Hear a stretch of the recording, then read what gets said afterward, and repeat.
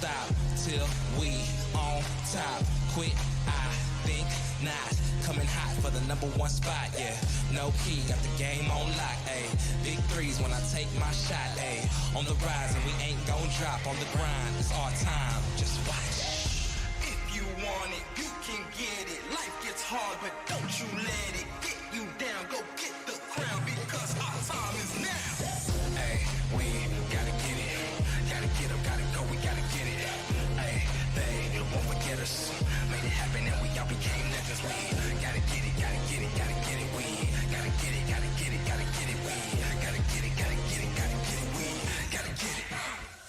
We can't be contained when we leave the game. My name will remain. We don't need the fame. You can keep this chain. We broke free so things won't be the same. Nah, on the mission, gotta get it, let's work. We were raised on the net, I'm raising my net worth. But it ain't about the money, nah, it ain't about the cause. All that matters is the world knows who we are. Stars. If you want it, you can get it. Life gets hard, but don't you let it get you down. Go get the crown because our time is now. Hey, we gotta get it. Gotta get up, gotta go, we gotta get it. Hey, they won't forget us. Made it happen and we all became legends. We gotta get it, gotta get it, gotta get it. We gotta get it, gotta get it, gotta get it. We gotta get it, gotta get it, gotta get it. We gotta get it. Know that our time is now. Yes, life can get hard, but don't ever let it keep you down. See, we are all kings and queens and we all deserve crowns. So don't wait. Get up, go out and get it. Now. Hey, we gotta get it. Gotta get up, gotta go, we gotta get it. Hey, they won't forget us. Made it happen and we all became legends.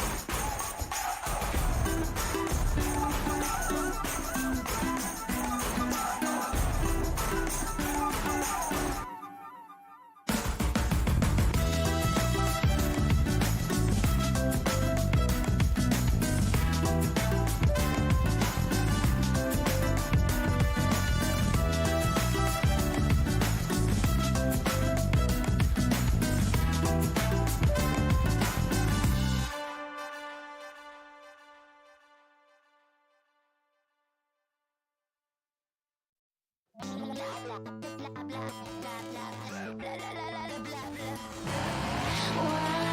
join me? Come and play, but I might shoot you in your face. Bombs and bullets will do the trick. What we need here is a little bit of panic. Do you ever wanna catch me? Right now I'm feeling ignored. So can you try a little harder? I'm really getting bored.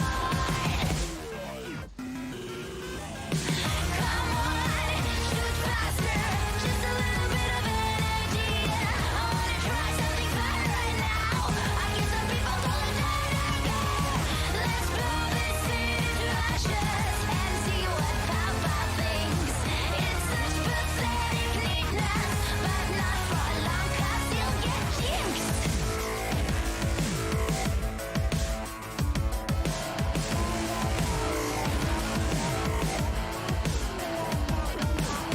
So much better, so much fun. Let's start from scratch and blow up the sun.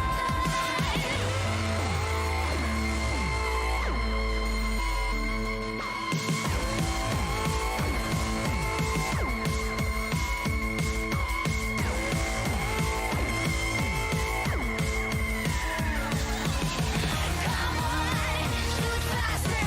Just a little bit of energy. I wanna try something fun right now. I get some people told that I go.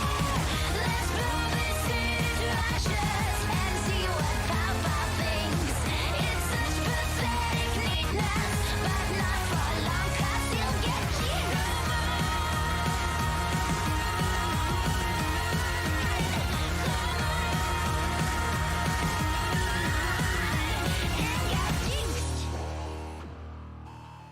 Hello and welcome back for a special playoff edition of LCS Answers. Our first question comes from Apple Snacks, who asks, as the teams are fighting for playoff positioning, it makes me wonder, do the casters ever fight? It's a good question.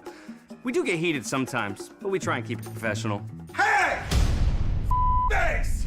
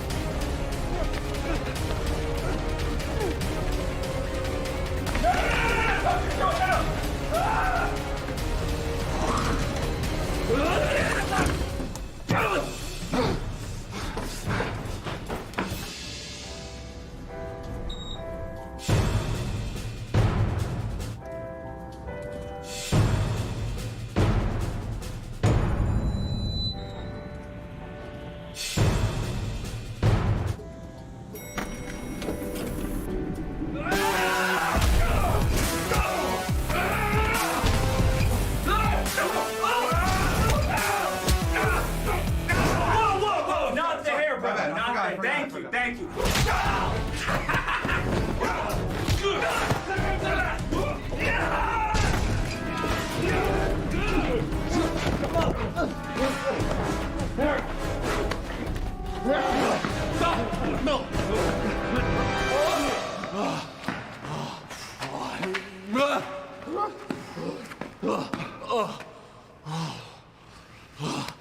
Why are we doing this, man? You started it. What? Fine. I'll tell you this much. You were right about EG. They got a lot of young energy. Thank you. Yeah. Thank you. I mean, all right, you were right. Team Liquid has so much experience. Exactly. Okay, but you were wrong about Danny being better than FBI. Our next question comes from Yo Mama 76. They ask, are Dash and Kobe gonna be okay?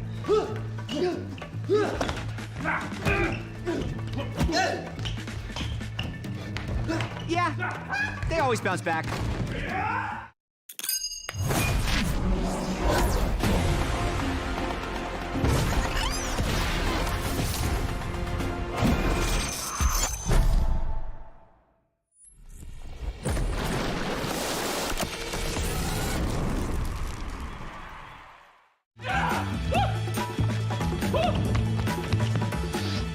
Guys, use your words.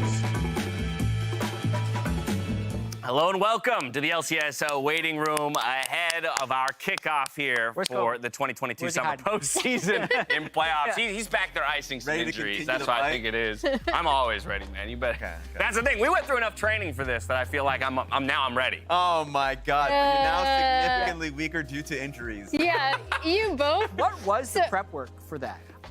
Prep work for this was very cool. So it was 4 total training days, each Yeah. about 8 hours long, spread across 2 weeks. So it was 2 days 1 week, 2 days the next week, and then the third week was 2 shoot days. But in total, 4 prep days, 8 hours each. So that's 32 hours of working hand in hand with the 2 stunt doubles that were on the shoot with us, as well as a couple different stunt coordinators. And so the way that broke down, and there's some behind-the-scenes stuff on Twitter as well. You can go check out the LCS official account to get some looks behind the scenes. But basically, a lot of that it's incremental. First, it's just learning random basic setups for types of moves that you would do, right? And then once we got 1 or 2 moves, or 1 or 2 days in, it was about putting together these actual sequences that you're seeing filmed. And drilling those over and over and over again. And then eventually you move on to sight. But I think one of the most interesting things about it was how not, what's the word? How not rigid you have to be. Like, so a lot of the choreography ends up changing, like even on the day. Because you just realize, oh, actually, we thought we had more space in this hallway. And like, so we can't throw that punch now. And we have to make changes. So that's why I think it was so important for us in the training to learn basics, to learn ideas, so that we would be more ready on the shoot days to actually like adjust to things. That was a quick, they did show a little BTS footage there. I don't know if we can possibly roll that one again. I'm ready. There were a couple funny things that happened behind the scenes. Number one, the binder that gets thrown was a real problem for us. So on this one, okay, yeah. So what happens there is Kobe actually punched me in the mouth. with that binder. Yes. He's supposed to block my big swing first and then hit me in the chest with it, or like the throat. Yeah. And that's a real impact. We're playing that for real. Yeah. So he's really got to hit me. And on one of the takes, he just boom, straight into the mouth. And so that was a fun one, small injury I took there. From there, I think this is probably to me the funniest one. So middle of the hallway scene, after I've been lifted up, right? So we reset for this. So in the actual, play this over a few times, like loop this. Well, so what's funny is actually I'm the one who's creating that momentum. Yeah. Because a lot of stunts and combat is you're doing everything in control, right? Yeah. So he's fake throwing me off the wall, and I'm supposed to take a couple stumbles, 1, 2, to reset. And I dragged my foot on the carpet and just face planted. I legit just, you can see his face. He's like, what just happened? Camera pans down. I legit face planted into the carpet there. That was a ton of fun. Yeah. Kobe as well, he took a couple injuries. We had a ton of fun with the bottle breaks as well. One of the bottles that he smashed on my head didn't break. So you're just concussed. Which hurts way more Yeah, when it I saw actually that shatters on tape. your face. I'm like, I'd You actually much just rather. got glassed. Yeah, it was pretty brutal. Okay. But it was a ton of fun to film. I hope you all enjoyed it. Again, go check it out on LCS social accounts, YouTube, all of that. But it was to set up everything we have in front of us. Yeah. And I think we got maybe a little bit lucky that our postseason picture looks so damn good. Yes. You know, and there is so much hype, I think, for a number of the teams that are in our playoff picture and ultimately their ability to compete and contest for the title. A quick look here at our bracket. Just a reminder that today we will see the first two, today, this weekend rather, we'll see the first two best of fives. Fly versus Team Liquid today, CLG versus Cloud9 tomorrow. Starting next week, 4 days of playoffs per week. It gets really busy. You can see 25th, 26th are the losers bracket games, 28th or 27th, 28th, and then the week after that as well, September 1st, 2nd, 3rd, and 4th. Yeah, it's big. All League of Legends best of fives from North America. So we kick it off in the upper bracket, which is awesome. It's always a lot of fun, especially considering, again, the conversations around the 4 teams that take to the stage and in those final weeks, whether or not any of them would be able to steal maybe a second seed. Getting a quick look at Team Liquid as they make their way into the arena today. Very much considered the favorite, Gets I his think. own car. Oh my God. Okay. What? All right, No, now- that's like with sharing an Jose. Uber. yeah, that's fine. The middle class. I guess. There it is. When And you- when you- Afro when- walked hey, when you're- all the way. When you're the Walked all the way here. Hey, what? Getting this workout. Team left the house without me. What the hell, man? What the hell, guys? That car should have had 3 people. That's too funny, too funny. We got to talk patch because, as everybody knows, once we get to the postseason, we hop to a new patch, but we stay on that patch throughout the course of the playoffs. So what you see is what you get, but let's walk through it. Let's break it down. What can we expect with a number of these changes? Well, Akali got buffed, and she was already getting played. A thing that we didn't see a lot because of changes that happened in 12-14, I was kind of expecting to see more, was the Renekton. If you look at across both in Proving Grounds, in LPL playoffs, which is on 12-15, Renekton and Kennen are both back with a vengeance. So I'm wondering if we're going to see that from some of our LCS teams as well, especially with both Someday and Impact being massive Renekton enjoyers. Yeah, I mean, these patches, just as a conglomerate, have been like small tweaks on specific champions again and again, Renekton being one of them, Kennen being another one. So we've actually been able to see some Kennen globally. So that's been nice to see. The damage cap to camps being increased for Lilia makes me wonder if she's going to be played more frequently. So that one was interesting. And there was a champion that was up What do we there. make of that? I don't remember later on, but yeah, there it is. What's this? Boom! What do you make of that? Lane Nocturne. Yeah, Explain that. So this was played by Doinby, who's obviously going to use any Sure it wasn't excuse. Vedius? Any excuse. Well, it's funny because obviously Vedius loves it, and then they talked about it on the dive, actually. I think it was Kobe that brought it up with the initial changes. Kobe or Mark, one of them brought up how they wanted to see like, oh, Lane Nocturne, like it's viable, it could come back. And then obviously you see Doinby getting a triple kill with it here, but.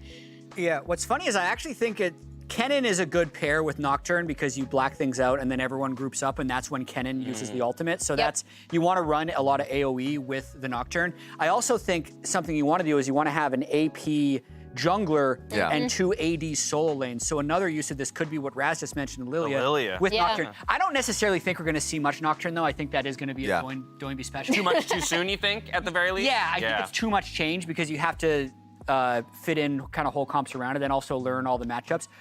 I'm wondering if we're going to see Thresh. Ooh. Because that's a pretty, it's not a big win rate buff, but the Q got 40 damage at rank 1. Yeah. So it went from 60 to 100.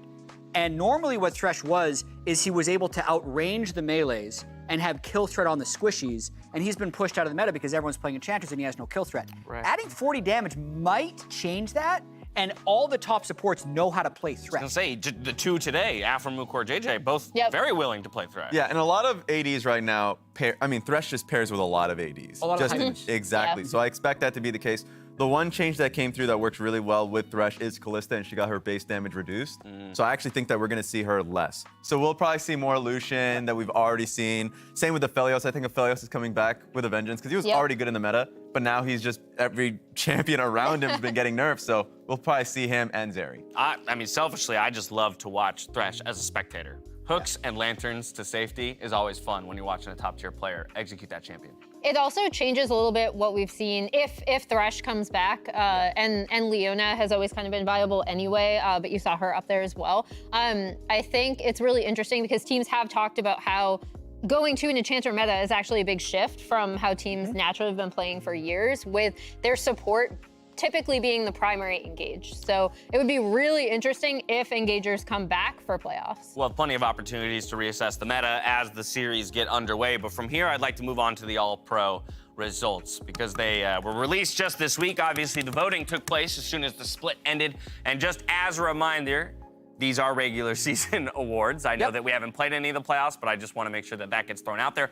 First All-Pro team. This is This the is spring spring. split. So in case you're wondering who picked it up in spring, there you go. He's getting sucked into the past. Someone's back. While they attempted the graphics, I at least know that off the top of my head, first All-Pro team was Someday, along with the entirety of Evil Geniuses. Inspired, Impact. JoJo, Danny, and Vulcan. Unfortunately, Impact missing out on that. But I think, again, in large part due to what an incredible split Someday had. Even in those couple weeks, where maybe we were lagging behind on our assessment of 100 Thieves, the one point of consistency was always, but Someday's kind of popping off individually, you know? That was always the case. Like, we were always talking about, okay, 100 Thieves, you know, struggling as you mentioned.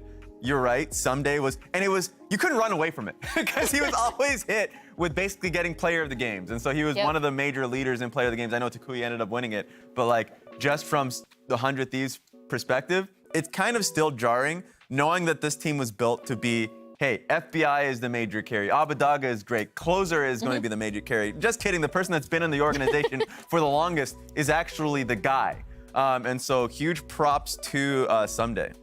I'm kind of surprised the man on our screen there didn't. Well, this to me brings forward a really interesting discussion about how these awards are voted for. So it's a fairly large panel of people that submit their first, second, and third team. Yes. It's a lot of, we as casters are counted as Riot, even though we're not full Riot, and there's a few stats people in there as well. Kind of the bucket that we're in. There's also one pro representative from each team, one coach representative for each team, as well as third-party media.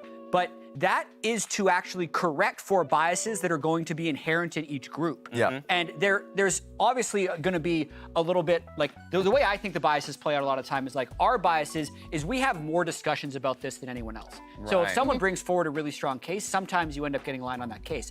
Pros and coaches, I know from working behind the scenes, don't get to watch every game of LCS. So even if you're not trying to be influenced by scrims or your specific experience against them on stage, you actually are. So Abadaga is the most interesting one to me because you could see if it was just the casters and stats vote, he would be first team. Interesting. He's fourth overall Wow. and isn't top 3 on either the pros or the coaches. So that tells me either they don't like him or he runs it down in scrims. And they just don't think he's good in those instances. But what we saw is we saw him actually have a lot of really strong performances, probably from week 3 all the way to week 8. Yes, he was, for me, the strongest performer of all mid laners from week 3. I know his first 2 weeks were like the point that was kind of hammered by the community and by us the first 2 weeks. But past that, he has just been phenomenal as a mid laner. I think it's actually kind of crazy that he wasn't even on All-Pro at all. I can understand if he wasn't first All-Pro, though I put him as my first All-Pro, and I guess a lot of people on the broadcast did. But for him to not be there is shocking. And I mean, that just goes to talk about just the strength of our mid lane pool this split. Because I think you could say that Takui not being there would be shocked. Yes, it would. Or Bjergsen not being there would be shocked. Absolutely. Or That's- JoJo not you were being going to be there. unhappy, I Like, think, no matter which 3 mid laners ended up there. Yeah, people because would. somebody felt like they were getting snubbed, no matter what. Mid lane, like I know I tweeted this out regarding my own votes, but mid lane was the most difficult. What of were any your position. 3 mid laners? Do you remember? Mine, I think I did something kind of contentious, and Bjergsen was not on my top 3. Okay. So it was JoJo, Abba, Takui. Okay, JoJo, Abba, That, Takui. yeah, mine would have been JoJo, Takui, Abba, but that's Yeah, I the did difference. JoJo, Abadaga, Bjergsen. Okay. And I left See. Takui off, which is was really hard. Already 3 unique Yeah. lineups, and And then I didn't have JoJo on my list. But 4 unique. So There there we you go. go. That's like, if that's not evidence enough of how difficult the mid lane Yeah. was specifically here, I think it's also important to call up, as I do believe we actually have the correct first All-Pro roster. So we'll just kind of line that Cycle up for you through what again. Here the you go. actual Someday results Inspired, JoJo, Danny, Vulcan. I think it's important to note that the roles that seem the most decided, at least when it comes to the first All-Pro, was Inspired and Vulcan. The jungle and support positions had kind of the biggest delta between first and second team. As we flip on over to that second team just to see who it is, it's Impact, the last of the EG members, gobbling up that slot, then Closer, Bjergsen, Berserker, and Core JJ. So a little bit more diversity here through the second team, and then we'll roll ahead to the third just to get that out of the way here real quick. Whippo, Santorin, Takui does make it, FBI, and Huhi. So, I mean, I think a lot of it tracks that our top 3 teams, the majority of members, made it in, and then you have a couple kind of curveballs like Takui sliding into the third All-Pro. The other thing that was really difficult, I think, was support. And that's where I've seen a lot of chatter in the community, because you have 4 names in the 3 that made it, and then a support that's about to play today in Aframu, Who would have been 4th had Right. it gone down to 4th. And people were already kind of on edge from, if you remember, the top 5 supports of all time, where Core made it into #1 over Afro, and a lot of people disagreed with that assessment. Yeah, this is going to make it so much more fun that this is a match that's happening today because of that reason. For 2 votes that happen again and again, Yep. where Aframu feels snubbed and Core JJ gets the nod. I do think All-Pro after All-Pro, there is a little bit of voter fatigue and community fatigue on Core JJ being as high as he was. I had him as top 2 simply because I had him second. Simply because I do think that regardless of, you know, a slightly worse split than the past, it's simply the difference of last split, he was ahead by a wide margin, right? Or last year, he was ahead by a wide margin. Versus now, where I do think other supports are much closer to him, he's still better. That's where it comes down to. That's fair, yeah. But then, of course, to Aframu's point, he just had a monstrous split in laning phase. Like, within the lane, him and Johnson have been smurfing, especially very highlighted, we talk about this a lot, versus Cloud9's bot lane, that they had, not in the tiebreaker, but the last time they played in the second round robin. So I just feel like these guys have really leveled up, specifically Afro, because he already had a huge impact on the map and how team fights go. But now in the laning phase, it's been a big change for them too. Look, another brutally tough call between the supports, but that's almost why I'm so pleased that we get to watch these 2 guys go up against each other today in a best of 5, because that's where the majority of the conversation was focused around, was between whether or not Core JJ deserved the spot or Aframu ultimately. I know the discussions around some others as well, but this is the time for you to kind of prove it. In a full-on best of 5, you better the other, and you might have your case for we being have stuck. Afro in 4th, Core in 2nd, and then mid lane we have Bjergsen in 2nd, Takui in 3rd, which is an even closer matchup between the 2. Yeah. In the regular season, we did have Team Liquid winning both games, but if you remember, that first one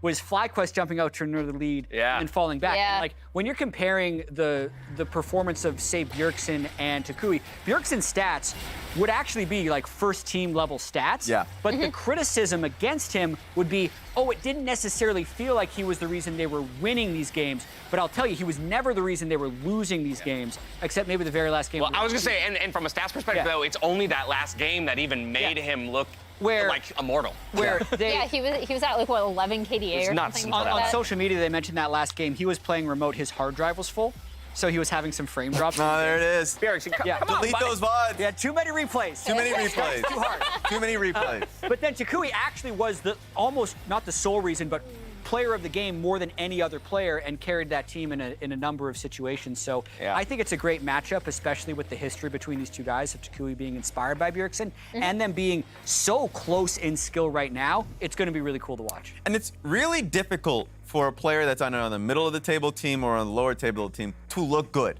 in any game, especially in League, because of the snowballing element. If your team is behind early, then you just almost never get a chance to play. Yeah. Takui is such a playmaker, and I think it's beautiful to see him on a team that ranked 6th in the split, but playing through him, finding success through him, and even when they fail, he is still doing well. So it's really impressive, especially if a player is able to win that many pogs or get that much positive sentiment from the community and your peers just from your own personal performance when your team isn't the top 5 team in the split? We've said this so many times on Desk, but like, first of all, he's #1 still on player of the games of any player in the LCS. But then secondly, this FlyQuest team has benefited so much from how strong he's been. I think it's actually super, super important if FlyQuest are going to be able to withstand how strong TL's early game is for Chikoi to have a good performance, and then simultaneously for Jose Diodo to be able to build off that. And I feel like that melds perfectly with the point that Jat was making around how, for Team Liquid, they don't need Bjergsen to be the reason that they win, right? He can kind of just do his job. But for the side of FlyQuest, given the number of player games that Takui came away with to be #1, sole possession of that title in the league, it's very clear that FlyQuest needs him to get some stuff done in order to come away with at least as many wins as they did throughout the split. We're gonna be talking more about this matchup in just a moment, but we've been talking this whole time about a bunch of players who have veteran status, who have been where they are right now before. There's in fact only one player out of the 10 players who are gonna step on stage today that's never played in a playoff best of 5 at the LCS level. Let's get a closer look at FlyQuest Philip.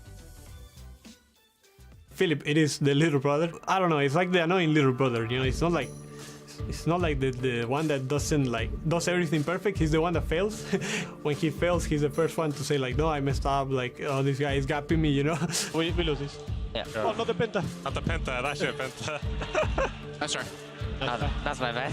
But he's like trying to improve a lot, so you try to help him a lot, Start, let me start. Oh, you started. I'm coming now. I'm just gonna watch him off. Yeah, I'll just crush. Okay. Sure. Not the worst. Not bad. Yeah, I'm Yeah, gonna he has base. 2 CS. I think if I start, you don't die, but it's okay. I tried to not give him the same problems that I had when I was a rookie. When you're a rookie and people has expectations towards you, you're like, oh my god, these playoffs, I gotta perform. I never had like anyone that will tell me that it's not like that, like you need time and all the stuff. Philip, he only has to work in like not getting pressure, Go back. So, back. Play slow. You're gone. Oh, nice try.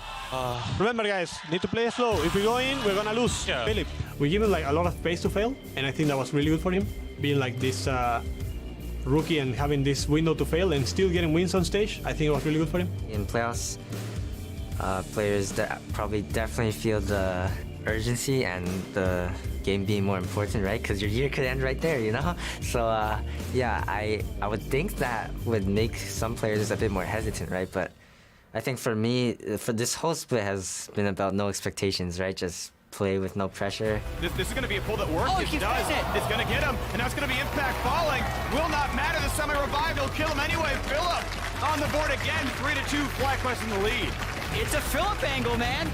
And for one, I think that helps with my play in general, right? Just playing with no hesitation and regret, not being afraid to like go 0-5, on stage, and just hope I can keep bringing that non-hesitant gameplay on stage. And I'm just gonna tell myself, just go for the plays, don't be hesitant even if it looks bad, and maybe that's gonna be the key to winning the series. Gonna find a bit of a knockup. Everything else gonna be in range. He'll come across as well. The dunk to follow through, but Kennan's out of range. Should it be enough though? Ulti for a heal, and Philip still claims the kill. Such a good setup, Jose Diodo. There are rookies that they might not get to playoffs, and he's one of them. So I think he should learn a lot on how different is the game compared to like first stage of the split. I believe in him, for example, as a player, as a person. I have all my faith that he will be good enough. Later, probably, maybe not this year, he won't be the best player, but he might be one of the best. But for me, like, his future is gonna be bright if he keeps going this way.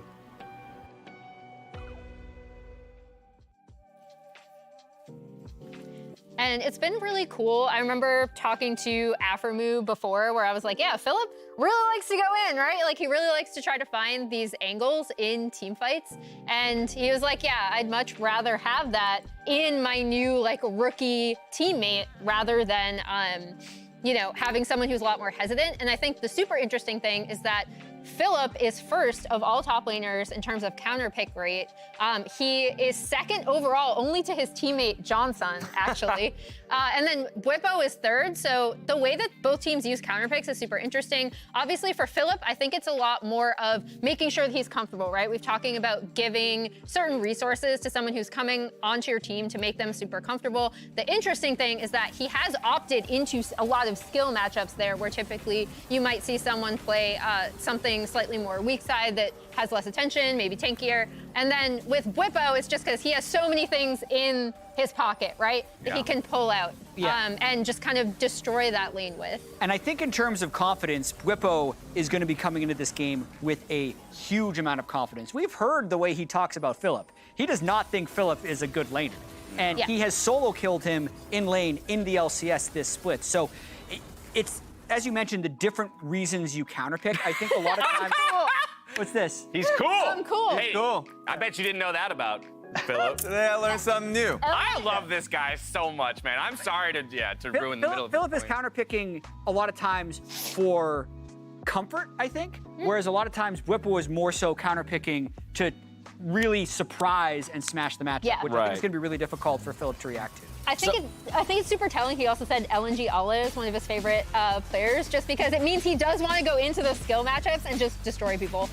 Emily, you were looking at his numbers earlier. So Philip is first of top laners, second of all players, right? Yeah, Johnson is first. And Johnson is first, which is hilarious, by the way. Yeah. So like, I do think that the intent of the counter picks is super important, because I think it's more likely that Philip as a player will be blind picking when it matters most. When you're in a playoff situation, he's going to be blind picking to allow either your mid laner counter pick more frequently, or they've already been doing it with their AD. So that's what I'm expecting, him either picking Ornn or Sejuani in this case. All right, so you're kind of already going where I wanted to go next, but I'm going to put a little bit of a finer point on it in terms of a question, which is just that, as Philip himself said, a lot of this split, this whole season for him has been about no expectations and having the space to fail, things like that. We talk about the team setting him up with counter picks, but then letting him kind of go ham. My question is, in a best-of-5 series and against Team Liquid, what is his job today? Because it sounds like to me, based on what you're just saying, Raz, is actually to pivot away to some degree from what they've been doing, because that won't be successful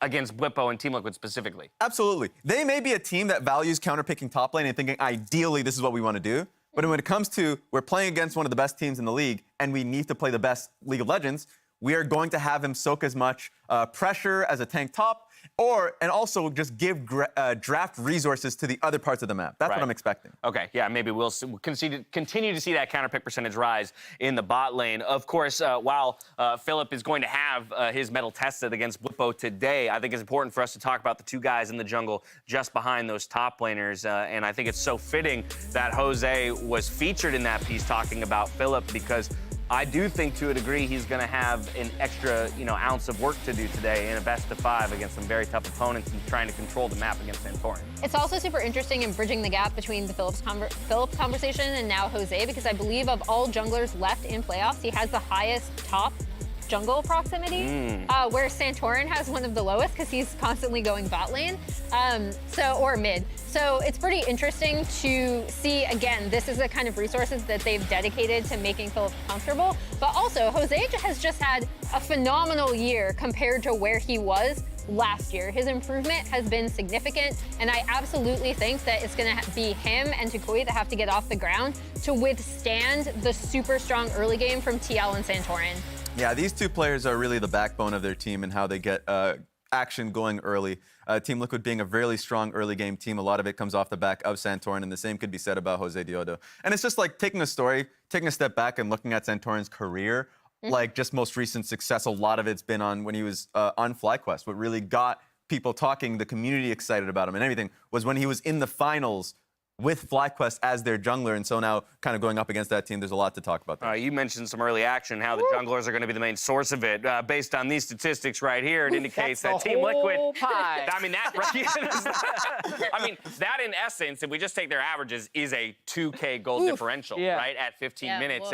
And in most cases, we'd call that game just about locked up if we saw it agnostic of players and, you know, champions and comps. And a lot of that is from Santorin, right? Like, as this thing from Cedric says, it's partly his jungle lane communication, but I also just think he has such a really strong eye for the early game, which is kind of funny because I feel like his reputation is kind of steadfast, slow, you know, doesn't make a lot of mistakes. But if you see, he gets a lot of like early ganks off, in particular in bot and mid, which is a huge part of why TL has been so strong early. Yeah, and what knocked EG's teeth out in the game they had was his early dive top lane working with Bwipo. So you have to be afraid of Santorin. All right, less than 2 minutes to go until we get into this best of 5. I want to know where the 3 of you stand, but as well as some of the community and the rest of the talent, I believe. Let's see, fly it up. Who are we looking at? There it is. Just like we did with spring, the sea of blue. With spring playoff predictions, we decided to pull more than just the broadcast team. So you see up top there a couple of our wonderful influencers. I Will Dominate, Double Lift, Yvonne, and Cutie Cinderella. It looks like they're all. This is 16 predictions. They're all in lockstep with the rest of us. 16 predictions? Or is I'm pretty sure we just have 16 predictions. You want 20 predictions? 30 I'm predictions? just wondering, is there like another page of? No, if they're not flipping, there isn't. I think what's wild about You want this. 100 no one was predictions? willing. Well, I'm just wondering, like, no one was willing to say FlyQuest. Well, no one wanted to call the upset. So I think that this is very representative, obviously, of the expectation of the series. What's even more interesting to me, though, Jad, is that no one even went 3-2. There's That's not fair. even a 3-2 believer. Wow. Yeah. Every single person thinks it's a knockout 3-0 or they're given one game to FlyQuest. FlyQuest social media is going to have a field day if they win the series. Yeah. I was gonna say, They got a lot of people to if go they for it. win, I hope they just screen cap this. I hope they do Honest too. team. We got those hilarious gifs as well. Hey. FlyQuest and TSM beating, or FlyQuest and TL beating each other up. And I love the initiative FlyQuest have here, by the way. They still have, they're building, they're planting trees based off the kills they have. If there are ocean drakes calling that one out as well, and if they win a game, there's a lot of trees being planted. Look, how many Off times the corpse of how Team many Liquid. times I got to The tell you? big environment? Don't mess with the big environment. That's the big environment. Emily guesses. She's been paying attention. All right, that's it from us. Let's have the fun begin. This playoff season, I think this is probably one of the most competitive splits in LCS history, I would actually say. There is too much pressure, there is a crowd always, there is the people that expect you to win. I think in the past you could always kind of guess like which one of two teams is really going to win LCS. This time around there's multiple teams that could actually go and win it all. Holy shit. Can I just say playoffs is gonna be super exciting. Well, I think people view FlyQuest as like weak teams. We were like winning a lot, and then we start losing. People was like, oh yeah, this was FlyQuest all the time, you know? Which I think happens all the time when you're like on not a winning team, like TL, for example. Oh, there is indeed blood in the bottom lane. One more! And he gets first blood already. We come from a downhill, and now we are like catching up. So I'll be down to do it, you know, to prove them wrong. Double kill for Johnson here. Look at that hit on Deluxe. Look at that triple kill for Johnson. A quadra kill. Give him the penta. I think it's been like a slow ramp up for us. Like Cloud9 is always like that one team you can really never count out. Just beautiful out of the Cloud9 dive. Lot coming on here. Twitch will fire. It's already one. It's already two. Ivor gets back out. A 3-for-0 immaculate. CLG, I'm actually very sad we lost to last time because they play like us, brawl all the time, but I think we're better than CLG pretty much in every aspect. I have a lot of respect for every player on C9, and if we are able to win that series, then it'll give us a lot of confidence going in, thinking we can just beat anyone. There it is. The eyeball opens up for the last time. It's going to be smited down, but can they even pick up the eye? Revenge and everybody else in Immortals are caught in the fate sealed, and 3 die instantly. I think everyone knows playoffs is the most important time of the year. You know, there's no holding back on things, that everything needs to be perfect and needs to be perfect now, or like you're just out. So this is where the fun begins.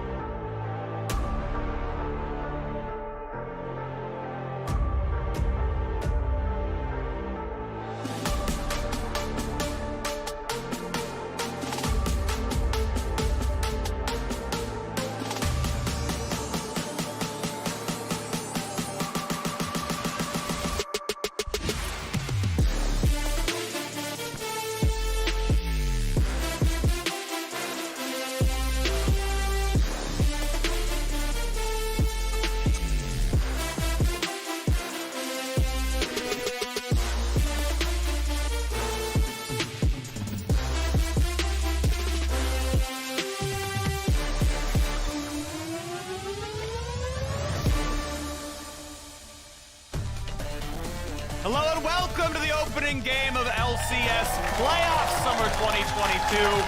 I am here with two of my best friends. It's the Doug duo and Kobe, all here, ready to watch an exciting match here. Team Liquid and FlyQuest. Got the bald cap. Darn it! We could have been the Doug. We can solve this quick. You heard Jensen, though. This is where the fun begins. So let's get into the champion select. Yeah, I'm actually really excited to see what the first draft is going to be here, particularly for Fly, because they are obviously the heavy underdogs. We saw everyone predicting TL, not even anyone giving Fly I want to 2 change games. mine just because of seeing that giant wall of Team Liquid. I want one FlyQuest to be in there. Well, it'll be interesting, right? I want to see, do they have any sort of spice? Are they going to try to play standard here against TL and just straight up outplay them? They are on red side here for game number 1, so really interested to see who they're going to give their counter pick to. They gave it to Philip mostly during the regular season.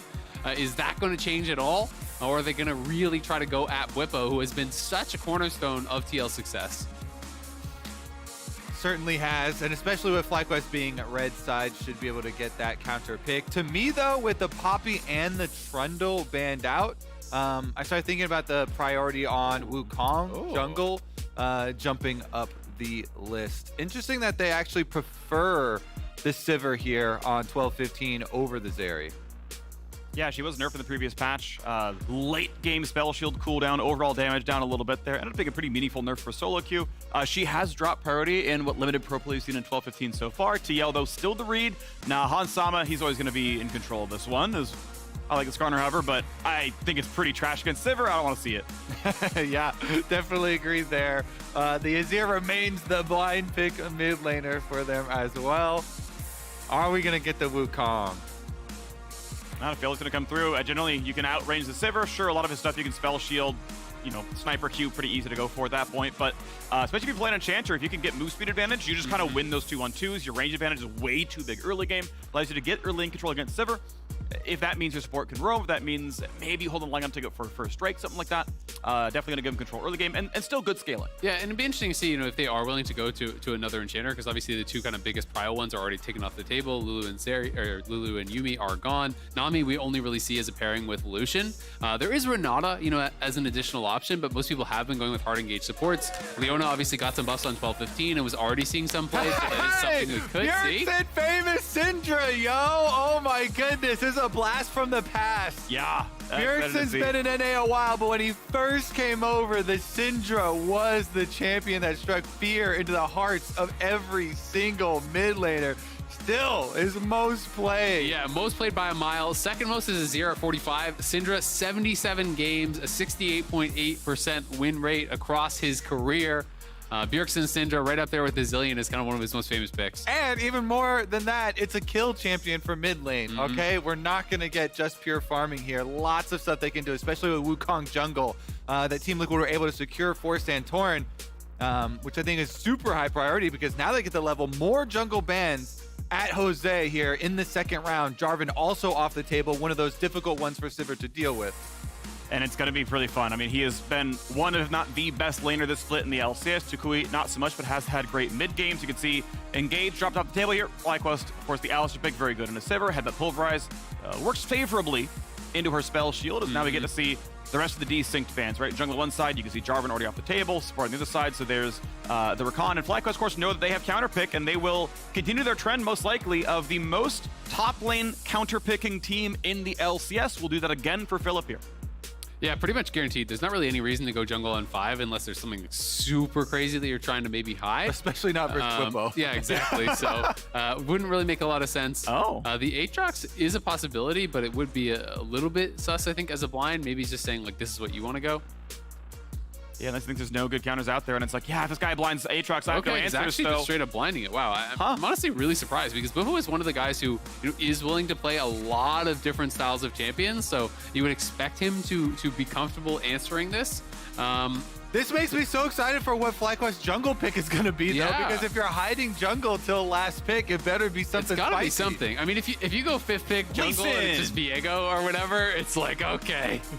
I think good odds it's just Lee Sin no matter what. You know, it is Jose Diodo. The champion got buffed in this patch. But then why blind Aatrox? I don't know. Right? Like, I just don't think that would make any sense. So I'm going to give them the credit that there is something something a little bit spicy getting hidden. It's going to be Olaf as the answer. Bard would also be really nice to be able to get out on the map because you have two really aggressive lanes and you have a farming bot lane, right? So Sivir wave clear, Bjergsen, Syndra, the Olaf for top lane, get out there, try to get proactive. Leona, though, also receiving some buffs on this patch. Q mana down, who cares? But 0.25 seconds longer. Give me that ult stun. stun. Give me the stun. Does make it a lot easier to have those perfect CC chains. It certainly does. It certainly does. All right, what's the spice? What's the magic? Well, Volibear certainly has some early pressure. Oh, you called it a Zale? I'm not happy to The have called world it. is shocked. Hey, it's just a hover, bruh. Hey, listen. All right, Vi coming through, that's always fun. Okay.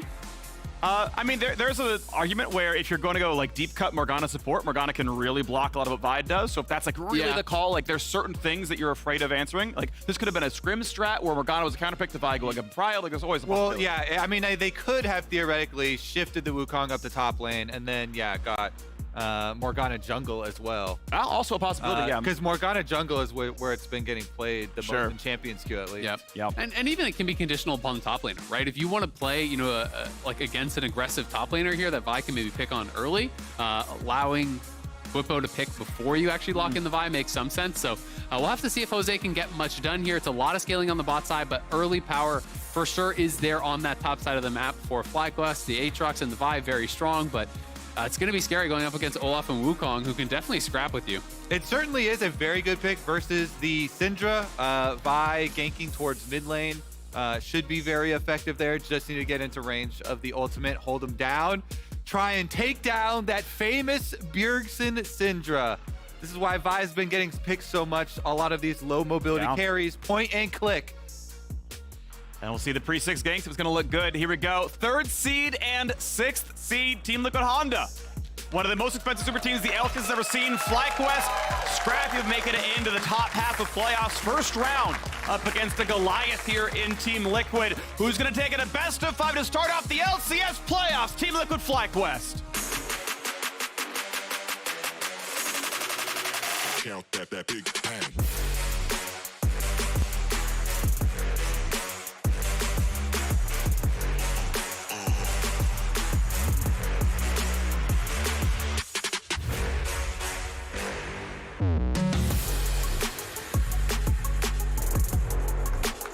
We are on to Summoner's Rift for the opening day of the postseason. And as Bjergsen pushed them away, they actually sneak into the brush. I don't think, oh wait, that Axe can land, he's gonna be slowed. He may have to flash the wall. Axe number 2. That's gonna be slow. He will always get caught, burns the flash, and they decide no more than that. And this is Hex Flash disabled for the Pat, so that is a long missing summoner for Aphromoo. Yeah, that's actually a big deal there, getting that early on and just not really paying enough respect to the Olaf invade. Pretty much any time you have Olaf with this semi-okay level 1, you just walk in there, you try to tag someone with the axes. If you hit one, they basically have to flash every time. Well, as we are getting the best of 5, we have gotten a word from Jose Dioto. Well, for playoff, I feel confident. I think we come from a downhill and now we are like catching up to every team. From scrims as well, we've been like struggling a bit, but now we are like going to wins against, feeling the wins. So I think for us it was important that we are winning now again, and we want to catch up and still make it far. And we really we'll try our best to make it to Worlds. With a leash and a blue buff, and with Gromp already alive, you gotta smite that. It is actually faster to smite your camp than start Gromp with 2 spells, but Jose now on his way to his 2nd camp now with the summoner up. If you're going for an evade, then you can save your smite, and that's where you can like poach the 3rd camp. For example, Wukong starting top side. Nice little engage by Leona, but Glacial does not lower damage against you, so a nice pulverize after she's done animating, and decent damage out of Johnson. Yeah, I mean, the glacial damage is the glacial slow is more for setting up the Sivir. You know, it's really nice for that because it pretty much guarantees that you're going to be able to land that boomerang blade. You know, Johnson's just not really able to sidestep that. I love it. There we go. There's the FlyQuest believers. I don't care what the casters analysts say. Get in there. Meanwhile, topside here, Philip really has impressed. You know, especially because even the FlyQuest organization said they promoted him extra early. Just because they believed in his potential, but what he's delivered over this split has definitely been incredibly impressive. And I specifically remember, especially Fudge, when he was on the analyst desk, ranking him up, you know, number 5. Number 5, right I think, yeah. below all of the top, you know, best top lane competition already as Such a young rookie. Philip pushed back under his tower, gets the stab though. Actually, a pretty good chunk of health going back into him. He's going to auto these things down and try to keep the wave off his tower.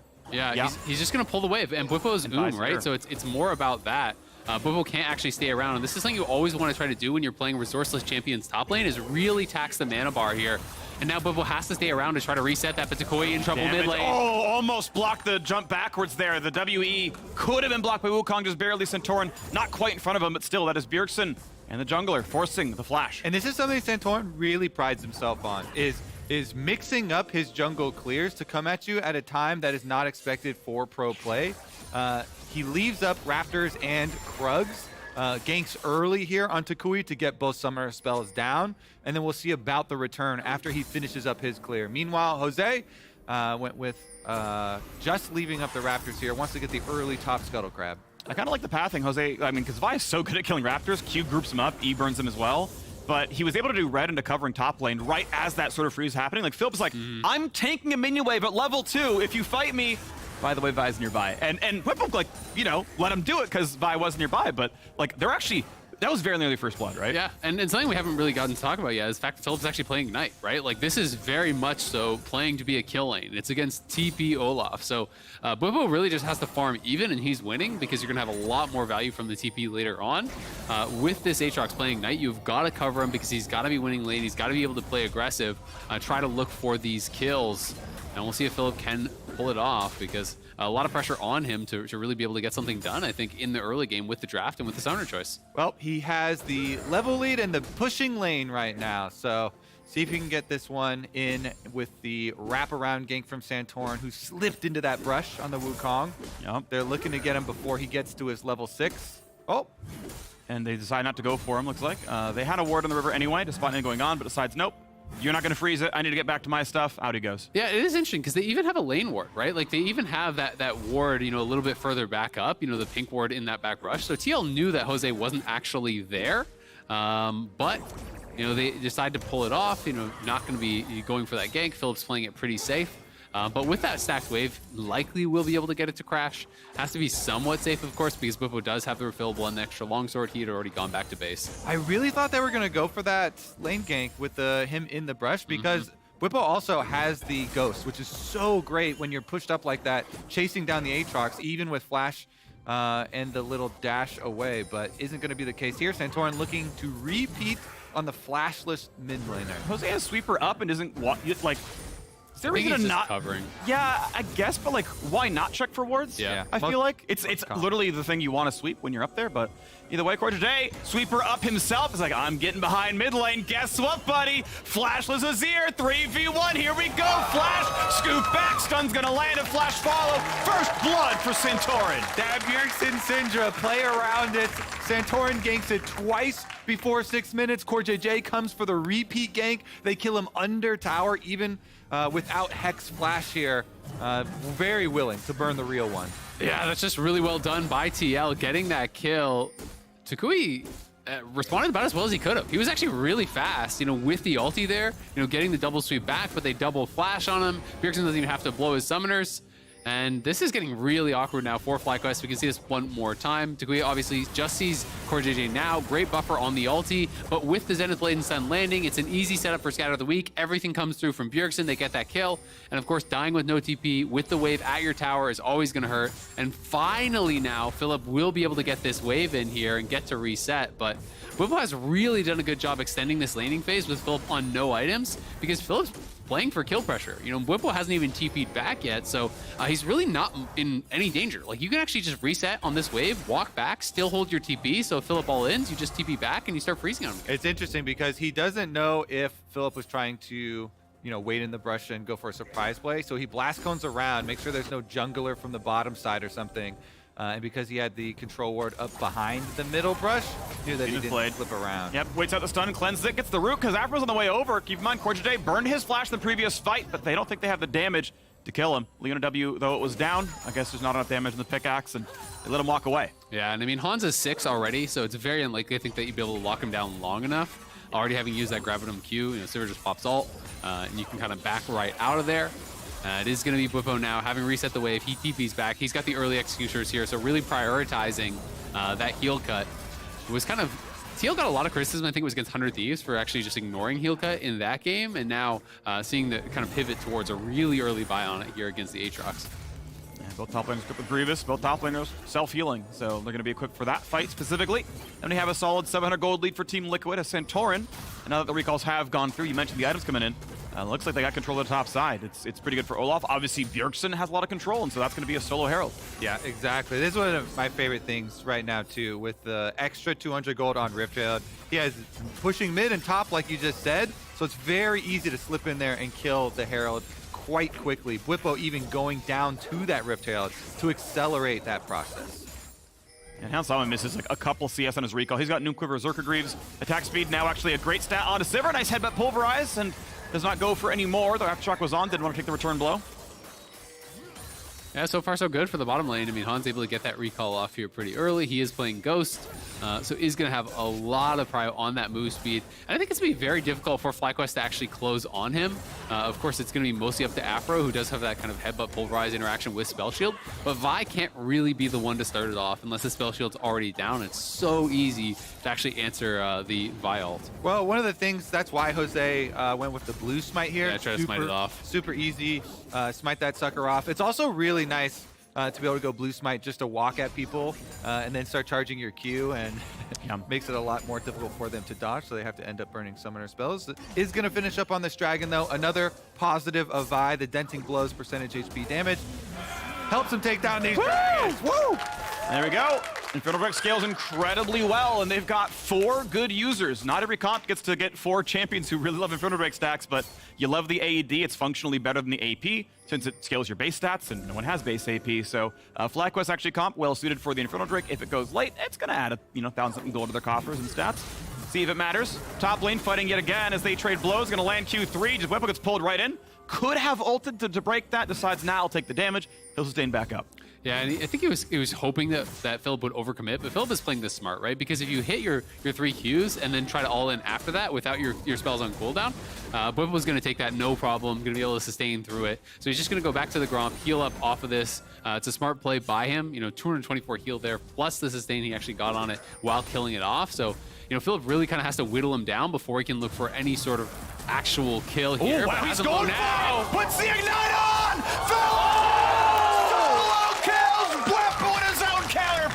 Straight out of Academy, baby! The rookie's getting it done in the top lane! Man, what a calculation there by Philip. That was so close to him actually dying, the faceplant coming through, especially if Bwipo was playing Triumph. Like, if he actually dies to the tower and Triumph comes across, that would be devastating, but he does get the solo kill under the tower with the ignite here.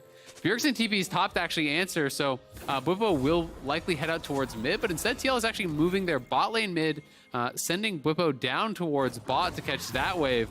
But really nicely done from Philip. He had to get something done with that early ignite, and now he's got it. He's got the Gore Drinker complete as well, so he's way ahead in this 1v1. Yeah, I love the calculation here. He just ignites him and leaves him for the rest of the little bit of damage. Here's Q1 into chain, into Q2, into Q3. Every single one hits, leaves him with the ignite, flashes out of the tower. Beautiful. I mean, that was perfect. All 3 sweet spots land. The chain lands. He gets the passive auto. Uses every little bit of damage he had there to actually knock him down. Philip going big, man. His first LCS playoffs appearance here. He's 19, playing against one of the most veteran top laners in the world. Solo kills Bwipo straight up. Flash comes in. Oh, they don't hedge him though. Oh. Wow, just walks away. Press D. Nice try, Team Liquid, but that's not gonna work. Here's the sweepers. Everyone's known. Yeah, you can't get rid of I at that point. True Q was already charged. And now we got Hansama on the top side, though. Plates are still up for 2 minutes. Yeah, I guess the big question is how hard did they want to push? Do they actually want to use the Rift Trail mid? Now they're rotating everybody towards that mid lane. They can get a pretty hard push on it here with Takui even being shoved out. 4 members rotating basically halfway down the river. Looks like they'll send Hansama back up to collect the top wave and get some pretty nice value out of that Rift Trail. Mid lane tower being so low. The play. Viol comes in, Bjergsen over the wall, gonna flash for the scoop, but get out of range. Aatrox is here. They've got to have the follow through, right? But Tukui may have sealed his own fate. Health bar's low. He's ignited and he's down. Here's 2 for 1 though. Vi still hitting. Core JJ doesn't have an escape. Core JJ's got no way out. Easy. Okay, you missed the vault breaker. He's red buff slowed. You still got this one. Why? That's a wasted stopwatch. Why? Just threw his watch on the ground and stepped on it for no reason. Ah, that's very good stuff for FlyQuest, though. Team Liquid, they moved down with 4 people, but then since they call off Sivir to send back to top lane and Bwipo stays in the bottom lane, FlyQuest bring more forces to back up Takui. They get the perfect Jose flash ult, point and click. Even though Bjergsen gets over the wall, the follow-up there from the Azir sweep, and it's a huge, huge win for FlyQuest. And I read an app from this morning waiting for our testing results. I'm like, hey man, do you feel snubbed by the Alt Pro voting? Like, you think you should have made? He's like, I would have shown we're better in game. Bam! 0-0-3 in the Alistair. Shows him who's better in that play. That is exciting. Yeah, Jose, Q, flash ult from so far away. Takui just follows up immediately, sweeps him right into Philip, who's able to knock him down. On the other side, Takui does get taken out, but with Johnson arriving, it's the extra members there at the play that are making the difference. Of course, it's not as positive of a play gold-wise as you would think because they're losing plates top and bot. They are losing gold to the minions dying as well. So TL getting a lot back. Jose actually 5-headed, backing up, and oh, I missed my Q. I didn't kill you, Core. Maybe you can get out of this. They end up getting the stopwatch as well out of it. Nice stuff there. Well, next breaks up in a second. Core JJ sees a Vi. Jose Diego can pop the ulti. Again, no flash, but a lot of safety tools. You've got a Wukong around, though. A lot of damage coming across, and that's going to be Jose falling. Payback. Found himself in a 2 versus 4. And Bwipo missed the first slow. He'll look for the second. Johnson wants to run away. Will they lock him down? They need to put some damage now onto the Olaf. Flashes the wall, stays alive. 400 HP, gets the heal back. And Bwipo in the wings is Azir, but coming in again for more. He's not going to land for much. Core JJ is still here. Takui going to be attacked. Takui's going to fall. Will not get a single one back. A 3-0 for Team Liquid, taking the lead. DL set up the bait so well there. Santorin waiting behind Core JJ, daring them to engage on him. And Jose takes the bait, hook, line, and sinker right in onto the Leona. It's just the next page in our 5-head action sequence here. Core JJ's like, guess what? I don't have a stopwatch now. I'm an easy kill. And he baits in Jose. Oh my goodness. The counterplay here from Team Liquid. They're going to end up with a Rift Trail again as well. Another one. And these things are worth so much gold. Yeah. 1.2K ahead already. Nice stuff here from Team Liquid. You can definitely snowball with that. Looking really good. Well, FlyQuest hoping they can showcase greatness again, as they had a nice 5v3 in the mid lane, but now trailing pretty heavily. And Santorin is the one getting the majority of these actual kills. So very fed Wukong here. Early Divine Sunder. Meanwhile, it is going to be Dragon, as you're talking about, picked up as consolation prize. No smite still around. Core JJ would have to pull out some crazy support miracles. Solar Flare stun! Boom! Woo! Thank you, whoever's shouting out dragons. I appreciate that. I like that the audience every week just like picks an objective to care about a lot. Before it was Ornn, we had some Teemo, now we're on Drakes. I love it. Ornn is the objective. Yes! The demigod. Tukui's Yuumi 1 week as well. Yeah. Takui now in trouble. Uh-oh. Takui knocked up into the air, gonna scoot back. It's a lot of space. Will he get out from the rest of it? Maybe so. Bwipo needs the next Q to land. Is it going to happen? He's got teammates coming. Waiting against the wall. Does not find that slow. Here comes reinforcements, though. Onto a TP. This could be good. Snipe going to land. Bjergsen and they're going to catch Bjergsen. That TP into 4 of FlyQuest. And they're going to get the double kill. Oh, that TP sucked. Bjergsen arrives and immediately gets headshot by the sniper from Johnson. Perfect timing on that arrival. And it's a slugfest, fellas. Yeah, everyone from FlyQuest showing up, and Bjergsen thinking he has the flanking TP on just Takui, but the whole squad is there. They're looking for the initial setup here, but Takui does a good job on the disengage, able to sweep away Santorin, creating a lot of space from him, and then just running down towards the team, but back in live, it's another fight. And there's going to be a whole bunch of damage. Goodbye to Santorin. Gonna try to jump away. Does still have the flash if he needs it. Stays alive for now. Blast blend away, because rest of TL has shown up. Core JJ's there for safety. Will he try again? He's looking. Decides, I don't really have teammates around. Wow, fights for reward in the face of 3 people.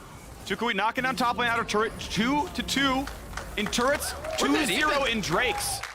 The gold is just back to it even. TL was actually quite a bit ahead, but FlyQuest now, having taken both of those early dragons, those are worth a lot of stats now, ever since those buffs a couple patches ago. So FlyQuest out to the lead, I'd say. This game is way closer than the analyst predictions. The full block all Team Liquid 3-0s or 3-1s, but FlyQuest came to play today. Especially, guys, shout out again, Philip there, the young guy in the top lane for them, the rookie here on the 2-0 Aatrox. See if you can get back out to this side lane, start split pushing. And looking like he may be going towards Death Dance, you know, trying to continue building for that 1v1, trying to build aggressive here, see what he can get done. Aatrox from ahead can be terrifying. If you do not have the damage to burst this guy down, if he starts getting resets in those team fights, it can be really, really problematic.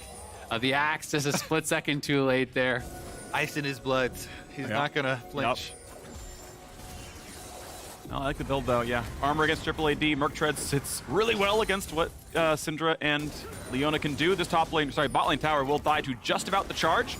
Whippo will be in local gold range, plus 300 to him. Thank you very much. Accelerator the Olaf, as he is on Triforce, and that is gonna be a lot of damage at the very least.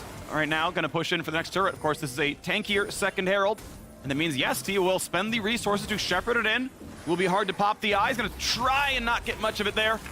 And that will be a crash in. Bot lane tier 2, 800 gold value, down to 1/3. I think it was correct, though, from FlyQuest to not actually overextend and try to kill that off. You know, they knew they had no vision in this area. You know, you look at this whole quadrant of the map. There's no wards in that side. They knew TL could be around. If you overextend and actually try to burst that down and die for it, it is absolutely not worth it. So they're just going to take what they can get. Takui on the top side, stealing away a few enemy jungle camps, and just trying to reclaim vision on that top side. I'm already getting excited for the next dragon. Minute and a half away. FlyQuest's been stacking. Audience has been all over it. Dragon number 3, Cloud Dragon They've coming been stacking. They've been stacking. They're building up. You thought the first 2 shoutouts were big, Freak. Wait Oh, till get you ready. hear the third Oh, one. now you put the pressure on. Uh-oh. Counting on you. All right, I'm looking out at all of you. This better be good. 70 seconds to go until the Drake spawns. A couple of wards are down. Whippo spotted taking Krugs. He is counter jungling more than Jose Diodo does, I feel like. Oh, he 32 even gets gold. the big one. To be fair, the small ones have all the gold, so like that's 4 small Krugs But he on got the big the one. ward. They don't have 32 of the gold, Freak. They don't have all of it. Yeah, I said most. I think. You said all. Oh, okay. That was called hyperbole. It is a rhetorical device to explain the value of something. Hansama. Wow. Millions of gold from that ward kill. And they're ready to go for this Drake. All important 3rd Drake of the game. It looks like FlyQuest isn't even going to fight for it, though, to be honest. I think that they're looking like they maybe want to just play topside. Unless Takui is just finishing something, they're now moving down, but they have no vision in the area. I do think it's pretty difficult to actually reclaim vision against the Syndra. So they're going to try to play through mid, get the push there, and then walk in afterwards. Whippo did show on that bottom wave, but that is also pushing for TL. So it's going to be a difficult one, I think, for FlyQuest. And yeah, I'm not certain if they're going to fully commit to it. I mean, he might. Yeah, he's TPing in. They are going to try. You don't burn the TP unless you're willing to play for this fight right now. But it has spawned in Centaurans and Fog, which means Centauran could be soloing. Corey today tries the first engage, doesn't get any cooldowns out. Thought maybe I can get out for the ult. I can get someone to flash. And Banshees is done now for Takui, so that's why they actually were waiting for that, giving him extra camps on the top side to get his 2 items spike, and they're going to look for this. Throw, headbutt, pull, but no one's in range for anymore, so Ult walks away, but gets really low in health. They're going to burn him down. Olaf practically solo kills the man, but he loses his own life. He couldn't get back out. FlyQuest forced down the top laner, and in a 4v4, this could be the team fight. It's an item diff really here for FlyQuest. Both their soul laners are on 2 items, and neither one on TL. In the pit, jumps in, looks for the knockup. Will they delete him in time? The back line. It's a 1-for-0. The scoop gets nothing, but it forces the disengage. Drake Clay for number 3. 3 kills as well. FlyQuest are just routing Team Liquid. Bjerg's running for his life, but he got pulled. The chain comes in, the flash. They go Baron. That's not just Dragon. They can move over the rest of the map. I honestly thought they were going to go Baron I thought they were too. Whoa. Man, they started walking up towards it. You know, the Aphelios with the white gun plus the Azir might have been worth the risk, but they decide, no, the game is going well. We can play for Soul Point. I think that's the call. Let's play calm, cool, collected here. They're on 3 dragons, but they win another fight here. Afro going very hard early on. But again, they have the item advantage on both of the solo laners. And Whippo is just getting pounded as he flies in here to try to take down the support as he's on the exit. Look at them all hitting him. You could see the break in comms because Whippo moves up to go further auto after he already takes down the Alistar, trying to get into melee range, and the rest of Team Liquid were pulling out. The rest of the team was backing up. So FlyQuest got to have 4 people focus firing this Olaf as he's trying to run away. basically isolated from the rest of the team, and that was the moment that broke. 3,500 damage out of Philip. And those are mostly skill shots. He's going off. This is an incredible game. His first ever LCS playoff game. 19-year-old Canadian top laner for FlyQuest. 4-0-1. Solo kills Bwipo. Popping off with the roams. Popping off in the team fights. He's on 2.5 items here. He's looking for 3. And It's actually so funny. Philip with the rent-a-girlfriend choice got a lot of criticism online. And he got counterpicked. People are going to see, Philip's such a good top laner. Maybe they need to reconsider. They're going to be checking out the show. Yeah. Bam. It's gonna be an exciting one now, man. A lot of pressure on TL to be able to actually stop this next dragon here. Don't want that Dragon Soul to be going over. Cloud Soul is insanely good for Aatrox, by the way. One of the absolute best. The flat move speed, incredible. The move speed burst with the World Ender move speed burst is just like, you are not kiting this guy. So it is definitely one that would be really big for their most fed member. I like when your ult is become Rammus. Definitely feels good. We've got a chem tank done here for Afmu as well. I saw his Thami Cinder earlier on, so not the sort of more common, cheaper Locket or Shrelia's kind of version. He's going to be tankier. And it's going to get him more damage as well. It is interesting, right? You see Even Shroud sometimes too, so not one of the more common mythic options, but really prioritizing that little bit of more tankiness here, because he is really the only true frontliner. No one else is building tank items. Of course, Philip's going to be drain tanking. So it will give him a little bit more durability outside of the ultimate. Still gets that move speed to help engage. And the slowdown as well, so we'll see how it works out for him. 1,400 gold lead. And on Soul Point is Jose Diodo waiting in the wings. Will there be big pressure towards the mid side? Pull back on a core JJ, but still tanky champion. Santorin forced to claim his own blue buff. Look at this split push over on the bottom side as Bwipo's gotten up to the low health turret on the bottom, answered by Takui, and it looks like they are going to pull off, but several members of FlyQuest are kind of hovering around that bottom side, see if they want to do, try and pick him off or something. It's low health turret right there, so it is a possibility. The TP, of course, is up for Bwipo, and because Takui... They're pinging on him. Look at that Vi heading down. All right, look for the 2v1. Of course, you can way always... far out. You can ult the ult, and you can ult while CC'd, so you should be immune to most of this. He's also got Ghost. If you just ult and Ghost away. Okay, gets the first punch coming in right now. Blue Smite for a bit of a slow. He wants to save the ult to immune the other one. There's the Q coming in as well, just trying to burn him down. He's got ult, and it forces the flash to Jose Diodo. Yeah, his idea there, try and trade 1-for-1 with the jungle, not give up anything else on the map, see if they can actually retake control of Baron Vision while that is going on. Doesn't get the extra kill, but it's just going to be a little bit of gold there for FlyQuest in the end. Yep, still nicely done. They get the pick off on the side lane.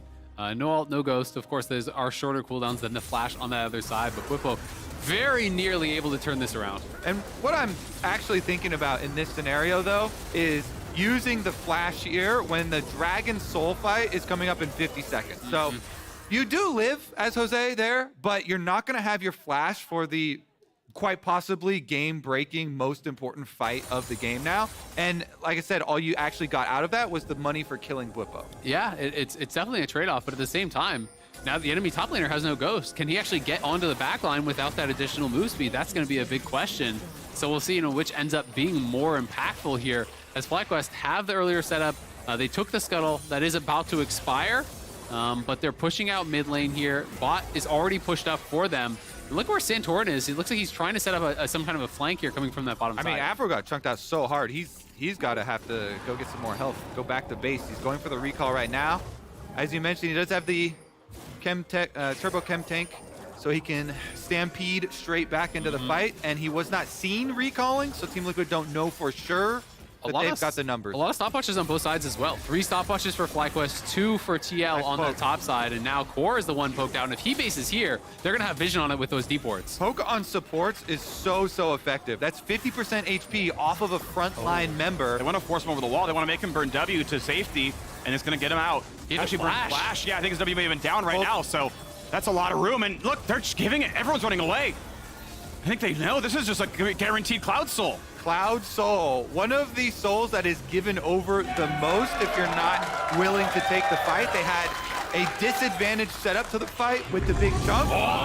Good flash from Hansama, gets away from that one. Centauran, yeah, he's gonna be fine. It's the clone. But I think in this particular case, I talked about the most fed member on the team. This is one of the best souls in the game for Aatrox. It's gonna be so hard to actually deal with this guy. They have an incredible Baron take, and now their turn is that much more powerful with the Cloud Soul here. So I think that they're gonna be playing heavily for this, but Afro will be able to walk it out, has the Swifties. He's chilling, I think. Yeah. Yeah, I mean, he only had Jose around him, and they didn't know for sure if there's more coming up than just Centauran. So overall, not going to be too bad. Theoretically, I think Leona's a shorter cooldown, so that, I mean, it's a positive trade for CoreJJ outright. And there is a chance you get that little window if there's a Baron setup. Yeah, they're 5 seconds different, so basically the same. So it shouldn't be too much of a big deal. Chance. There's a chance. I like it, Freak. Lawyered. You are right. To be clear, you're totally right. But there's a chance. Yep. I mean, it's also kind of just an interesting trade-off because Alistar with that ultimate means you go into a team fight, you for sure do die in there. Oh, speaking of for sure dying, Bjergsen going to be attacked. He's got a flash. Gets away for now, gets a stun coming across. And his flash for sure died for that. His flash is for sure on cooldown now. Meanwhile, Takui is going to answer the split push again. He does have his Unleashed teleport, so Azir is fine, especially with Banshees. Just keep these soldiers at the turret, keep the Olaf at bay. And very close to having death cap. He's 200 gold off death cap now. So when Takui does hit that, oh no. Oh, the observers did him dirty. Oh. He's been exposed. Exposed. I mean, it's the new thing, okay? They got tired of the mustaches, so the new TL thing Wasting is to burn stopwatches for nothing. Oh man, at least they got the synergy on that one. Yeah. But Hans, bright spot for TL. He has been farming up a storm here. He's already on his 3 items and his tier 2 boots, so gonna be having to do a lot of the heavy lifting here. Guys, I see another stopwatch ready to be broken. Centaur. You think we're gonna get 3 for 3? Are we gonna remix broken stopwatches? No, he's not gonna do it. There's no way. Not You're saying Centauran. There's 0 chance. saying there's he a wouldn't chance. do that to you. He wouldn't. He couldn't. Poor JJ did it. Whippo did it. Let's see. Just need Hans. Bjergsen, unironically, actually could really use it considering he doesn't have defensive tools against I mean, here. they're actually very useful against Vi.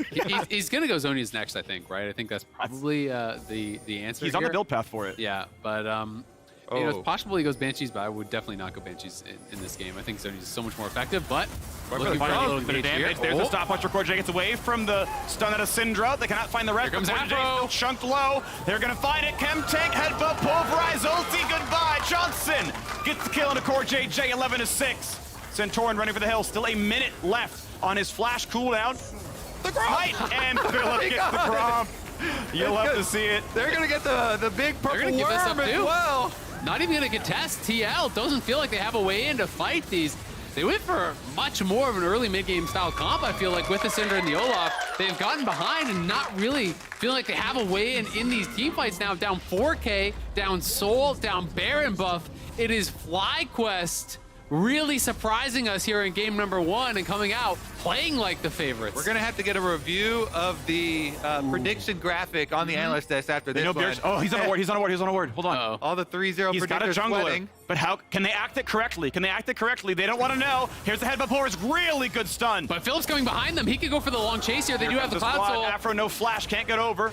Jose Dieto can't really target Hansama with the ulti. Actually, I guess you can. Theoretically, it's about a spell shield, but the timing gets really tight. Don't do it. Don't do it. He's going to find Centauran.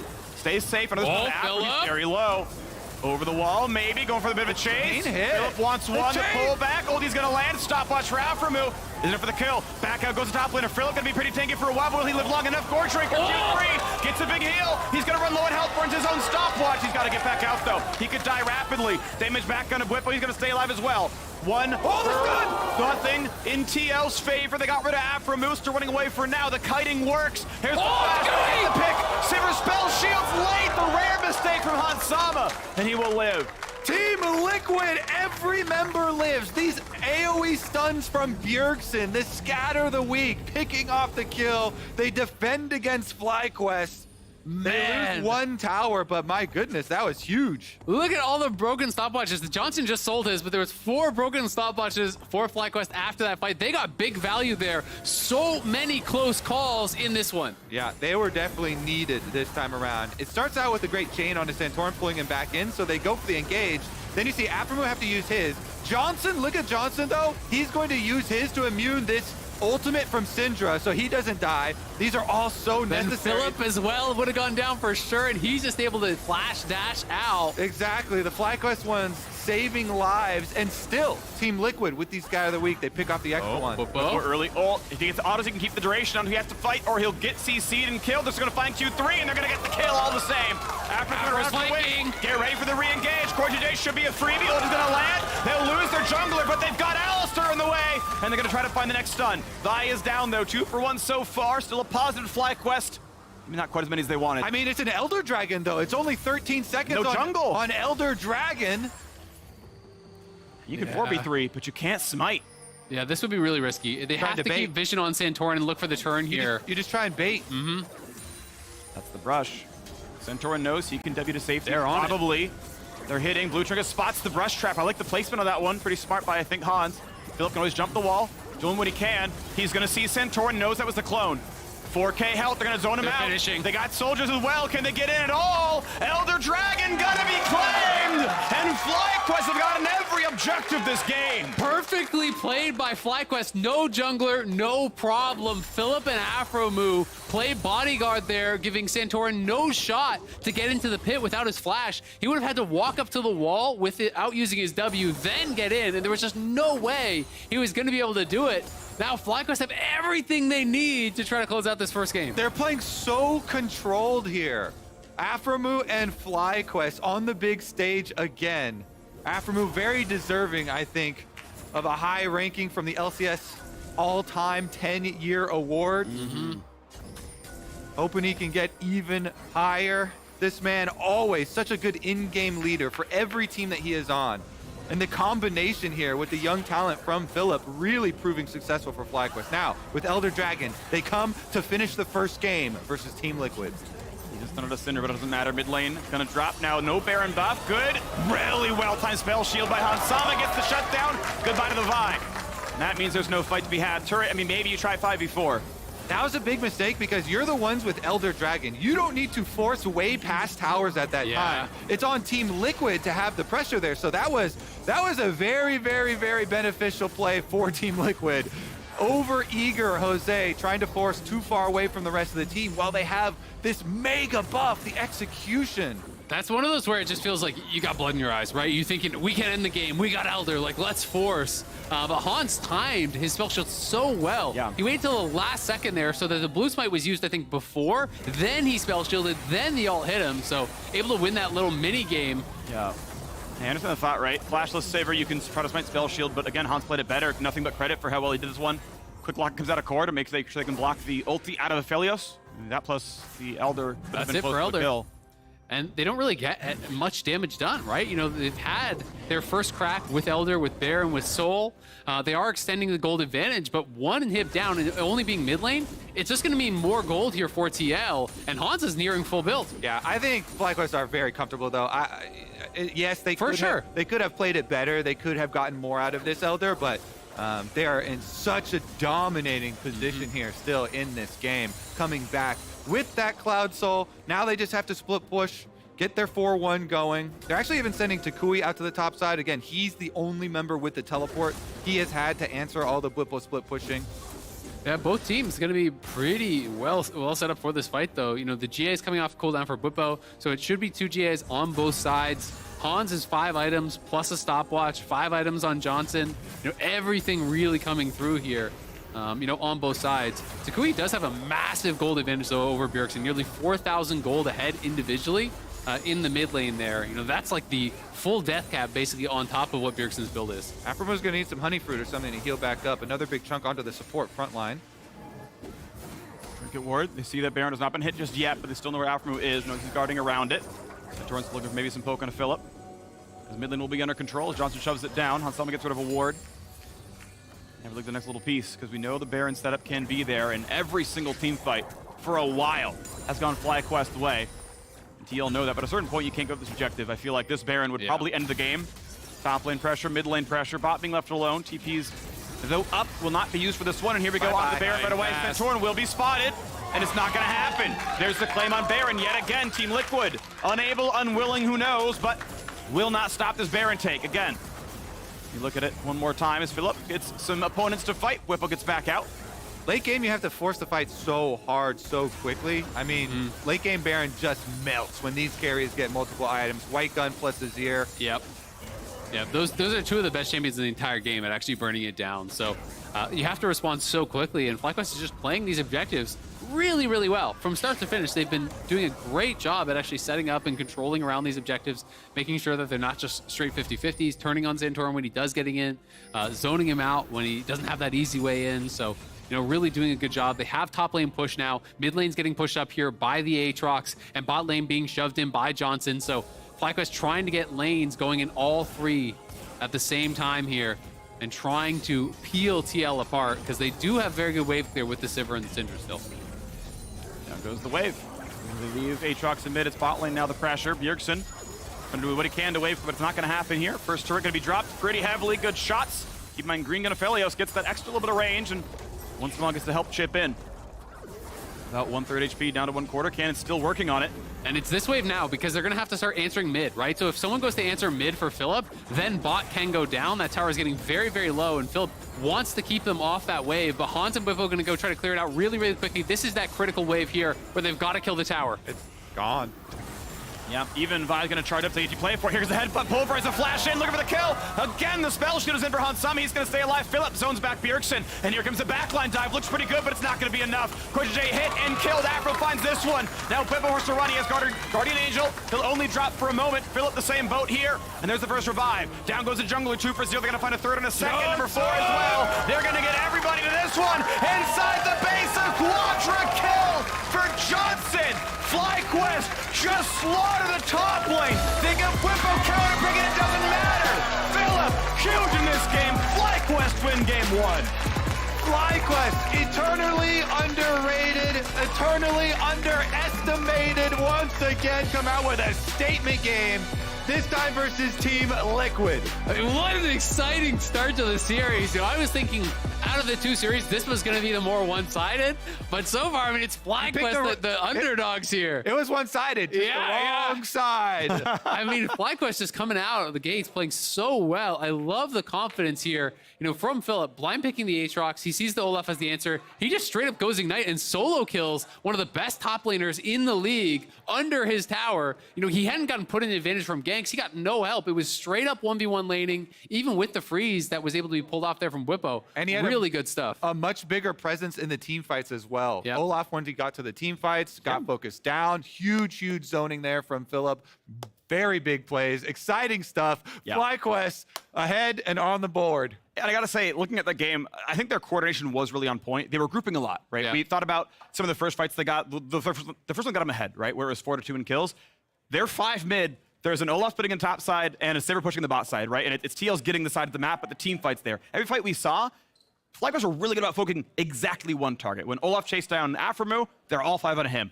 You get the jump over the wall from Santorin, they're on him again. Vile, and everyone's pushing him down. Their target selection, very, very good. They chopped down the front line fast, then it turned the fights around, and with the gold lead, ran away with it. So huge game 1 statement win for FlyQuest. We were breaking down the action at the State Farm Analyst Desk. Thank you so much, Freak. FlyQuest and Philip jumping out to an early 1-0 lead in the series here against He was right. Team Liquid. We're going to dive into just how they managed to bring this first game into their favor, but before we get to that, we got a little bit of a bone to pick with one esports Kobe. I'm happy to be wrong if that is what happened. If that's what happened. Yes. Everyone was predicting TL in this. Yeah. Including the man Kobe. The man himself, second column, third down. Called for the 3-1 in TL. So I'll give him that. But the majority of this desk also said 3-1. I don't know why we were being targeted for undervaluing FlyQuest's potential. We all believed they could take a game, except for Raz. Except for me. I will say this, though. I didn't think they would take a game like this. That is like, also in my head, I was thinking like, oh, okay, TL are going to come out to an early lead. Then FlyQuest are going to bring it back through team fighting. This game is super interesting, actually, because we were going to pull a graphic at the 15-minute mark for gold lead. And that was just after TL got a fight and got to a 1.2K gold lead. In the next 2 minutes, that got dropped down to 88. So like FlyQuest kept it super close in the early game. Philip popped off, and I thought that was like really interesting because if we'd flown the graphic, it would have been completely not serving our point. But FlyQuest hung with TL really It was a scrappy well. game. Yeah, and I want to mention a few things about this draft because TL, you have the week to prepare for this. They're the ones with side selection. If we can get the graphic back up for the draft as well, that would be really good. They very clearly wanted the first pick Sivir and banned away the Enchanters so that Zeri just would fall through because they thought unpairing Zeri. This is the 19th time in 21 games that TL has blind picked Hansam as AD. Yeah. So in terms of trying to, he is the least counterpicked player in the entire LCS. It's going to be about 10%. And then Johnson ends up with the most counterpicks of everyone, but that's oftentimes because like other teams are just prioritizing ADs so quickly. And the point that Raz brought up when we were talking about counterpick percentage, Philip has a higher counterpick percentage of a top lane, but in this situation, you're trying to make him comfortable. Yes. And Aatrox is his pick. And he got the freaking solo kill on Bwipo in this game with his comfort pick Aatrox, which I think really just set the tone for FlyQuest to pull off the game one upset. Yeah, I even had to relook just taking a look at the laning phase once again. I thought he played laning phase exceedingly well versus Bwipo. And so just as taking a look at the early portions of the game, I thought Team Liquid's dive through mid lane was really good and very Team Liquid. I think they're the only team that really consistently aims for mid lane dives. But then this happened. I just want to call out that quite literally, 8 seconds before this play happened, Oh, yeah. Jat was like, yeah, I mean, it's too bad he didn't really create much of an advantage in this league or whatever it was. It's like, boom, solo kills Bwipo. Like, okay, now it exists. His face didn't even change. Not at all. He's cold-blooded killer. Yeah. He's cool. He's cool. As we now know. Things we did not know before that. And there are also kind of a few weird things that happen in this team fight. Like, Alphamu over-engages here. Yes. And then because of that, Bwipo then answers with the same thing, and then Santorin kind of jumped in for a 1v4 Dragonsteel. Bwipo did have a very bad game by his standards. Yeah. He would never expect to be solo killed when he has counterpick, and he also repeatedly got caught on side. Yeah, that's, for me, the biggest highlight. There's even, a small portion of the game where they highlight him just, stop watching nothing. I'm not sure. Maybe it was, He's probably just trying to move the item. I was just saying, literally, he's just moving the item in his inventory or something. So there were a few mistakes being made from FlyQuest side, but I think the biggest positive that I noticed from them, this was their best game yet of the split and how they set up around objectives. Yes. So for so many times we would watch a game and maybe didn't get a chance to really talk about it in a post game or something about FlyQuest. But a lot of the times they would have the intent around setting up around Dragon or Rift Herald or something, but then somehow butcher it. Like sometimes, for the most part, I would look at it as it wasn't super clean, or they messed up and it was like an unforced advantage or a situation. This time they were focused on it. Philip was there for the objective. He was going into fog a lot of the times when TL had initial control in a smart way. This is just their best game yet at being able to fight for objectives. And even earlier than that, they had on the first Herald, they basically traded for plate bot side, and it was like, okay, this isn't looking that good. Then they recognized that Vi could come in, take that Drake off of the bot side pressure, and that kind of started the dragon stacking for them, which I also thought was really smart and not necessarily something I would have seen from them in the split consistently. TL take the first punch and we see them huddled up there. We already have side selection for the second game. That always interests me when a team takes their first loss in a series. Are they going to stick to their guns or are they going to hop sides? And in this case, Team Liquid is sticking to blue side, no substitutions. I don't think that's necessarily going to surprise anyone. But FlyQuest probably going to be pretty happy getting to remain on red side after stealing that first win. Yeah, can we pull up, if we have it, pulling up the game one draft again, because this is going to be interesting to see what they decide to change. Their strategy in game one was to get rid of enchanters and have Core and Afro in a melee versus melee matchup. But the curveball they threw would definitely have been the Syndra pick. So that's what came in right here as a counter to Azir. Syndra is not something that was seen in the regular season, and they played through it a lot. That's what I was about to say. And then was unable to pay it off to the rest of the map. So I do wonder what they'd change. If I could actually see them keeping the 1-2-3 fairly similar and then changing the 4-5 bans. Yeah, they may keep it consistent, or they may just go back to what they practice the most, which is the Azir first pick. They may just say, to hell with that, we'll still go to Azir first pick. If they pick Zeri, we'll counter it.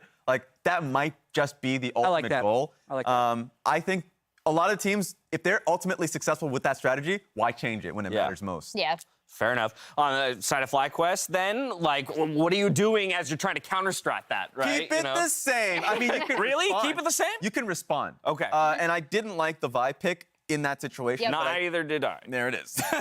But I think it got the W. exactly. If it was successful, keep to that strategy. If they take away Azir, then you go for Zeri. I think that's probably going to be the takeaway. All righty, FlyQuest out to a hot start. We talk a lot about player comfort picks during Champions Select when we're in best of fives, and recently Aframu shared one of his favorite comfort food picks delivered by Grubhub. Take a look.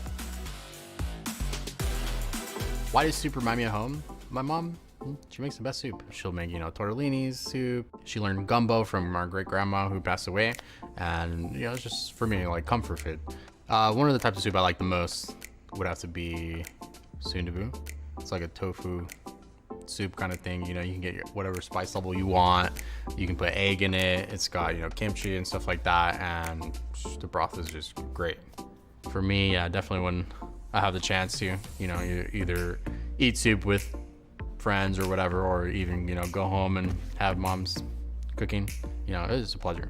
In LCS, we have a lot of players from all around the world, different nationalities. They like, different kinds of foods. And thankfully, LA here, a melting pot of all different kinds of cuisines for everybody. You can order anything you want.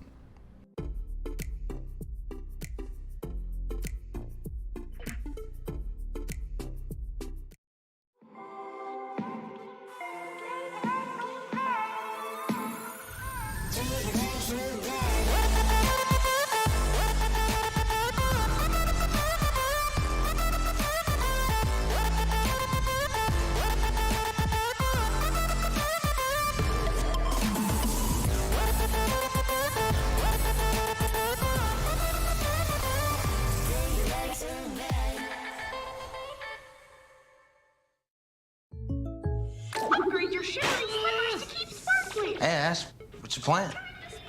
A new and very serious game, Jake from State Farm, but these in-game purchases are wrecking my wallet. I can't keep sparkling, Jake. I need a sparkle. State Farm has options like combining home and auto, so you get a rate that fits your budget. Very nice. The gameplay is really strategic, I swear. For surprisingly great rates that fit any budget, like a good neighbor, State Farm is there. Call or click to get a quote today. Dragons will rule the 7 kingdoms for the next 100 years.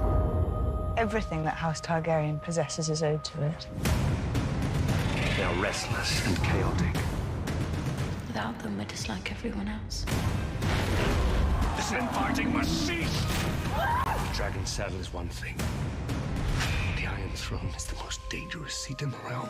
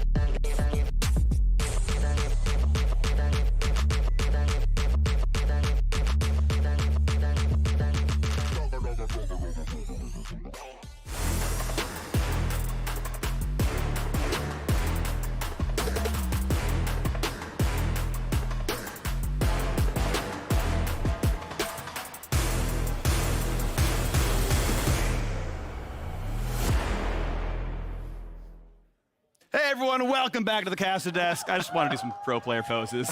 Freak. It's me, yeah, with no writing on the back at all. That's what makes it funny.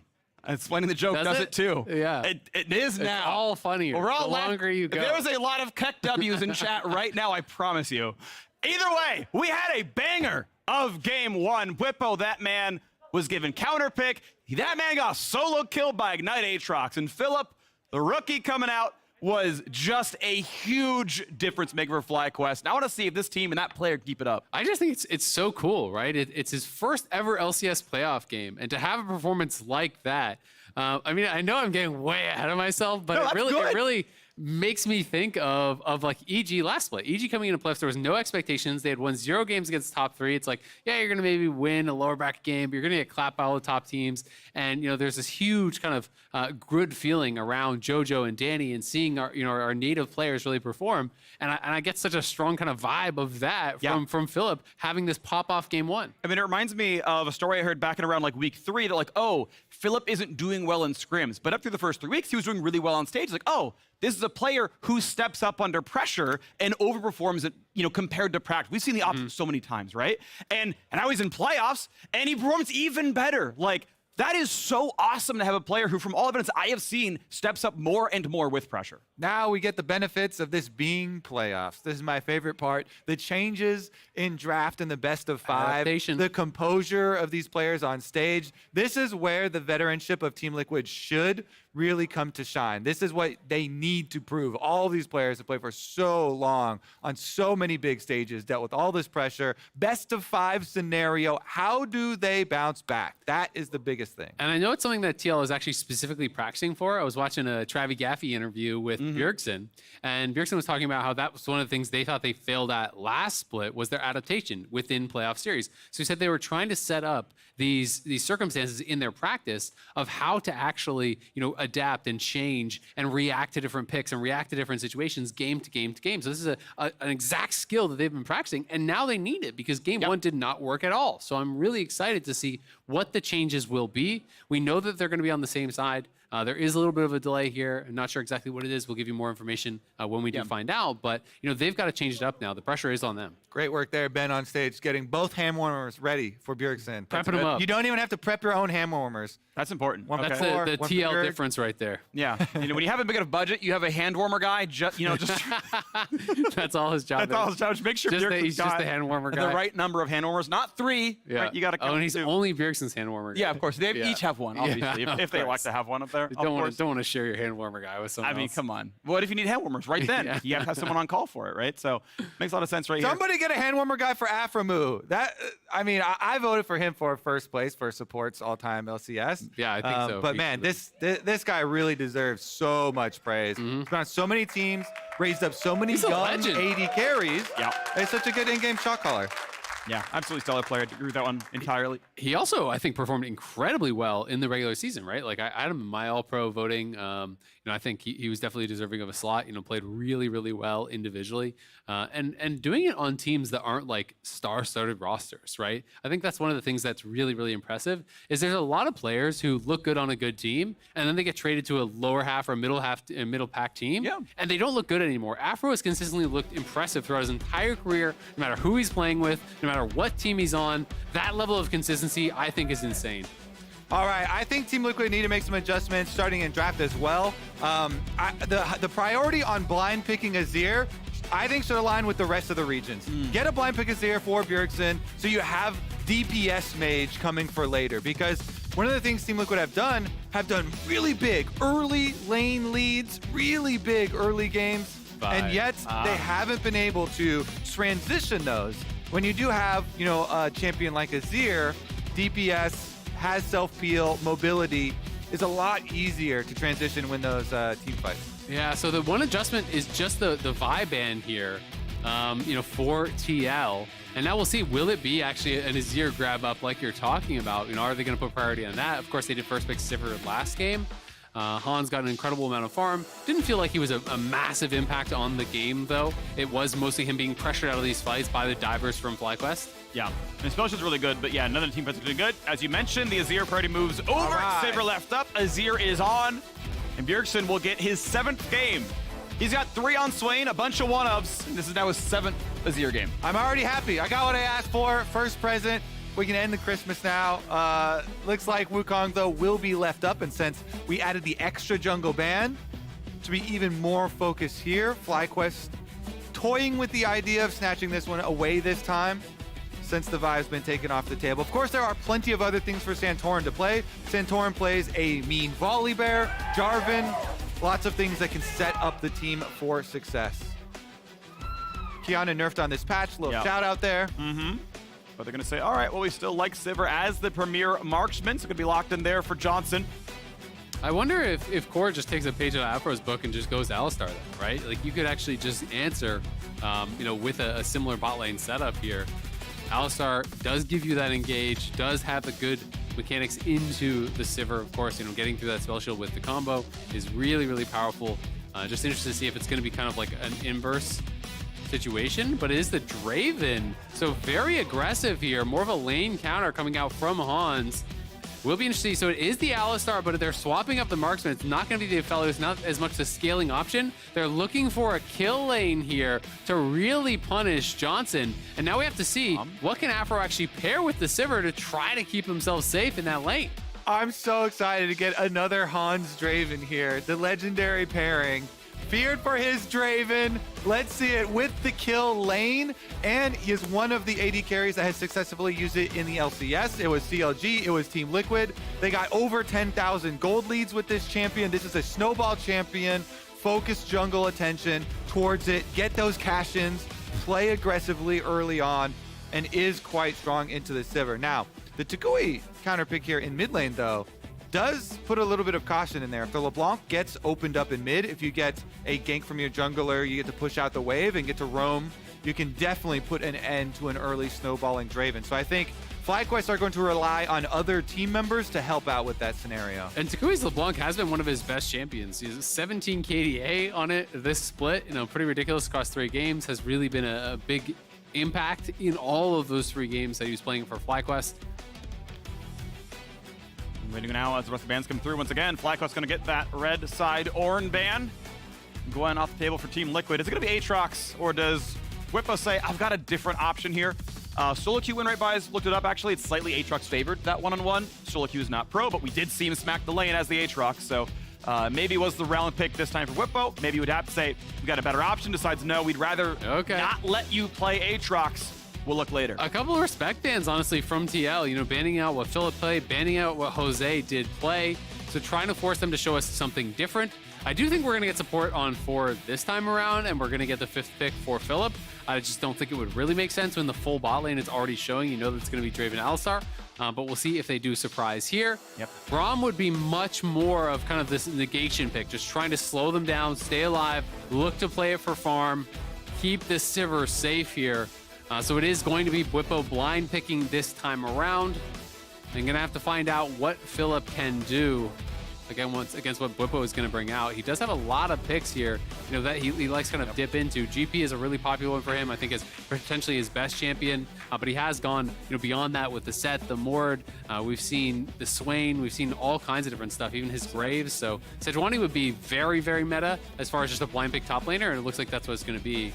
Allows them to be solid in top lane. You can, of course, win the lane. She's actually pretty solid early game, but it lets you play around Draven Alistar. Of course, FlyQuest saying, well, we know your strong side is Draven Alistar. Braum will help keep bot lane alive. We'll just try to hold up and see if they can answer everything well enough. This Team Liquid need a jungler around at the composition. They've got plenty of engage. They might want a little bit more damage on the team. With both Sejuani and Alistar, they've got a very beefy front line, so get a little bit more damage from jungle too, just to buffer out a couple of these carry threats. And Viego has really good synergy with Sejuani. You can proc the stuns so quickly with this champion. So I always like that pairing. So if Philip wants to go for a real side lane answer, you can look to things like Fiora, right? It's one of those things that you can get the scaling advantage. Renekton would be very aggressive early on here. Much more of a brawler, kind of like we saw from Aatrox, and it looks like that's going to get locked in. And Renekton has jumped up, actually, in champion priority, both across in LCK, LPL, as well as in Champions Queue. I'm very excited to see it. The Crocodile is making a return. FlyQuest Let's see if they can keep it going, or will Team Liquid's veteran players bounce right back in this series? And is Philip going to go ham for the lane again, right? Is it going to be like Ignite Renekton here trying to really go at him, get a kill, or the much more standard TP? He is on TP for now. So it'll be really interesting to see how he wants to play this one out, because it is, again, a matchup where you're going to get outscaled. You're going to have less value if you're not playing from ahead. So we'll have to see what they can really use that for, if he can get prio when they play for Heralds, or if he is trying to look more for the 1v1 pressure. But FlyQuest setup feels a lot more kind of mid-gamey this time around, you know, with the Renekton instead of the Aatrox and with the LeBlanc instead of the Azir. Yeah, so we're a huge mid-game champion. Obviously, scaling is not bad. It certainly scales well compared to a Draven, but really does love the 2-item spike. Obviously, yeah, range is a big deal. So if you can get, you know, kept away by an Azir who can kill you in 2 seconds, guess what? You have sometimes a hard time auto-attack unless you can get onto the melees. And then, you know, you're staying out of range of the soldiers. It just depends how the fight's going to play out. FlyQuest shocked pretty much everybody with a Game 1 win. It was Team Liquid's second blue side loss of the split. They lost the season closer against 100 Thieves. They've been undefeated on blue up until Game 18 of the regular season, then immediately dropped again. Now to FlyQuest, stick on the blue side though, and we'll see if their Renekton counterpick is going to do the same kind of things that Philip's Aatrox did here in Game 1. 3-1 was a prevailing sentiment among analysts. Will it be true here? Does Team Liquid bounce back already? Or is it going to be the 0-2 angle? FlyQuest, can they keep the form we saw in Game 1? Or does TL take the 3rd seed seriously and bounce back?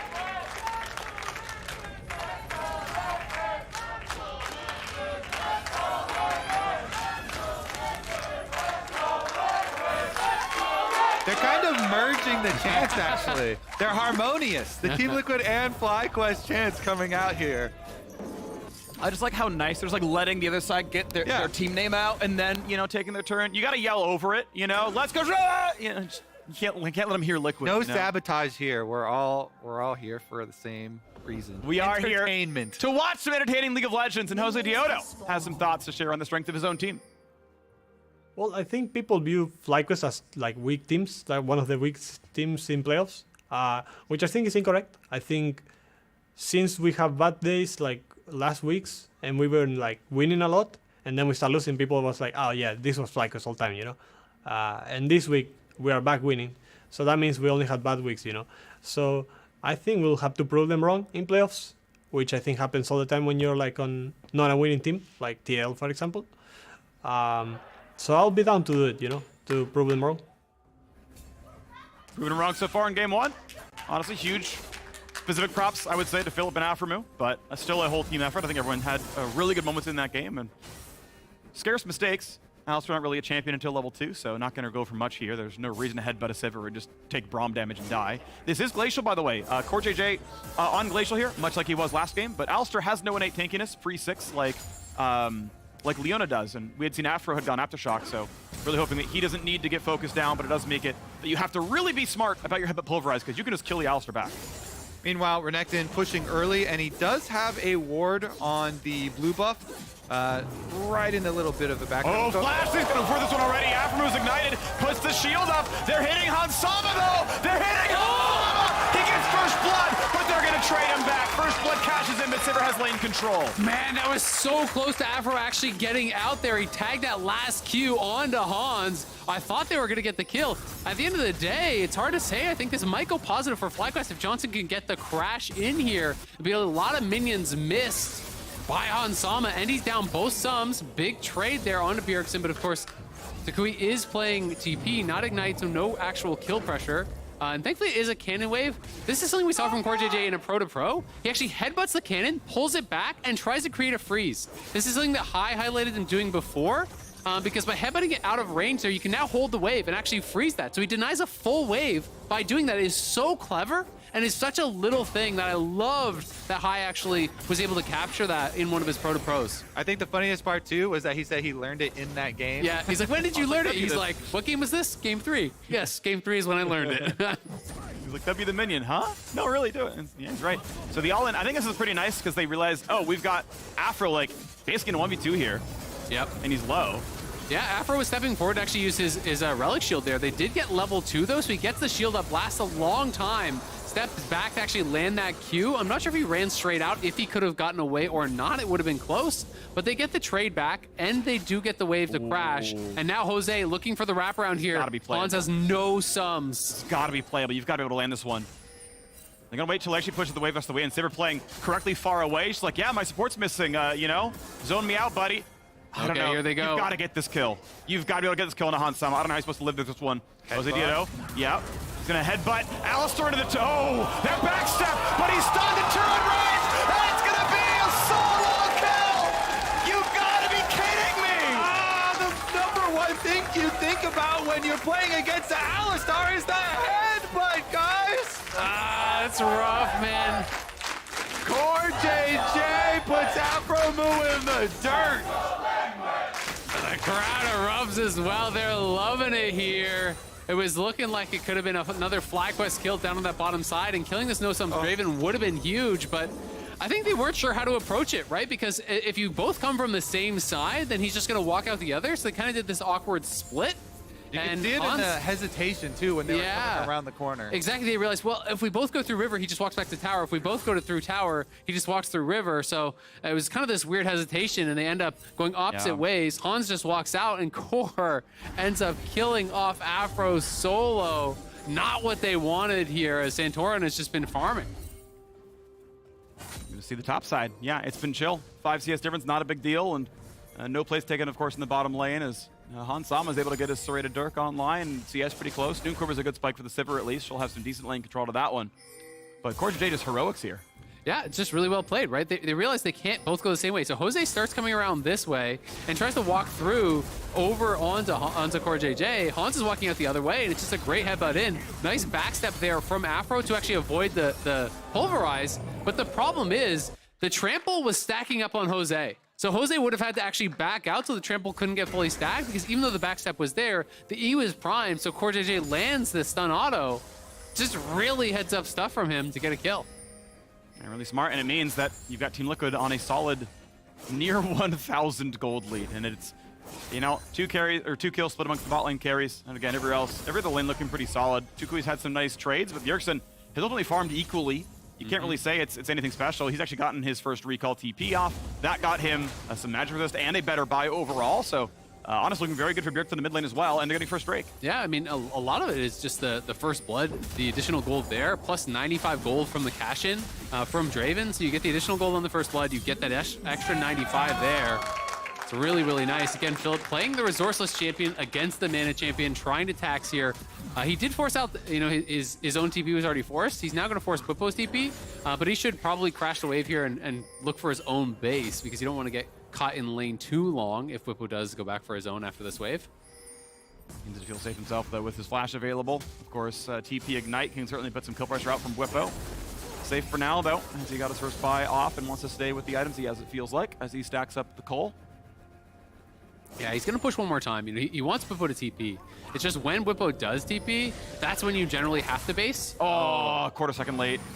Because now, you know, if he TP's back, now he has a full buy, he's full health. You don't really want to be stuck in the lane here. So Philip's in a little bit of an awkward position, because now Bwipo's going to try to hold the wave. And this is exactly what happened to him last game, where, you know, Bwipo was able to hold the wave here for a bit. He does have the cannon, so cannon plus 2 range, that will be a freeze. So now Philip can't base. And that's the risk of hanging around a little bit longer, is that if you don't actually base on the shove, it can get a bit difficult, but this will eventually still push towards him, but he would lose a lot of minions, and he's playing Cull, so I think he really wants to fix it. And the biggest thing right now, too, he's got no deep vision at all. They have no idea where Santorin is. And Viego is on a level 6 timer, so Viego level 6 would definitely be a kill if he was up here right now. Sejuani stuns with Viego stuns. That's why Philip is so nervous about this one. You see Bwipo takes the trade anyway. Of course, gets his grasp off and almost gets the stun. Q auto E, extra auto. Thank you, half HP. And W disengage looked pretty good. Yeah, Philip, I mean, ultimately decided, okay, I guess I'll stay. He got XP on 2 minions. They could look for a dive, though. He's got to finish this recall. He's got to get out of there. Santorin's going to use this tempo from top side, because Philip has basically been kicked out of the fight already. He's 50% HP, no purchase. So they're starting up on Rift Herald. On the way, but Hans is here, though. Bot lane of FlyQuest not going to be here in time. Over the wall, though. Jose try for a Q. Smite going to go over to Team Liquid, though. And they're going to get the eye, no problem. Will there be a team fight is the question now. Philip is ulted. Jose Dioto may have to burn his ulti. Ults go on to Bwipo, pretty good damage. Ignite there for him, and it's 1-0. Philip doesn't get a single heal, everyone's out of range of the Q. A 1-for-1. Draven snipes Jose Dioto. Gets him with the ultimate execution, snipes it there. The extra kill for Team Liquid. They get top laner and jungler, and they got the Rift Herald. Man. Using these little advantages as they build up, you know, chunking Philip down, stopping the back there, then they force it. Jose goes in, tries to go for a Q smite, 98 HP though, left on it, and Santorin yoinks that thing right back up, picks it up as well. Whipple does most of Jose's damage there with the Ignite on him as well. The Ignite also critically still gives them vision, so Hans still has vision of him up until right after he flashes over, so it gives him a good angle to throw off the Draven ultimate. And that was a 400 gold cash in there. So now up to almost 500 gold earned from his passive this early on. He's way ahead of the pace of the game now. A good 800 or so ahead of Johnson, his counterpart, even though Johnson has 2 kills. And now going to be looking for this dive. The TP's coming in. They will just back it up. But a nice threat in there gets the TP out of Tukui, which means Bjergsen should have push mid here. Pretty good right now. Yeah, Wukong going to hold the wave, so Jose Dioto going to get his own bit of XP and gold as Philip wants to slink in, spots Hans Sama. The same goes to him. 1v3, and he knows he's got teammates. Gonna have to flash away from the pulverize. Does so. Philip stays alive. Flash with the support. Meanwhile, they still have Rift Herald, so only 3 turret plates left on this tower. You could actually just kill it.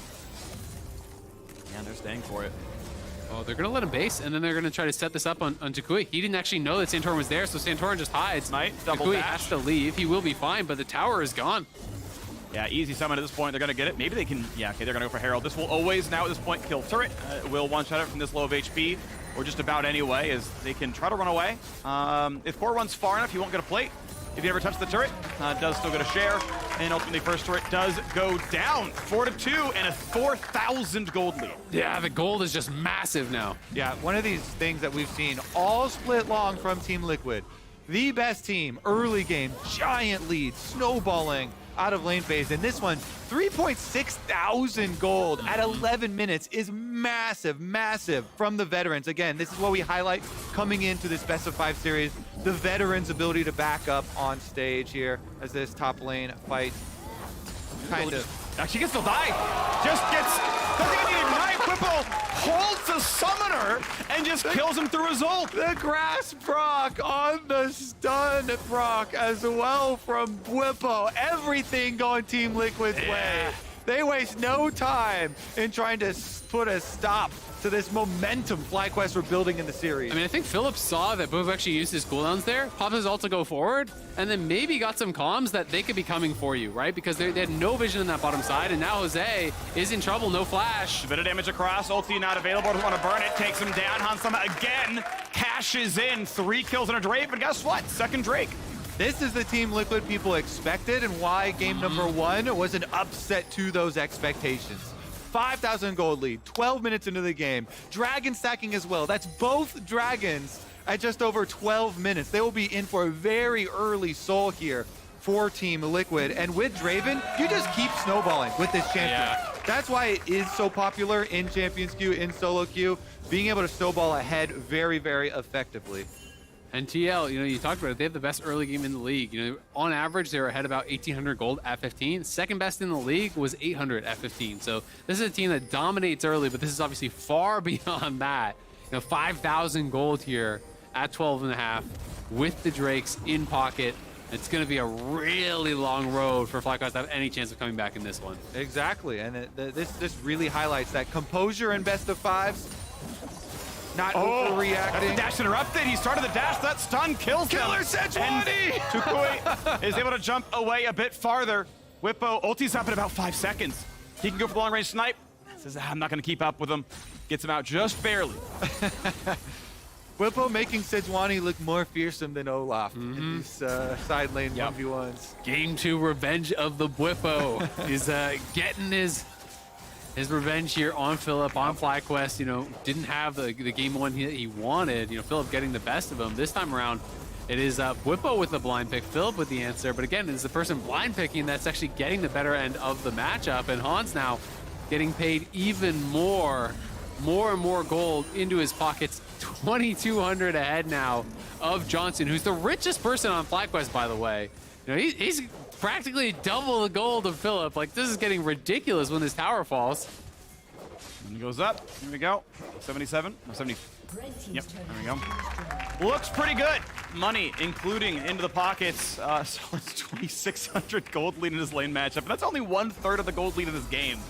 It is winning everywhere right now. Yeah, you know it's a giant stomp when at 14 minutes the objective bounties turn on, because that's the earliest that they come on.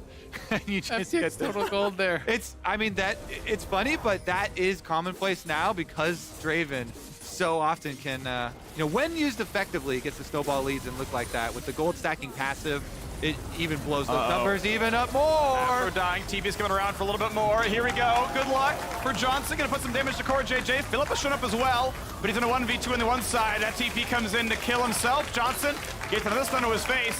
There's a slow from Sejuani. The E-stun, they're gonna get him as well. A double kill goes through to Bjergsen, and there is nothing FlyQuest can do.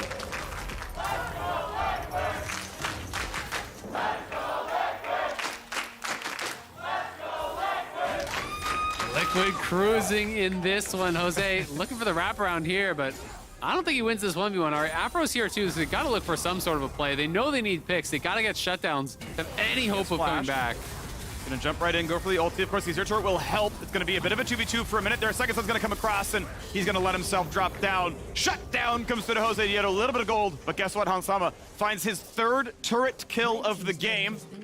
As that lead's gonna grow even farther, and guess what? Second Herald gonna be a formality. Yeah, there's so much money on Summoner's Rift with the extra turret standing there, with the Rift Trail, that Team Liquid will actually get more out of this even than FlyQuest did picking up that kill. But here's another look at the earlier pickoff, where they were able to start with the support, then kill the teleporting in top laner, then kill the AD carry as well.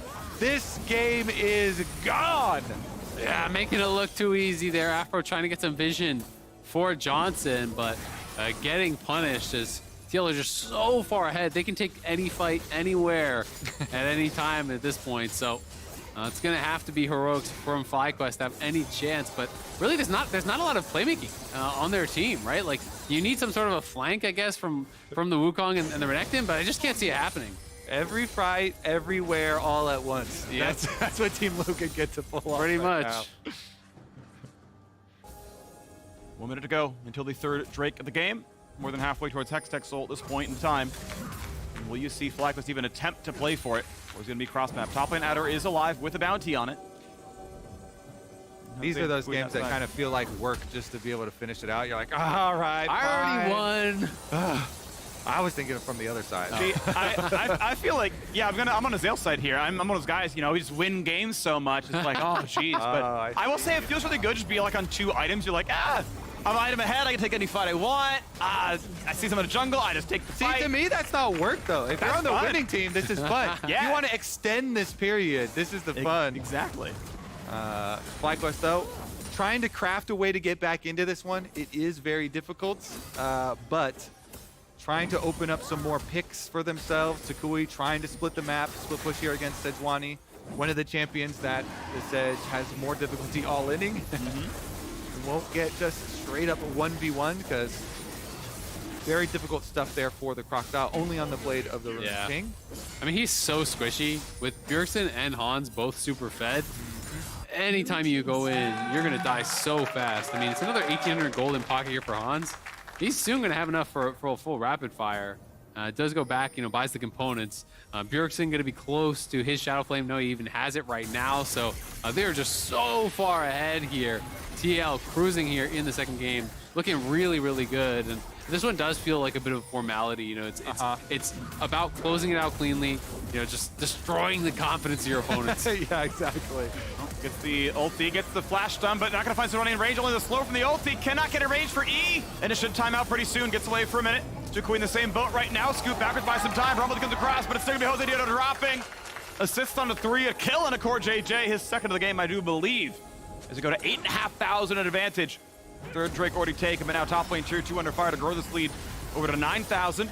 Bot lane under fire will be a bounty claimed, so a pretty equal trade of gold as shots come in towards Whippo. They almost find the root, but not able to queue back to safety. Finally, a bounty is claimed. It's something towards FlyQuest, but so much more to do. It's going to be a long road if they were to do it, but TL looking really, really good. And do have a really strong bear take as well. It's double TP coming top here. Phillips looking for a bit of a flank, but realizes the response is there. Whip goes around. Can the bodyguard well enough? Bjergsen's waiting around as well. No ult. He can't do a lot to push people away. Tukui taking a bunch of damage from the soldiers. Well played, Bjergsen maximizing his damage, and Philip. I guess there's no DPS behind him. Whippo chases him off. Operation Save Han Sama. Easy for Team Liquid to pull off. Oh. Good. Yeah, that was great by Han Sama. Tukui wasn't even looking. No. I think he thought it was going to return on the same path. Philip doesn't even tell him or anything. Like, I'm not sure. I would actually love to see the pro view from Tukui to see if he A, didn't look, the comms, please. Or B, just thought it was coming in and out the same path. I didn't realize. Because Hans obviously threw it and then is just running down the river, so the return path is different and it gets him on the bounce back. Yeah, you always got to expect the Draven player is going to try and move it. Yeah. Yeah, I didn't look at minimap like, oh, I got to move. Like, that's going to hit me probably. And then, you know.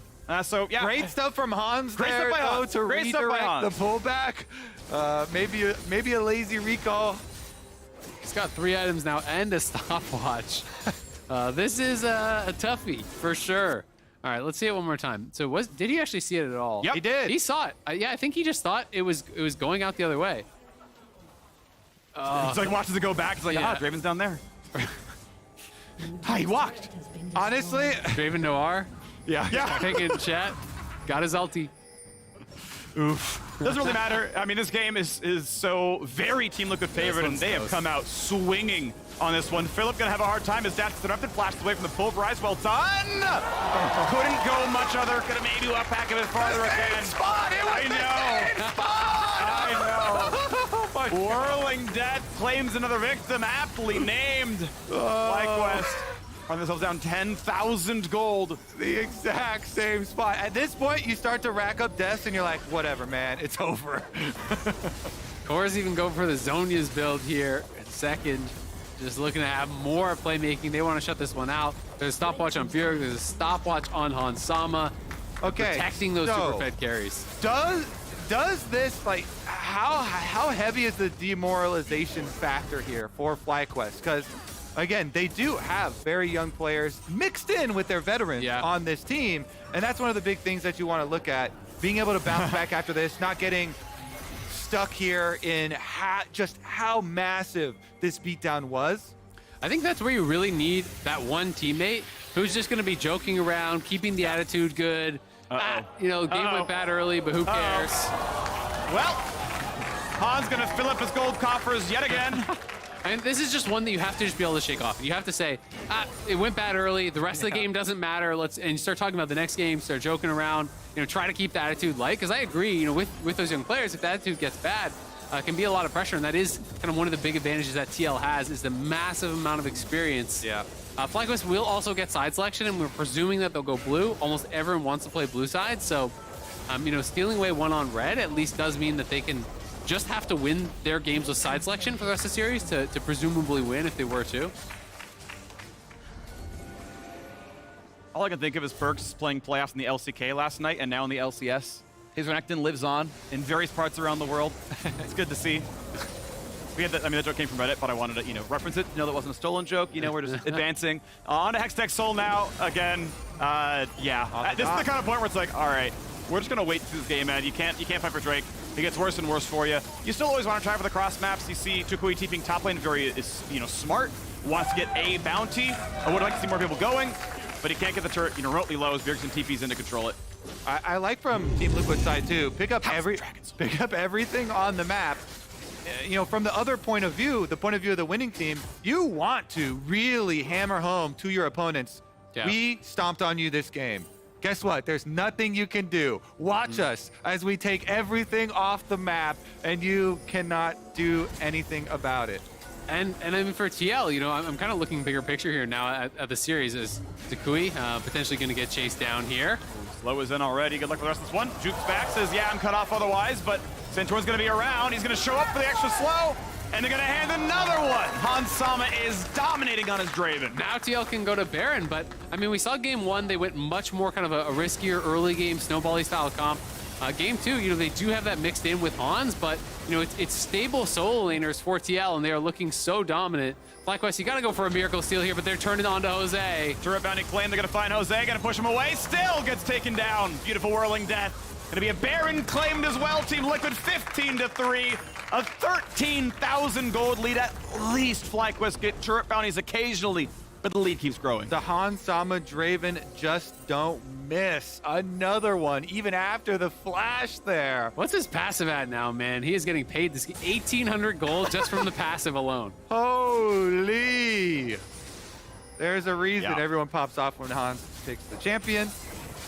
Glad to see it here, too, on Team Liquid, effectively snowballing. And you have to wonder, like, does it get a respect ban now, you know, next game, right? Because we saw that the Vi got taken away, the Aatrox got taken away. Those obviously were critical for FlyQuest in game number 1. Yep. Now Hans absolutely obliterating them on this. You know, if FlyQuest go towards blue side, you can kind of expect that they might look for the Azir. Philip now, Pulverize, trouble. get the next stun. Philip able to E over the wall, but the flash, or the ult follow rather. They're gonna get the stun on Sejuani. They should find this kill. Locket might not be enough. Hans Sama, again, the man just keeps being in the tooltips. This man's gonna be another kill. Legendary, 8 in a row now for him. Azir's got an extra minion wave to move up on the bottom side too. With Baron buff and Hexol, you gotta think Team Liquid are coming to demolish the base. Directly so. Whippo showing up on the top side. There's the mid lane turret going down. Rune aptly named as 2 more inhibitors now to fall as well, and maybe this push will end it. Still 15 seconds on the Recton. They've got a wave. They've got a Baron buff. They're gonna go for top side. The wave's already moving up. Whippo takes for a bit. Probably has to drop aggro at a certain point. Yeah. So again, check all the boxes. Literally take everything all off the map here from Team Liquid. big damage there. FlyQuest still zoned out. They got her next, but it doesn't matter. TP flank 15k. Can they find the way in? Turret's gonna drop. Health bar's like a little bit injured, but the same is true for FlyQuest. He doesn't even have ulti though. Like Philip's flank is so not threatening. Yep. And they just keep getting poked as well. Every Azir shot comes in, bam, Hextech Soul. People down to half HP with this one, and all triple inhibitors are done. Still a minute left in the Baron buff. Yeah, they can just stand here until the game ends with all the minions Baron up. Nice stop by Whippo, trying for the backline, not gonna happen. They're tanky enough already. Jose Dino's down. Philip will try to find his way in, but not before his front line already dies. Just out goes after Renekton. Just gets deleted. A pair of shoes in the inventories now for Team Liquid. They're gonna knock extra couple of turrets down. The Red Bull Baron power play gonna include the Nexus itself. Some fancy crystals to go with the gold. As the gaudy jewelry comes in, even more for Team Liquid. A quick stopwatch, that one of use. Finally, Hans Sama gets another one as the Nexus falls and Team Liquid absolutely slaughter FlyQuest in game 2. 26-minute win, 20-3, 18,000 gold lead. Almost 1,000 gold for every minute we played. On Sama, 10, 1, and 4 on the Draven. This one got out of control really, really fast.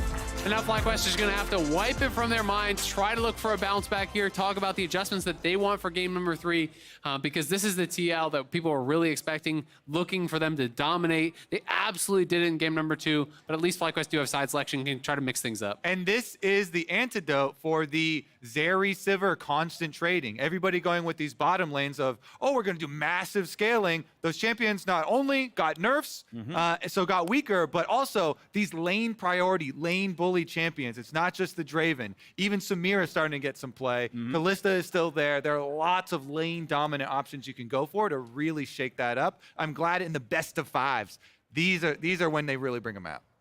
It's fun to see. Also, I just got to say, I've just been disappointed with the top lane counter picks. Each top lane counter pick's been solo killed by the champ they tried to counter. I need better pools from these guys because blinding is getting you a slap in the top lane, basically. So, I want to see that improve a little bit, but the other adaptations, have been good. The Draven, guess what? Not a lot of blind Sivir anymore. Unless you really think, it was a fluke, the headbutt, whatever, but always looked great from Hans Sama there. So, going to head over to the State Farm Analyst Desk. See you there. Oh, no. Thank you very much, gents, and welcome back to the State Farm Analyst Desk. The series is all evened up at 1-1, and Emily, in large part due to the performance of the man who sits just behind me on the Draven pick. Whoa. What the heck, Hans popped off? It's always really cool because I remember watching Hans Draven all the way back on Misfits, and people have been really super critical of TL's kind of bot lane picks and their performance when they have been able to get ahead, maybe not being able to snowball it. This was such a snowballing game. It was kind of over immediately post like Rift Herald fight. Look at all of that blue. It's a lot of there. blue. It's actually lower damage than I would expect from Hans. He's at 18K with Whippo being at 15K. Whippo had a few Sedge solo kills that are going to count for like 2,500 at a time because he did a full health bar of damage. But actually, even though Hans picked up all the kills and was a huge carry, it looks like a big team effort by TL. I was going to say a way healthier team distribution of damage there. Clearly everybody doing work, but I think it also very much paints the picture, Raz, of a 26-30-minute win. This is the Team Liquid that we kind of expected to come out in game one, build early leads, and really drive them home. That was the fear a lot of teams when talking about Team Liquid was kind of talking about, was, hey, they have one of the best, if not the best, early games in the league, period. And the only question is whether they can convert it in the mid game, and they did that clearly. They absolutely did. And when people are talking about those 3-1s and 3-0 score lines in favor of TL, this is the version of the team that they were predicting would show up on the day. And Raz, when we talk about predicting, I think it's time we give you some credit where credit is due. We talked about the adjustments for draft, and you straight up called it out. You said Zir first pick. Oh, thank you. It looks like, what have you just been awarded with? What's it say? It's an award, draft It says trophy. draft trophy for I will Raz. say, well done, Raz. I will say the Azir one is very easy to call out. They've done it all split. Raz, can you hold it still for the camera? Like, they can see it. Look. Well, they can see it less when you're waving it around like a maniac. I'm rubbing it. Push it up against the microphone. Exactly. We can all hear That's it. what Yeah, I love it. popping was in my ears. I think there's a couple things. Number one, love that you called out the Azir first pick, and they did go for it. The other thing I'll note, Jat, is in fact that it was a counter pick for Hans Sama. Again, being able to bring out that kind of signature Draven, but after seeing his opponent's pick when he held the lowest counter pick rate of all ADCs coming into the series. Yeah, absolutely. And you can see Sivir's going to be a priority pick this series if the bans don't change for Team Liquid. When they ban 2 Enchantress, Sivir becomes the #1 power AD carry. And some of this does start from the early game. It's not just this solo kill that they were barely able to get before trading it back. It's what Core JJ did afterwards, where he punted the cannon minion to freeze the wave, allowed them to be in good wave positions, and this was a disaster. The wave got too big for them to pull off what was, they were trying to cheese gank this because they think if they can cheese gank, get a double kill here, then Sivir can take over the game. It backfires in the most hilarious fashion, loses them all this time, and they were behind in tempo for the rest of the game. Yeah, and then following that, obviously, FlyQuest does decide to contest this and kind of go for a steal. And this to me is where the game really breaks open for TL, right? Like after this is where I was like, okay, the entire game is going to be TL here. Yeah, largest gold difference at 15, all split if you compared this to the regular season. So it really got out of hand. And it's that kind of a gold lead for the team that we had come into the day saying they already averaged close to 2K up at 15 minutes, and they more than eclipsed that here, Raz. Yes, and I think it, much like what they're doing right now, goes back to the draft, going into the next game. I thought the change up to Azir was great, but as the draft was going on for FlyQuest, I'd love to see that on the screen once more, it just got worse and worse for the anti-Azir fans because it made it easier for Azir to play the game. Now, of course, when you're playing, they picked up the Sivir, recognizing going back to the fact that they didn't want to play Zeri with no enchanters on board. So, like, once again, the greatest enemy that Sivir has is the ranged of Azir. The Renekton, the Braum, all of it really worked against what FlyQuest wanted to do. So I think either they ban it and take it off the table entirely, or change up how they end up drafting and give themselves more range. Zoe has actually been one of the biggest champions for Takui throughout the split. Perhaps that could be the change. Though LeBlanc was good here, too. Yeah, one other small pivot I liked from Team Liquid was simply banning out the A-Track. Yeah. Just putting Philip on something that he's a little bit less comfortable on this big stage when the pressure is being applied. But from here, we move our attention towards game number 3. FlyQuest now being the loser of the previous match gets side selection for the first time in the series. And so they will elect to swap sides and go over to blue. Emily, where's your head at on this? So that's super interesting because now I'm wondering if Fly are going to stay with the Yuumi Lulu bans, right? Because as we talked about, that's what's keeping Zeri off the table thus far for Fly, and we know they play it. So the blue side first 3 bans is going to be the most interesting to me because I don't think FlyQuest are going to stick necessarily With those enchanters. with what TL have been. Rez, you have the draft trophy. What's happening? Yeah, They what's will going on? not ban enchanters. This split, they've done a really good job playing into Zeri and Lulu or Zeri and Yumi. They've gone towards Twitch or just added more range. I think that they've been so confident going into Zeri, they will not ban enchanters. I feel like they've done a good job of that. Yeah. So if they're not banning enchanters, sorry, you follow I mean, up. Go ahead. TL's, I think, going to continue to ban enchanters. I think if they get into an enchanter meta, Core JJ versus Aframu, they lose their advantage. I think Core JJ is so active on the map and so important in engaging team fights. And only if they then prove to carry a game with a power pick like a Kalista that might get through, a Trundle that might get through, or another first pick Azir, that's the only thing that's going to force Team Liquid to change. But I think they actually have to lose to that first. Well, because that was going to ultimately be my final question to you, Draft King, is we need to stop. Right? Look, we're all about extremes here, so I just want to set you up for an incredible amount of success or a very, very big the whole failure. draft, Mr. Plasm. Well, so my question becomes, right, in this conversation of like, if FlyQuest is electing to go over to blue though, and we think that they won't follow the same ban strategy of Team Liquid, what does blue side afford them that red didn't? Like, where does the advantage come for FlyQuest on blue side? Why do they want it? They can either first pick the Azir, and that's their advantage. I think that's been ruining them in the last game. Or if Team Liquid ban it, because they obviously value it, then even though I said they will not be too unhappy about a Zeri pick, maybe they just first pick it themselves because they think it's really strong themselves. So that's kind of what I'm expecting. From that point forward, I think they're really flexible around what Jose Diodo wants to pick. So they might drop him to 4-5. Fair enough, fair enough. 1-1 stands the series score as Team Liquid strike back in dominant fashion. Tomorrow night, though, the Age of Dragons begins again with the premiere of House of the Dragon. Check it out.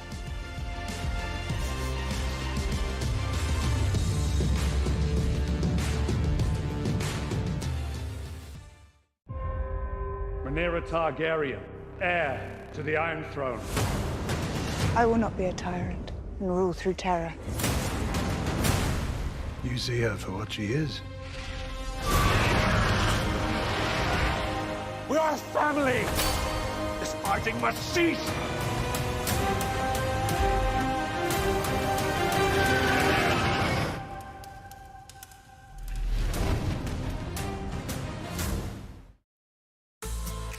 We're spinning back into Assist of the Week, presented by State Farm. With 100 Thieves down 2-7 and falling behind to Team Liquid's pressure, Closer single-handedly turned the tide of this team fight when he unleashed Cyclone on Team Liquid. Well, but Abadaga's gonna be safe for now. Wukong gets the knock of a shove back, and the shutdown comes in. The 1-2 punch from mid-jungle. And Bobo cannot quite get it done. He'll drop as well. Closer stays alive. And Team Liquid could not with a gigantic gold leap on a team fight victory.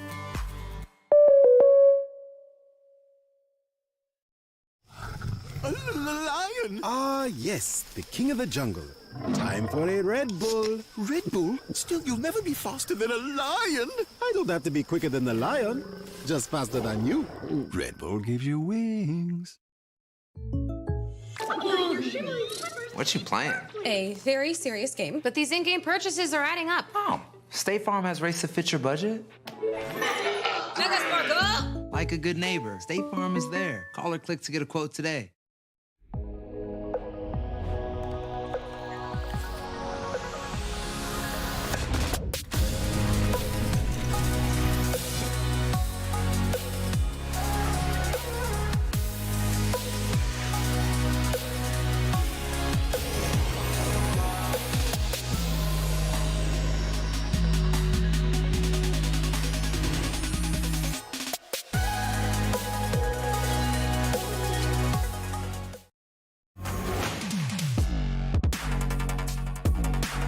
This is the sort of pride that gets you in those big moments, allows you to take down giants.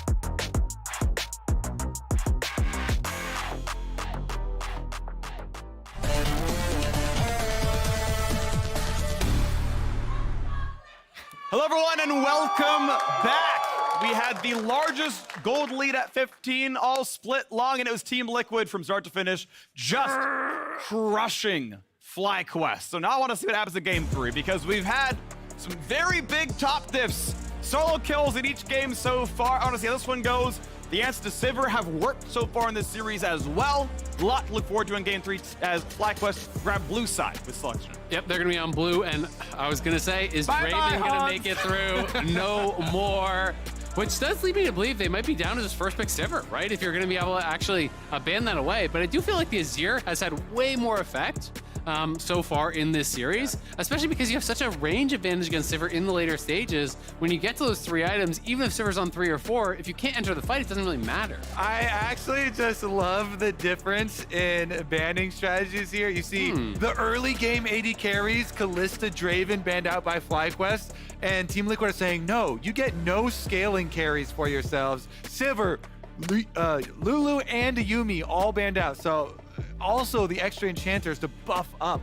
This one's a little bit strange for me though, because I feel like the Azir Sivir trade was obvious, right? So it's like by banning Sivir as your last ban here, you're just giving them Azir for free. I'm a little bit curious what their pick is going to be then. Is it going to be a Seraphine bot? Like maybe they feel like Sivir is a good answer into that and they would rather have this side of the matchup anyway, but it could also be mid. Yeah, I like any poke champions into Azir, and it has been very successful. Abadaga used it one time already in the mid lane matchup. Didn't have the best performance that he wanted in that game, but it still is a very good matchup. It was trying to get any sort of long range damage. I'm still waiting for the day we get a Xerath for some real poke damage, but yeah, in the past we've seen Vel'Koz and things like that too. It was interesting though because Abadaga did it the one day, said he didn't play well in lane, they was gonna clap Bjergsen the next day on it, and then they flexed it to bot, right? So will it actually be Bjergsen playing that matchup himself, or is it gonna be Hans playing this bot lane? I'm very interested, but Vi unbanned, he's going for it. They're going back to the game 1 special here. These are all 3 of their top side champions from game 1 where they did really run over the game, and now TL have to decide, do you answer jungle, do you answer top? Like what is gonna be the choice here? I think the key there for sure is the Aatrox lock-in for Philip. It's just so comfortable. By far his most comfortable champion for top lane. We saw the big difference there on Renekton. So locking that one in early before Team Liquid catch on to the top lane counters. Troll King for Santorin is no surprise. Yep. See about that front line though. So statistically, Kennen, recently buffed, is actually a good matchup into Aatrox. You're fast enough to get away from basically everything, chains or not, and obviously you outrange the guy, you can poke him a little bit, and then, hey, guess what? You like team fighting everyone but the Aatrox, you kind of hit the back line, so could be an option. Don't know if they have the damage, they don't have any physical damage in this lineup right now. I would say that the Olaf a second time around, even though, yeah, everyone's gonna point to that and be like, that would be crazy to do that again. It's actually way better if you have an enchanter on your team for team fighting later. A Seraphine actually does work perfectly with it. I do think Bwipo will use a different counter pick, but if he did go back to it, it would be better this time around with the Seraphine. And to be honest, his lane was going well before the solo kill. Like the solo kill happened, that was the thing that matters. But but like, he was actually holding the lane really well, forcing this Ignite Aatrox to stay in lane for a really long time. If Bwipo got one more reset without dying, I think he's pretty comfortable in that matchup, probably for the rest of the lane, but it did of course go bad. It's gonna be a Camille ban, which I find pretty interesting because that doesn't really feel like a Bwipo champion.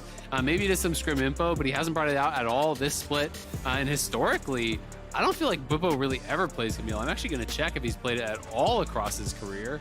Yeah, unless they're really caring about backline dive, right? If the strat is, oh no, 5 games in his whole career. Sure, yeah, so has played, I mean, she's been ultra meta before. Obviously, she's not a top pick right now.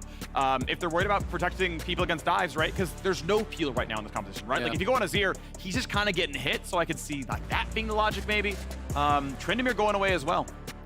It's also interesting because the double bot lane ban does make me think it may be actually a Hans Seraphine. The other option is you double ban marksman, you pick your own marksman on 4 to really thin the pool. So we should find out exactly what it's going to be, on this pick right here, if it is Seraphine bot or mid. No, Bjergsen's second most played, all split. Oh, that could be Bwipo top because he actually, that's one of his most played champions when you think back to like the initial start of this split. He was playing a ton in solo queue, was really, really into it. You're gonna get the Lucian Nami here. This is a really interesting draft. This is very, very aggressive turn here for FlyQuest. I really like this lock-in for the Lucian Nami actually on bottom side with Aphelios being banned out. Team Liquid looking like they are going to position the Seraphine in the hands of Hans Sama. Yeah, and okay, so it's gonna be Swain mid for Bjergsen. An answer to a lot of dive, right? So he sees Vi, he sees Aatrox, he sees relatively short range AD and Lucian, and he's saying, you're coming at us. I have the answer here with the Swain, with the Enchanter behind me here of that Seraphine. It's gonna be really hard to actually punch through that Aatrox. And I do like that it's actually swapped to mid because I think it's a really bad matchup into the Aatrox top. I just don't think you actually have the damage to really bully him out, and he can look for these very, very aggressive trades. Yep. Renekton, of course, not working out at all for Philip last game. We'll see if Whippo can do better on it. This is going to be, a very brawly matchup there on that top lane. I just kind of wonder what Team Liquid's doing in team fights because no one's that threatening. Like Renekton is not a Fiora or an Irelia who's putting out tons of damage team fight. Trundle's obviously not. Swain's not bad, but like people are doing things like Mandate, Riley, Zhonya's, like none of those are cutting through champions fast. Like who's actually killing Azir? But I mean, they're pretty squishy. I think Seraphine damage is very, very relevant. I do think you're adding it all in together. Seraphine supporting this Swain who's putting out damage. Renekton is diving in the back. CoreJJ ultimate in on top. Like all of these things combining, I think, to really make more than enough damage to burst down some of these squishy champions. Yeah, they certainly have a ton of area of effect. Lots of AoE, lots of sustain there on their side, and they can get started on one item. All of these champions for Team Liquid, one item, we're good to go. So I think that is actually a very good strategy for this team, since they've been the early game snowball, lane leads, then just force these 5-on-5s, these dragon fights, these herald fights, group up and try and smash early. But I do think it's a good point, Freak. Like if they can't get Tuchukui, the Azir could be problematic, right? You're going to be relying, I think, a lot on the poke to actually whittle him down. Double first strike on FlyQuest side and Ignite for Philip again. So he wants to go at Whippo. With the Seraphine there in the hands of Hans Sama, of course, hitting that ultimate, bouncing off all of these bruisers that are in front of him is one of the most important things in this team fight. That's how you get to the Azir, because that can headshot an Azir. All you have to do, if you hit that ultimate, if Azir does not have flash, if he's already used a shuffle, if you're able to get a Nautilus ultimate to hit him in place and make sure that you get the Seraphine bounce, then you can just destroy him. And I think he's definitely going to need either a Banshees or a Zhonya's because of that. It's going to be a question of if he thinks he can actually avoid the Seraphine poke to actually remove the Banshees, because that feels like that would be the big one. But it's going to be a really interesting game. All right, well, we get some more information from the horse's mouth. Tigris standing by with FlyQuest's Sharks. Let's see what he has to say. Coming to you for game number 3. A strong start for FlyQuest in game number 1, but now 1-1 in the scoreboard. How do you plan on bouncing back? We did the side selection switch, right? When blue side looked to first pick Azir, still away. So we're going to see how this game goes. Looks like enemy team opted into punishing our Vi pick with a lot of, beefy frontline champions like Trundle, Swain, and Renekton. So we're going to see if we're going to be able to use our pick or not. Yep, some firepower coming from Philip as well, bringing Ignite, a strong start from him. How is he handling the playoff pressure? So far, he did amazing. Game 1, got his first solo kill in lane, so I'm really proud of him. Yeah, thank you for the insight. Back to the casters. Yeah, it's going to be interesting to see. As Sharks was talking about, he feels that their draft strategy really was more punishing the Vi, right? Not giving good ulting options. You don't really love ulting the Swain, the Trundle, the Renekton. It's pretty much only Hans that it feels like you want to dive in onto that backline for. So Philip's going to have to be there to really kind of get on that backline as well. Because it's very difficult to actually dive through a Swain and through a Trundle with the slows and the ulti and everything. So I think that's going to be the trick here for FlyQuest, and it'll be interesting to see if they can actually kind of circumvent those problems. Meanwhile, for Team Liquid, for Santorin, I'm looking for some early objective control. Trundle very, very good at these neutral objectives. And then, of course, as we mentioned, this team can operate on one-item power spikes very easily, so they could naturally try and snowball and group up for those. But a half camp lead for the Trundle right now as Vi paths down to her Wolves. Wants to make sure there wasn't going to be an early counter jungle, and then looking to play towards the bottom side. I mean, Lucian Nami obviously can be so aggressive. This is airy for the Seraphine, so she doesn't have a lot of innate tankiness here. A lot of times the Seraphine support can work as, or any of them Channer is, I'm running Guardian, like, we're going to be fine there. Pretty nice trade out of Whippo, going to feel really good at this one as he can just always jump right back out. Renekton definitely favored this matchup. Yeah, Philip just didn't have the angle there. If he had the chain from straight on down the lane, then you can't just dash out of it so easily, but with kind of a side-to-side chain, which means Philip can just dash out back very, very easily. trying to look for these aggressive trades here. Every time the electrocute is up, drop the E on the Lucian, dash in, get a little bit of damage down there, and see how much you can actually farm with first strike. But they got it rooted up. They're going to look for a kill. Q cleanses away, so thinking some damage. Won't quite die as the Ignite was cleansed pretty quickly. I can't trade back too much. Afro running out of mana as well. Can't get that much healing. Vi is coming down the river, but seen by the ward. So that's why Afro was trying to keep CoreJJ interested. If it wasn't for that ward seeing Vi, maybe they're able to bait somebody back in, but it is going to be unsuccessful move from the Vi downriver. Team Liquid coming back to try and push this wave in, get the full crash. Interestingly, FlyQuest, I think, made the thought that, oh, it's not going to be very aggressive lane. You're not going to trade against Seraphine too much. It's the Relic Shield start for Afro. It's why he's out of mana. It's why he can't sustain Johnson. But I'm just surprised you picked Lucian Nami and you're not expecting to trade. Yeah. Oh, he's just dead. He just gets hooked in. That's got to have been a hook from CoreJJ. Afro just gets hit in broad daylight. It's probably one of those, oh, go into the brush, fake that you're recalling, gone back, and he just nails the hook. CoreJJ.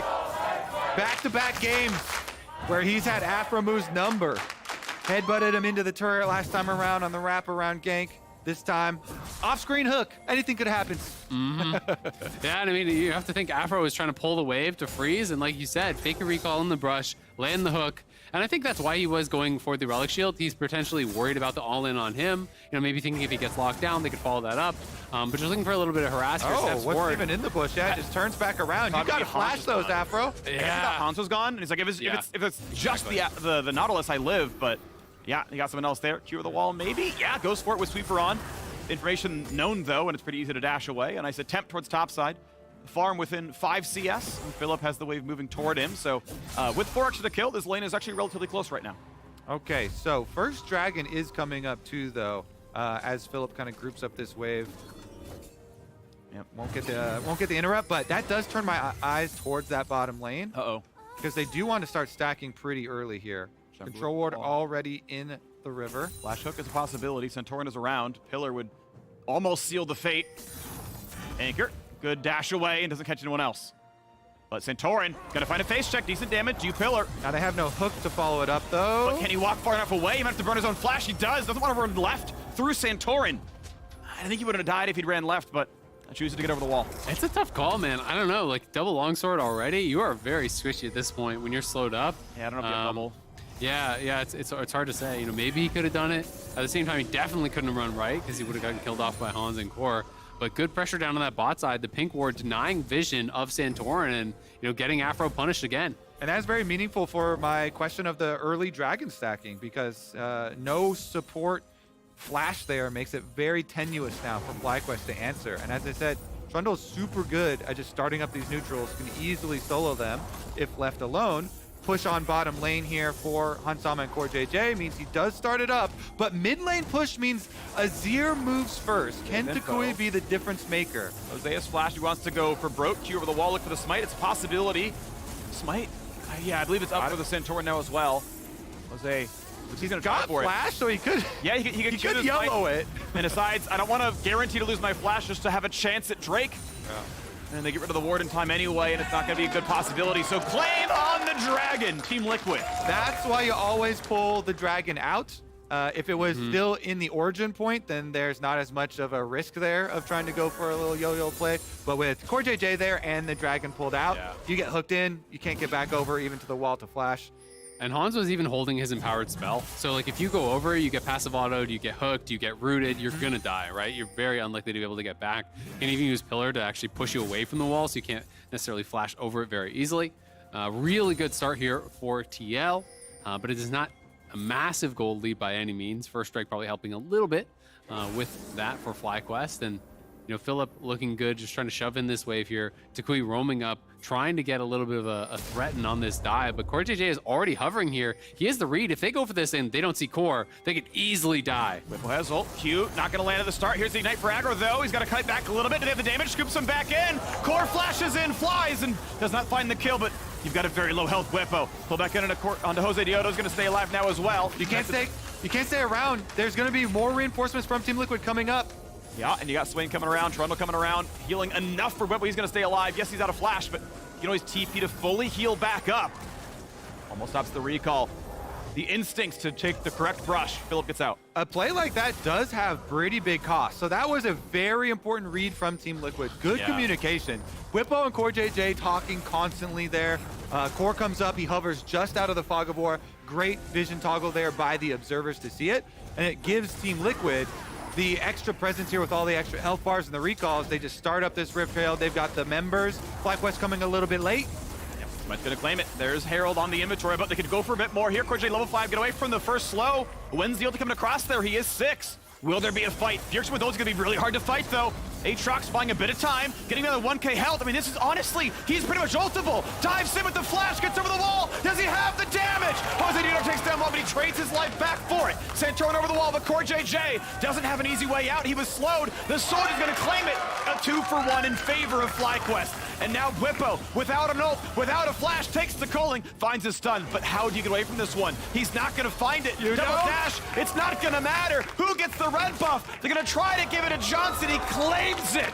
3-1 FlyQuest. FlyQuest battling back here. Hans is pushing on that bottom side. TL did get the Herald, but FlyQuest getting the kills there. Not going down without a fight by any means. And Takui has been so big in all of these scraps, getting there, chunking people down. You know, Bjergsen getting so low before the commitment to the engage. Philip with the double Q2 knockup on both the soul laners, and then over the wall, Afro E onto Takui gets him so far down. That was, yeah, beautiful setup there from Philip as he's disengaging. The Q2 into dash backwards, and he had the Infernal Chain on Bjergsen. That chain meant that Takui got to have 2 soldiers right next to him, autoing for a huge chunk on the Swain. Being able to burst him down takes out so much of this perceived giant team fight in the mid game for their neutral objectives that Team Liquid wanted to have. Yep. So if you take out kind of the heart there, the Swain, that big threat early on, then FlyQuest chasing down all those kills does make up for that Rift Trail cost. And while the Rift Trail still is in the inventory for Team Liquid to use, it's only going to be about 2 plates of gold worth for them, so FlyQuest quite happy. Really beautiful stuff out of FlyQuest. The Rose really played nicely. Bwipo will not get back, and that means he gets yoinked. Well done. Good trade by Philip, who's already feeling good about top side. And now he probably has to leave with Jose in the area, and he doesn't know the exact timer on Vi ulti for sure. You know, Vi about to have it, so he's got to wait around. He's camping this brush to make sure that Jose isn't wrapping around on him, because if Vi face checks you, you will win that with your ulti.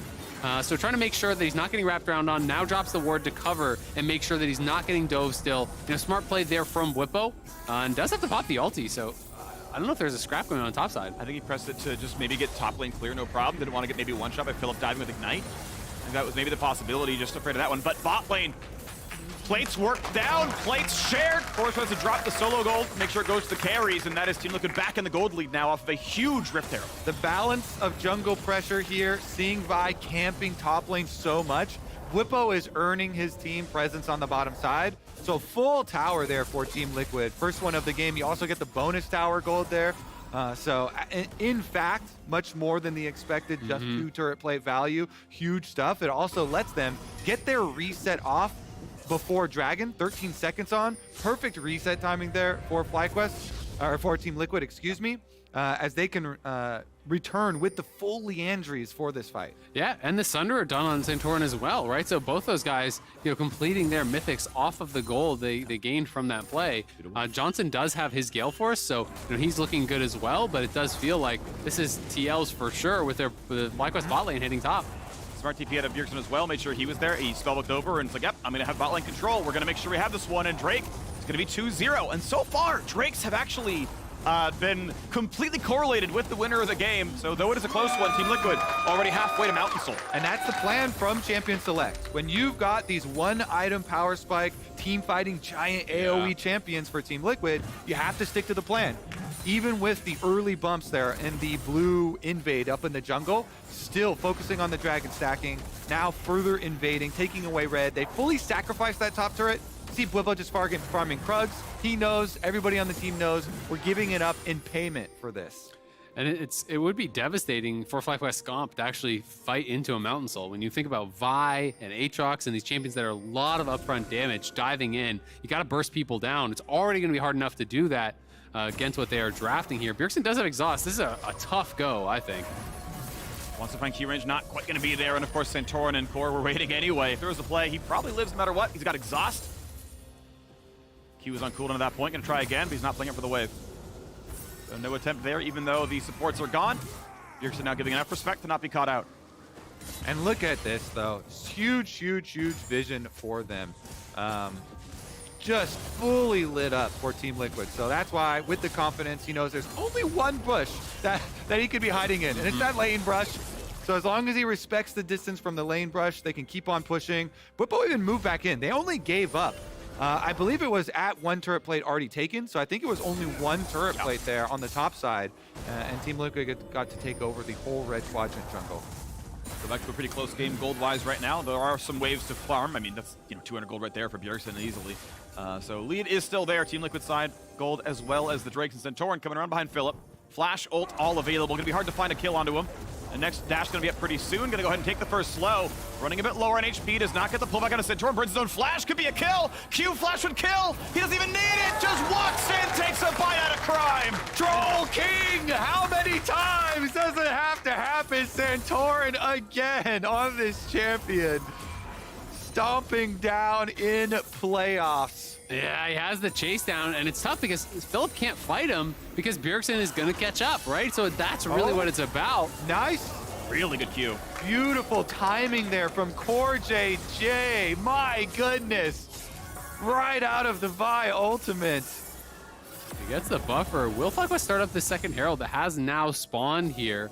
A blue orb dropped on it. Takui is going to have to clear out mid, so it means TL get first move. Bjergsen back from base here. Still has that stopwatch, still has the exhaust. Going to be really strong. Yeah, I mean, that's actually just a team fight winning play. Core JJ gets out not even a chump on this support for investing your Vi ultimate. Like, that is just massive for Team Liquid. And again, these one-item power spikes, great. We're just going to keep forcing. Bounce back and forth between the neutral objectives. We got the dragon already. Let's go back up, get the Rift Herald, keep on pushing down these towers. And Herald, gold lead gonna grow. 500 more gold to add to the coffers pretty soon. It'll be over 1,000 easily if they find that summon. And you can see it in how they move all of their vision coverage. Always like looking at this for the pro team. Just a second ago, we were highlighting this full bottom jungle. And now they moved it all up into the top side where they want to attack next. Rift Herald taken, took the top side objective. We're gonna get this outer turret next, pop that Herald, and be able to move in way safer. So good stuff there from Team Liquid. Doing those basics as well as executing on these objectives. I'm gonna be really interested to see if FlyQuest even try to fight for the third dragon because, I'm looking at the items and I feel like they don't really have an easy way to win any of these fights. It's gonna be very, very difficult. They still haven't been able to actually get Bjergsen to use a stopwatch or exhaust or anything. Like, that alone is gonna make such a difference in one of those team fights. If Jose dives in and just gets immediately exhausted or Philip gets immediately exhausted, I don't know that they can contest. Early ult. Gets away from the slow, but will he get yoinked back for the rest of it? There's the ult for Core JJ. Everything else is going to land, no problem. 1v3, he's going to try his best. Gore Drinker's up, gets a bit of health back after the Q3, but he's still going to drop. There's no way you live through this one with everything on cooldown. Team Liquid get one, Bjergsen gets the credit. And again, the groundwork from Team Liquid, the fundamentals are way better. They completely wipe out this vision in the long lane where there's no tower. Come around, they pick the split pusher again. Before the objective, 30 seconds left on that dragon, and they can easily set it up. They're even going to force down secondary tower here with how quick Centauran is attacking. Yeah, Trundle just crushes towers, but it's been a tough one for Philip, right? He's getting picked off in that side lane, has really very little vision actually covering him in his own jungle, and that is one of the disadvantages of playing an Enchanter support. It's very difficult for Afro to actually, make these solo trips in, and Core is just moving around, looking for picks constantly. Gonna find a plate for the backside. The Joseito's around, flashes back to safety. Pillar by some time. Good damage out of the sway. Will it be enough? Flashing over the wall! A second kill now to Bjergsen, chasing in for more. TP comes across. Bubble is early, and that means Bwipo can find a target. Takui can jump the wall, stays alive, but third Drake is alive, and there's no way.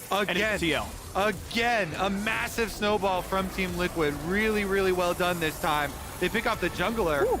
Don't get the Seraphine ult over the top, but they want to push in tower first before returning for the dragon. Herald will definitely ensure that they get it 100%. 5 seconds left on Jose on that buy. Looking for a play, not gonna find one here is FlyQuest. They can kill a ward. 30 gold goes to Aftermove, but mid lane tier 1 is out. Do want to highlight as well, one of the big differences here from Pro Trundle to Solo Q Trundle, they only put a couple of points in Q before maxing the W. That's why Centauran always attacks so quickly, burns down these objectives. Vi is up now, though, because they stayed around on the first tower. Vi is No here, ults. and they're going to push them out. Wow, without ults, they give up the chance at Soul Point for a turret. They could have killed another point in time. Too much of a time investment on that mid tower. Just too much of a time investment on that mid tower. I think definitely was the call to grab Dragon instead. Yeah, I agree. Putting yourself at Soul Point, it feels like it almost wraps up the game. Bjergsen also didn't have his ulti. Santorin used his flash and ulti. Hans just used his ulti. So they didn't want to risk taking a fight without those ultimates available. Really, almost all of TL's champions are super ultimate reliant. You know, Swain without an ulti is absolute garbage. All right, Whippo did not go for the Blade of the Rune King Renekton, so it's not as much 1v1 threat, but Santorin's coming again, does though. have a Trundle, and junglers are a lot of 1v2 threat. Yeah. Unfair top laner duels. Yeah. Honestly, though, yeah, that because especially if you consider if they had the Rift Herald in their pockets, that tower was going to get taken at some point. So a little bit of a speed bump here for Team Liquid is going to cost them another 5 minutes if they want to get towards that soul. And I do think the concern is always Azir. Like, yes, there is good poke over, you know, with Seraphine, and I know there's some debate about like who really scales better because of the kind of the range that you can have and the ability to poke out the Azir potentially. But if Azir gets the 3 items, Azir is always a massive threat in these team fights, and Tsukui has shown that he is incredibly good on these control mages. There's a good Q, and you can see, you mentioned him, we got the graphic up, FTX Total Gold. Gold leader of the game is the Azir. Tukui is gonna have to be the primary carry. Obviously, Lucian's gonna have a hard time finding good targets when it is the meatball comp, honestly, right? Seraphine's shield and haste is an AoE to everybody, and you got a bunch of pseudo melee champs who are like, get me in there. Yeah, and I kind of feel like you almost can't even go into auto in a lot of these fights, you know, for Johnson, unless you're running over it. So you end up in a lot of cases as a short range marksman like Lucian, you kind of just end up being your ultimate, right? Like you get E'd by Nami, you go for the big culling, but if you dash in onto Swain and get stunned, or dash in and get pillared in, you are going to be in so much trouble. I think that's why we're Fire Cannon. Like I can at least get, you know, Q double auto off, you know, no problem, get something, and then play it out from there, but, you know, getting more of the combo across. Yeah, we'll see what it looks like. His farm has been fine. Seraphine on her way to Ryle's. Absolutely love early Ryle's as champion. Your E is an auto root, double cast is an auto stun. That feels great.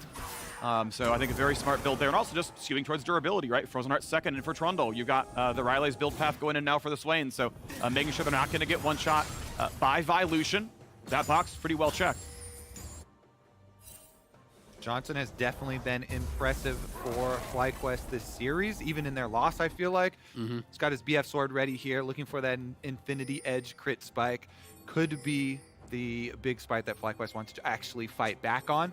You can always try and just give up Dragon number 3 if Team Liquid are there first, if they've got vision control. Wait for the actual soul fight to give yourselves more time to scale up that Azir.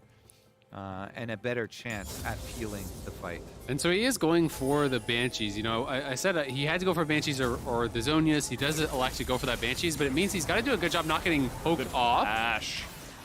Good flash, but also a nice force there from Tsukui. They are going to lose their top lane tower again. That W Max Trundle, you just crush through towers, especially with Divine Sunder. You have the Sheen proc, your Q works on towers, your auto reset, and you get all that free attack speed. So one of the best, if not maybe the best jungler actually killing towers.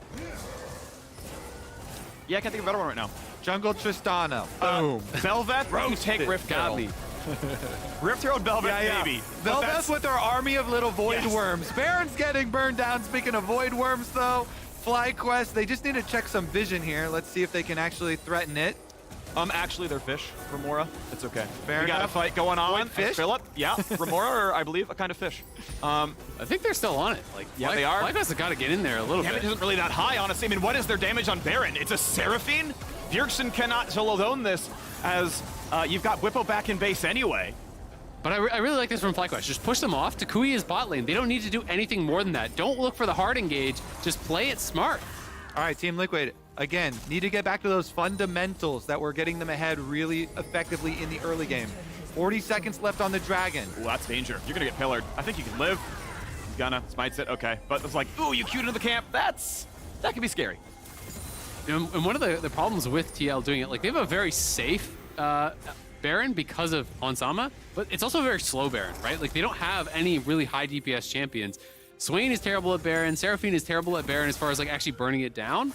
So, bought a lot of time for Takui. He gets solo gold, and now he's working towards his death cap here. FlyQuest are actually coming. I think they want to fight this one. They double recalled both solo laners. They don't want to wait for the Dragon Soul fight. They want to fight now, and Team Liquid do have vision control. Let's see about that Seraphine ult. Where Nautilus is, a little bit of poke damage only to the front line, but it's a good damage to the Aatrox. Needs the Gore Trigger, heals back up, all the way to full, and goes right back to safety, but double flash is down. Bwipo has arrived. The flash in, Bjergsen gets a slow, the pull back, the 1-for-0. Team Liquid just burned through the front line. They gotta wait out the Swain ult. Now they could actually potentially look for a re-engage here. They still have ultis on Takui and Jose Diodo. Johnson almost has his, so they might try to utilize this super strong Azir to get in there. Whipple's still gonna mark as well. No flash, no ult, but I mean, he's gonna be safe to jump the wall anyway, so it might not matter a lot. Jose Diodo has to be careful. And there is Spell Shield down, 5k health on the Drake. How does a 5v4 even look? Because Bjergsen running low on mana. In goes the Nautilus. That's Afro. No, it's Jose Diodo gone. Out goes John to the side. The scoop. But does Tukui find anything to kill at all? Fights Core JD. Needs the shot. Gets a 1. But already the kills are coming through. Team Liquid crushed this fight. It's 4 kills to a single death and a Drake on top. They're right back on track, baby. Team Liquid full steam ahead. Dragon number 3 picked up with the extra kill money too. That is going to get them nicely to around that 30-minute mark. 29 minutes, Dragon Soul will come up, and we will see you back in the same position. Team Liquid, early positioning. Again, like we went over with the Fog of War. Seraphine ult right over the back line. Got both Philip and Vi stuck in it, so they both had to flash away. They try and kite out Bjergsen's ultimate here just with the 1 pickup. FlyQuest feel like they want to risk it here off of Dragon number 3, and they poke around. Takui comes over, Spell Shield down. Yeah, I think it was a decent opportunity because the ults were all missing from TL, and Takui is so strong at that point, but Bwipo goes in on the wraparound there, just mistimed on the stopwatch from Takui. He was trying to go in and sweep down CoreJJ, kill him off immediately. Went in a split second too early, so he's still immune. Doesn't actually get hit by that Azir ulti, and then gets locked up. But look at all the damage from Takui. Let's see, how much gold does he have now? He almost has enough for his next large rod, so he needs, a good 1,300, 1,200 gold to be able to actually get his full death cap. That is when he's going to be really, really strong. But it's still quite a ways to go here, and TL are pressing on the map. I think the biggest difference maker is going to be Philip finishing Guardian Angel. Living 30% longer allows him the time to frontline for Azir to hit and get the first reset. And already it's Vi being attacked. No way you're going to look for that one. Bwipo claims the kill credit. Looking for a bit more. Oh, that is a really good pillar. Johnson able to jump back away from Nautilus, but of course Jose Diodo had gone for the healing cut. Pimp up Chainsword, Squishy, picked off. Philip can jump the wall to the left, does so. Stays alive. I love that TL didn't overcommit ultis there. They did use a couple, but they saved Hans and Bjergsen, so there's no easy turn here for FlyQuest. They can't just push in and force him down. Bjergsen's going to be on the sides. They have no vision. Core and Bjergsen have to be lurking in the wings, you think. It dies slowly. That's the question is, okay, how much time do we really have? Bjergsen is on the wing. He's going to find really high damage in Aframu and now looks for a bit more. Johnson will try stopwatch and they're going to try to run away. But Santorin's already here. He's got a slow and he's got a kill on Sama. Gets another 4 to 11. And guess what? We're still full health. Right back on a Baron. Juke there from Philip. Takui is still alive. The hope for FlyQuest is the Azir. Team Liquid all healing right back up, though. They can keep on starting this objective up. Jose is alive. Philip does not have much to do. Gordrinker's in for a bit of time, but again, they keep shielding, they keep healing, and the kills cannot happen. Tuk, does he have the way for the ulti? But the health bars, again, they're high enough. Hansama's okay. Azir poke does a lot here. Does someone get over the wall? Can they get anything else going on? Pillar, they get rid of the first little bit. The yoink back. Over the wall goes Bwipo, but Vi can combo. Ulti comes in. Can they get this kill? Nearly. He's burning, and he won't quite die. The shield's coming again. Nami tries again. Ulti popped. Baron, 2.5 thousand! Leandri's getting low. Smite available, and a blast cone. Can it happen? There's no vision. He needs to try, but does he have the way in? Tukui gets CoreJJ. 1k health. He's not going to get the steal, but they will get the kill. Down goes 2. Now scoop back. Getting some space now is Tukui. Hans has no flash. He can't get out of the pit. They got to try to fight their way out. I mean, do they have the damage they're going to try with Johnson? Gets going thin, cleanses, gets back out. But does Tukui have the damage? Dives back over the wall. But everyone from TL still here. Santorino's the front line. Here comes the charm. Sidestep. Johnson doesn't have the damage. Nearly goes down, but Bjergsen's on the chase. Gets another one out of mana. And it's now 15-5. Afro, he's slowed. Afro will die. Team Liquid play the Baron bait, and Team Liquid come out with everything. What a long, drawn-out fight there. Takui just didn't quite ever have the damage to finish these people off. He had Core and Bwipo down to like 5% health so early. If he had the death cap before that, he could have potentially won out here. They tried to fight it out, but TL holding and waiting for so long until the Q had expired there from Jose, and he had no flash. Wasn't on the blast cone, so they go over the wall, they kill him off, and now Hans, with no flash available, they knew they had to try to fight their way out as a squad here. They couldn't just leave him. Yeah, Team Liquid, they know they don't have a lot of range or huge spike damage, but they do have a lot of sustain. And with the Baron buff, here they come. There's the root. Johnson gonna try to get away. Knocked up. Will it be enough for Santorin? Quick frontlining in. Jose Dito buys enough time. Turret is helping, though. They could lock him in place and try to go for broke. But they're still just too tanky. The shield is still there. DPS may not be high, but guess what? The heals per second are still there. Hans Sama keeps everyone able to get out. Yeah, it's the trade of flashes there. Philip looking for the Q flash onto Hans. He just responds with a flash of his own. But you can never look for the hard engage until Swain ulti is down, and Bjergsen is being so patient with it. It feels almost impossible for Jose to have an impact. 29 minutes, that soul is up. Dragon Soul available. We'll meet you right back here. Team Liquid gonna burn it down. Mountains have the most health. They will take the longest to kill. And there's no way. They're like, we've taken too long. They don't know what the health bar is, but they're like, it was too much fog. We couldn't find anything. So out they go. Mountain so claimed. You thought it was hard to kill Team Liquid already. Only 5 kills on the map so far for FlyQuest. It has got a whole lot tougher. Yeah, the only one who can really do anything is Takui. He does have that death gap, but the rest of the team around him really has no threat. You know, we're not even on 2 items yet for Philip. It's 3 items for Bjergsen, 3 items for Hans here. You know, the efficiency on their side is so high. Johnson has not really been able to get super involved, and even some of his callings are just getting pillared out by Santorin, which is really his only way to join the fight. Decent damage, though. Will it matter? Not really. Oh, here's the Yonk. This could be so much damage, and Jose will fall again. Ult does nothing. Scoop to the side, only buys some space. Not as ulti's gonna land, but there's still a front line to kill, and they're gonna get another couple more. 3-0, and now there's no fight left in FlyQuest. It is fight or flight, and it is just running away, true to the name. Now onto the Nexus turrets they go. First one to be attacked, 5v0 realistically. Nothing else can be done. Team Liquid again in control of this game. The comp looked good. Answering the Vi with a bunch of meatballs, and indeed, she got chopped up. So down goes the Nexus. Down goes game 3. Team Liquid up 2-1. Series points here acquired for Team Liquid. Is that great? You had fun in game number 1, FlyQuest. But now the veterans are getting serious. Back-to-back wins, early snowball. Bjergsen already with the momentum. Bop, bop, bop. They're looking for game number 3. Yep. I think the draft was just so smart from TL. You know, bringing out the Swain, you see the Aatrox, you see the Vi, that gave them so much trouble in game number 1. And they answer with this really strong anti-dive here with the Swain, with the Seraphine. It's so difficult. Like, your only target to really Vial is the Seraphine, but you can't dive past the Swain. It's just never going to work. Vi's never going to solo kill this guy in the back line, and no one else can actually run through this rallied Swain, so it became almost impossible to fight out. It's like, the only way you win a fight is you somehow get Bjergsen uses ult, disengage it, then find a re-engage while he has no ult, and it was just really way too difficult for them to navigate, I think, in the later stages of the game. Yeah, there's so much sustain. Like we said, all those champs, 1 item, boom, they're ready to go fight these team fights. Trundle even got a Spirit Visage. That plus W, increased healing. You're just seeing him get like 500 chunks over and over. Yeah. Very good stuff there from Team Liquid. Nice snowball. It was a nice snowball. You mentioned a lot of the basics, fundamentals here for Team Liquid. I mean, the first one in bot lane, like, kicking himself there as Afmu, right? Because it meant the Dragon Stack was early. Lucianami should have some lane pressure, and it was written off with the early kill coming across. And then from there, yeah, they got so many pickoffs on a Philip in the side lane, right? Like, he's trying to play long lane against Bjergsen where the bot lane turret's already gone, and it's like, Toronto showed up. That means Drake. Toronto showed up again. That means the Drake. Sorry, bud. And yeah, the ability to go for like a 3v1 pick never happened for FlyQuest. So it was always team fights, and the shields were always there. So well done, Team Liquid. After a strong game 3 for TL Honda, we are heading on to the State Farm Analyst Desk. Thank you so much, Freak, and welcome back.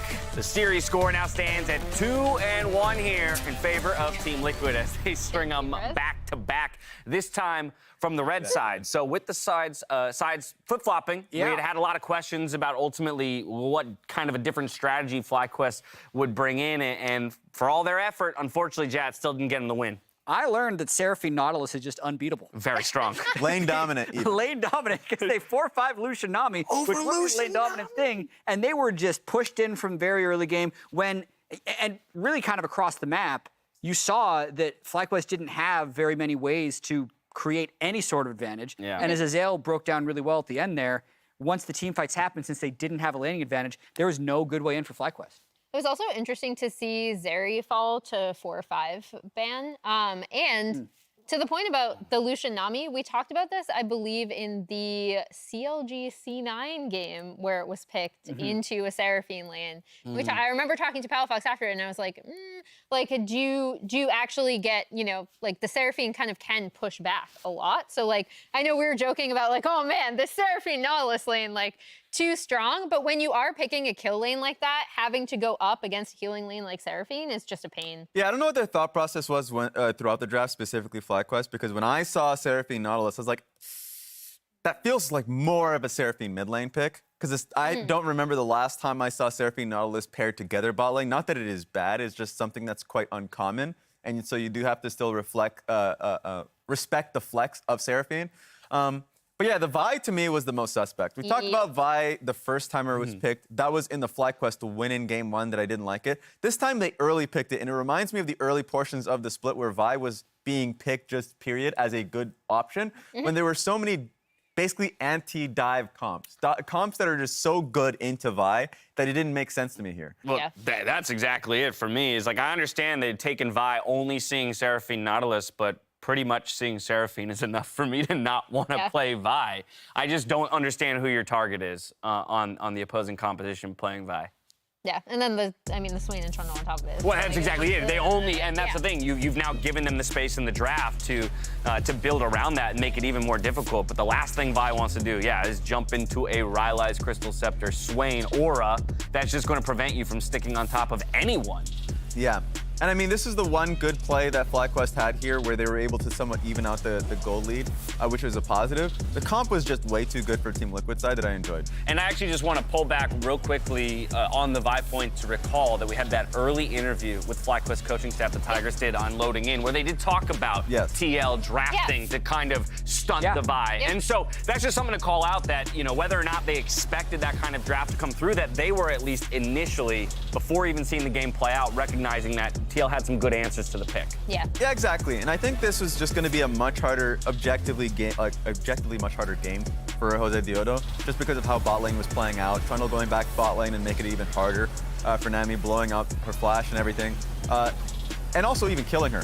When they, I guess Nami thought the AD carry had based, or not, Seraphine had based, and so Nautilus got a hook on it and just made bot lane's life a terror, which means that suddenly support's going to be roaming more frequently. Just a really hard game overall from bot lane perspective. And you saw it with when in game 1 we praised kind of FlyQuest for actually having good setups when they had control of tempo of the game, and even when they didn't, they were able to cross map intelligently. This game you saw how TL just made it so that FlyQuest had so few options, and a lot of the choices they did make had to be very risky, and it did not pay off, especially because of all of the stuff we've talked about with the way these two compositions go up. Now, this gold graph, not as steady and consistent a climb as the previous one, but Jat, 2 games in a row now where TL's basically in the driver's seat start to finish. And that's basically where I want to key off of Kobe's kind of final comment coming off of the game, which is the veterans seem to have found their footing. And now I worry about how you begin to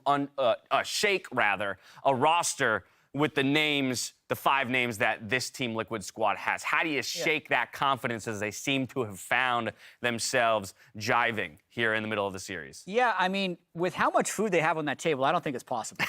Like, they are so well fueled for a long series. Is that something coming from your coaching experience that we should be keying into? I mean, the spread that different teams have during Ben huddles? is just, I watched them after getting COVID tested. They had like 7 bags of California Chicken Cafe. Yeah. Now they got a bunch of, they are well stocked. Anyway, there's nothing to say right now. Like FlyQuest, I like the first pick Azir. Yes. Yes. But kind of beyond the draft, I want kind of to challenge them to try and pick something that's going to be better in team fights. I think they probably overreacted to getting ran over in Game 2 by Team Liquid when Draven just got too many kills, because I don't think they're strong enough early game to overcome a strong Team Liquid team fighting team. So I think they should pick blue again. I think the Azir first pick is good, but then instead of a Vi, you can pick Wukong. You can still pick Zeri. You can just pick more scaling throughout the rest of the team. Step 1 complete. They chose blue. There we go. So the next question becomes, does the Azir come back through? Let's talk about a team. As much as it pains me to say that yeeting Vi to the bench is the right choice, I do agree with you. It's the right choice. What's the substitution? Is it back to the Wukong that they still managed to lose with in Game 2? Because I still feel like Jose is going to be... Oh, there you go. A steal from Santorin. Yeah. I do feel like the onus is still on Jose Diodo in kind of turning this series around for the squad. I mean, Trundle was up. You can also go with J4, so it doesn't make it to like that 4 or 5 ban that we saw in previous games, not in this one. I still think the Azir first pick is really, really good. Tukoi is really, really strong on that champion. He can kind of carry an entire game off of it if they have more options around team fighting. Yeah, absolutely. Reminds me of Spring Split, actually. The successes this team had. In fact, I remember vividly the one game that they took versus Team Liquid, and that was the Lucian top lane from Whippo, was based off of FlyQuest's ability to draft for scaling, to recognize and play defensively, like set up proper wards so the enemy team didn't take too much, and then be able to split sides of the map, and then just simply play a smarter game later on. So I think that's probably going to be the thing that saves them in this series. Yeah, that's why I think to hone in on the Yuumi Lulu point, those bans are so smart from TL because it is stopping them from playing just like sit back, scaling 5v5 like we've seen the Twitch Yuumi from them, or pairing the Yuumi with the Wukong, that kind of thing. All right, well, in an effort to get a full 5-game series to kick off our postseason, we're willing FlyQuest into a change of strategies. It's match point. We'll see if FlyQuest can gather their strength and take down Team Liquid Honda in game number 4. Don't go anywhere. Romantic fight. A romantic fight. Looking at each other. Yeah, a romantic fight, guys. Connecting. Thank you, guys. Wukong, by the way. In goes the Nautilus. That's Afro. No, it's Jose Diodo gone. Out goes John to the side. The scoop. But does Tukui find anything to kill at all? Fights Core JT. Needs the shot. Gets a 1. But already the kills are coming through. Team Liquid crushed this fight.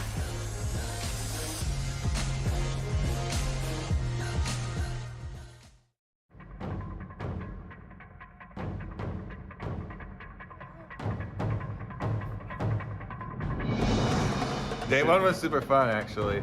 We were just learning random punches and kicks, but when we started to put together the combos, I could really feel it. Disrespect this part. Ooh, yeah. So far, they're going easy on us. The focus today is very much on technique. As I've learned today, slow is smooth, smooth is fast. Punch and evade. Great. Grab it. Now. Big body shot and turn your whole body and hips and foot.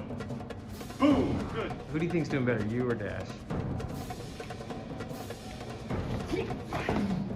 Just so you know, I also said you, okay? Yeah, there you go. Okay. I give up. He looks too cool. Action! Camera rehearsal today. This is, oof. Is it the toughest day yet? What would you say, Kobe, to a degree? None of it was hard for me. No, okay, guys. Okay. Don't let your face get hidden. Don't be down here. Be... You know what I mean? Yeah.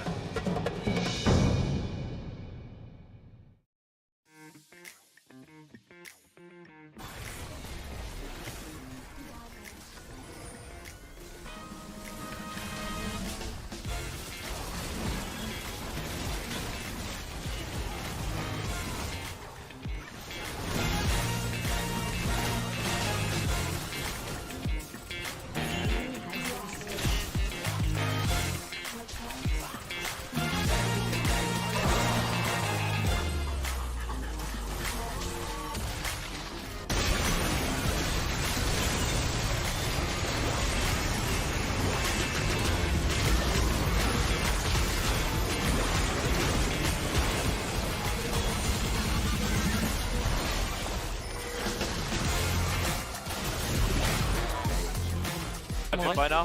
I'm fine. I'm fine. I'm fine. Right here. Yeah. Good fight, good fight. Pull off.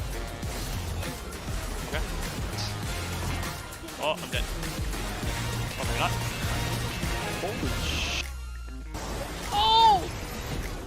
No flash, Lucian flash, Lucian flash.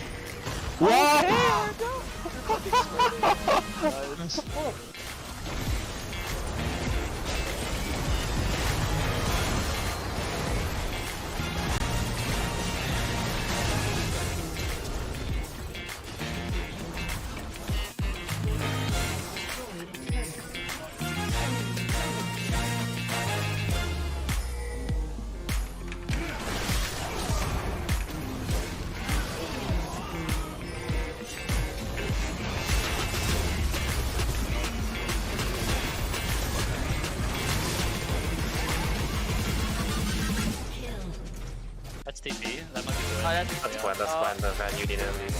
I'm trying to, yeah. They're double TP. Okay, got him out. Okay, that's it. Boozy Venom in the way. Now chasing you. Nice, good combo. We can help him. Yeah, can help, yeah.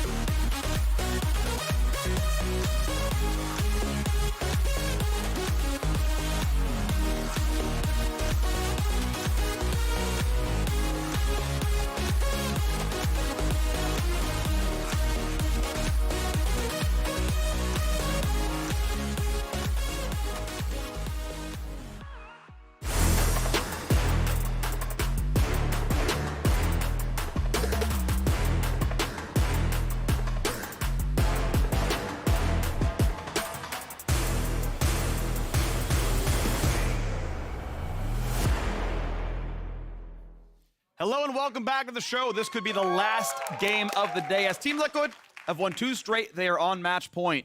FlyQuest got to try to fight them back. They have gone back to blue side.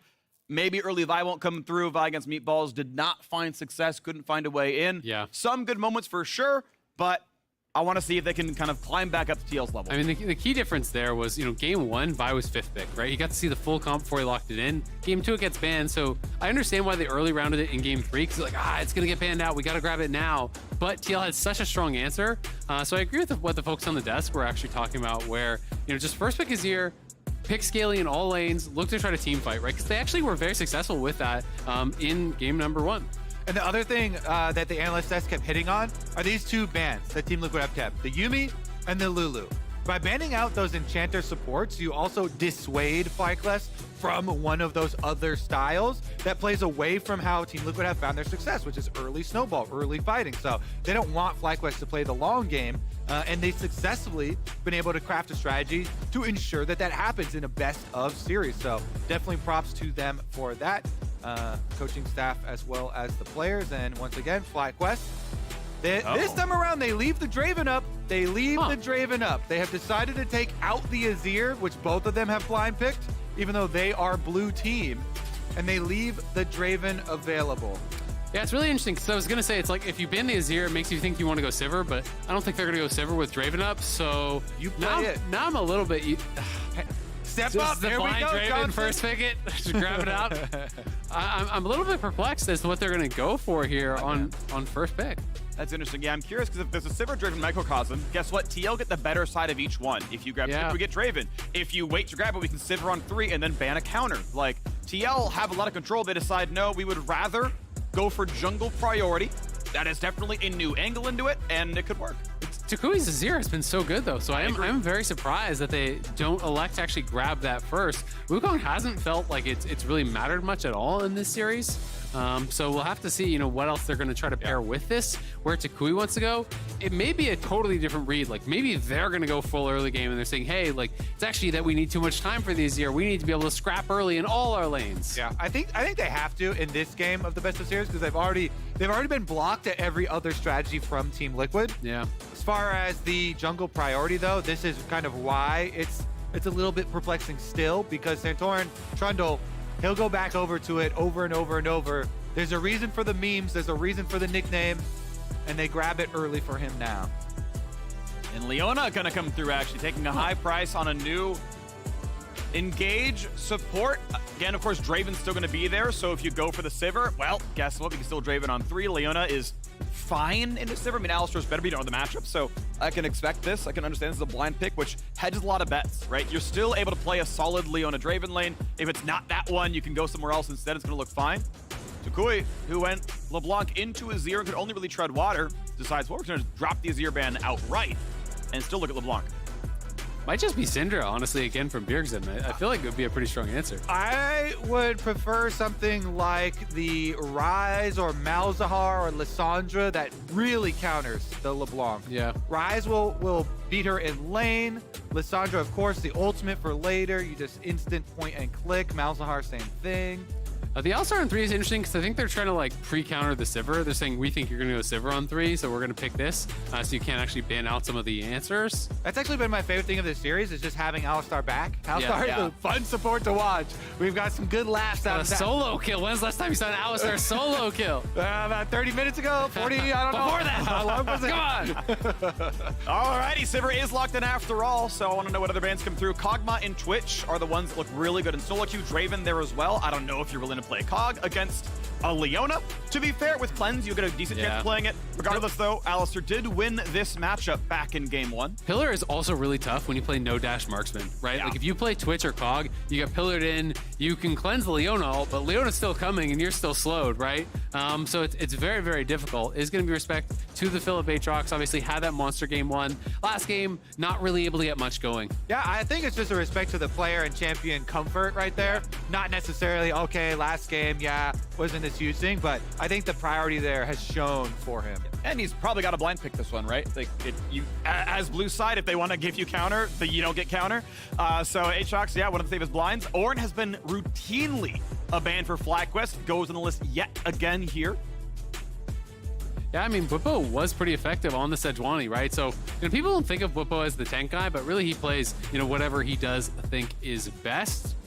Will be interesting to see, what the final bans here, if it's going to be more focused down towards that top lane, or if it's going to be a marksman ban, something like Twitch, as you were saying. I don't feel like TL would be super concerned about that because of some of the interactions I was talking about with Trundle Pillar plus the Leona ult. It's very, very difficult to get away. So instead, it is actually the game 1 answer of the Aphelios that they're going to take away. The exact lane they played, and it worked in game 1. Looked pretty solid. So we'll see if he goes for any of the ones that we have been seen. Obviously, again, Draven could be good. I'm going to go look at all-time for Johnson, see if he's actually been much of it. Not much this split, but look in all-time, see if he's got many on it. Yeah, not a lot of players play Draven in NA, to be honest. And not a lot of players even worldwide play Draven. It's one of those champions that, like, you have to have put in an enormous amount of games. If you're not amazing at Draven, Draven is a garbage pick in pro, right? So there's very few people. It's usually these specialists in some of the... The shout-out. Yeah. The shout-out to himself. Yo, I just want a quick shout-out. Shout out me. Remember that game? That was great. It's a self high five. All right, Ari comes through, though. Can, of course, shut down LeBlanc. Baller. Yeah. Based on Sama. It's good.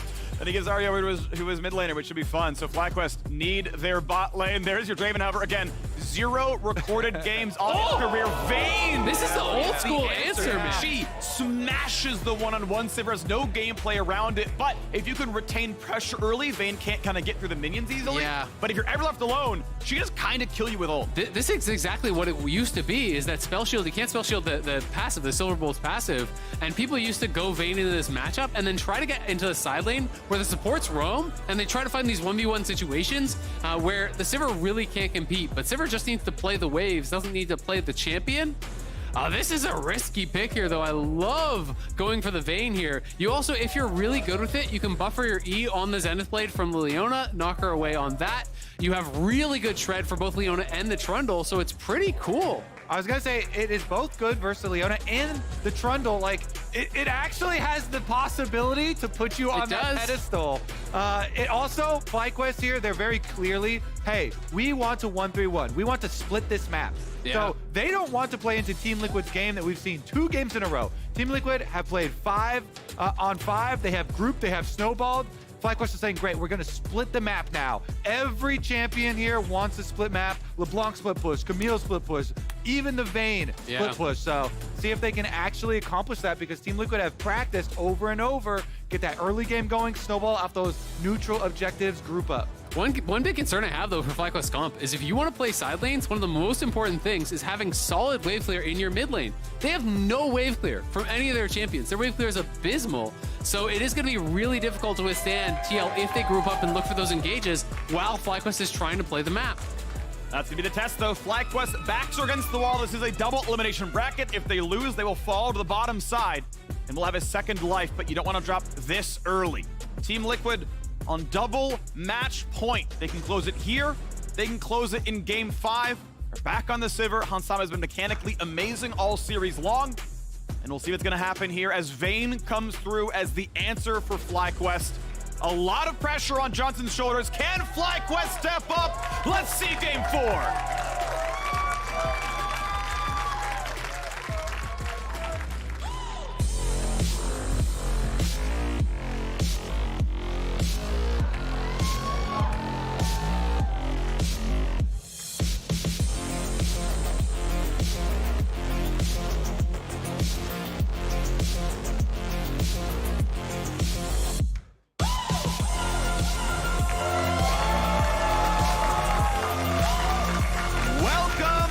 The Summoner's Rift. Woo!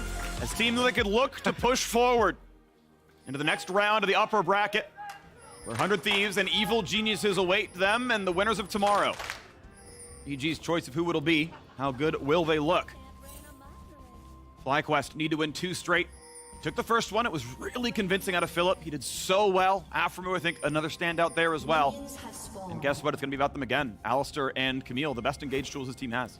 I'm going to be really interested to see how Philip's going to be able to withstand Gragas up in the top lane. It's one of the most annoying top laners to actually lane against as a melee champ. You know, you can really kind of poke away at these champions who have so much sustain with the passive. First strike tier, you know, it's not going to be a tier start this time, but first strike plus AP rather is becoming really heavily the meta. You just harass them away, farm that gold, and make the lane stage difficult.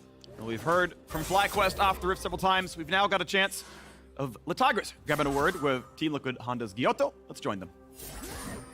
Yep, I've got Giotto here. All right, what were you thinking when the Vayne came through? Is that something that you expected? No, definitely not. It's obviously something that is a surprise, but I think that just like any other team, whenever you're on a game losing point on a series, you're going to pull out some surprises. We were expecting a surprise, not necessarily the Vayne, but curious to see how he pulls it out. Yeah, definitely some strategies to be brought from both sides as far as getting the map split, getting these engaged supports in it. What is TL's overall game plan to shut this series down? We just want to be able to play our comp, make sure that we deny the Wukong flanks and the Camille engages, and then that we are just a bit more aware of the damage that Vayne can do. If we can find some good action with the Leona and the Gragas, then we have good possibilities of reaching to their carries, and if we do, then we can win the game, but it's definitely close. Yeah, definitely close and getting a lot of action right off the bat. Let's hop back into the game. Nice charm there, Bjergsen. A couple hundred health out. Also, I believe Centurion fully dodged the Trinket Ward coming down as he just took the sidestep out of the brush and took the blast point. Now he's going to get spotted, but, you know, got to hide a little bit longer. Yep, Takui has been pretty consistent about his ward placement there. You know, gets the push, wards the Raptors. It's something that they're definitely anticipating, and Bjergsen's going to have the read anytime he steps away. But both taking some rough trades, but does have so much sustain, you know, with that passive. So Philip, you know, his mana may become a problem. This would look good though in the brush. As a jungler, I appreciate that ward from mid laner so much. The Raptor ward helps a ton. And Jose actually gets chased off of the Scuttle Crab, but because the pillar was used on the shield, He has to use the smite to break the shield, and since there is Core JJ about 3 seconds ahead on the support roam timer, he gets it. And I actually really like that core roam because it allowed Bjergsen to finish his base, right? Otherwise, Bjergsen can't actually base there. He has to cover because Takui could come over and you could get that kill. So core making the roam protects the lane for Bjergsen, secures the scuttle for Santorin. It is, of course, traded on the other side, but it's a small thing, but a really nice one. Yep.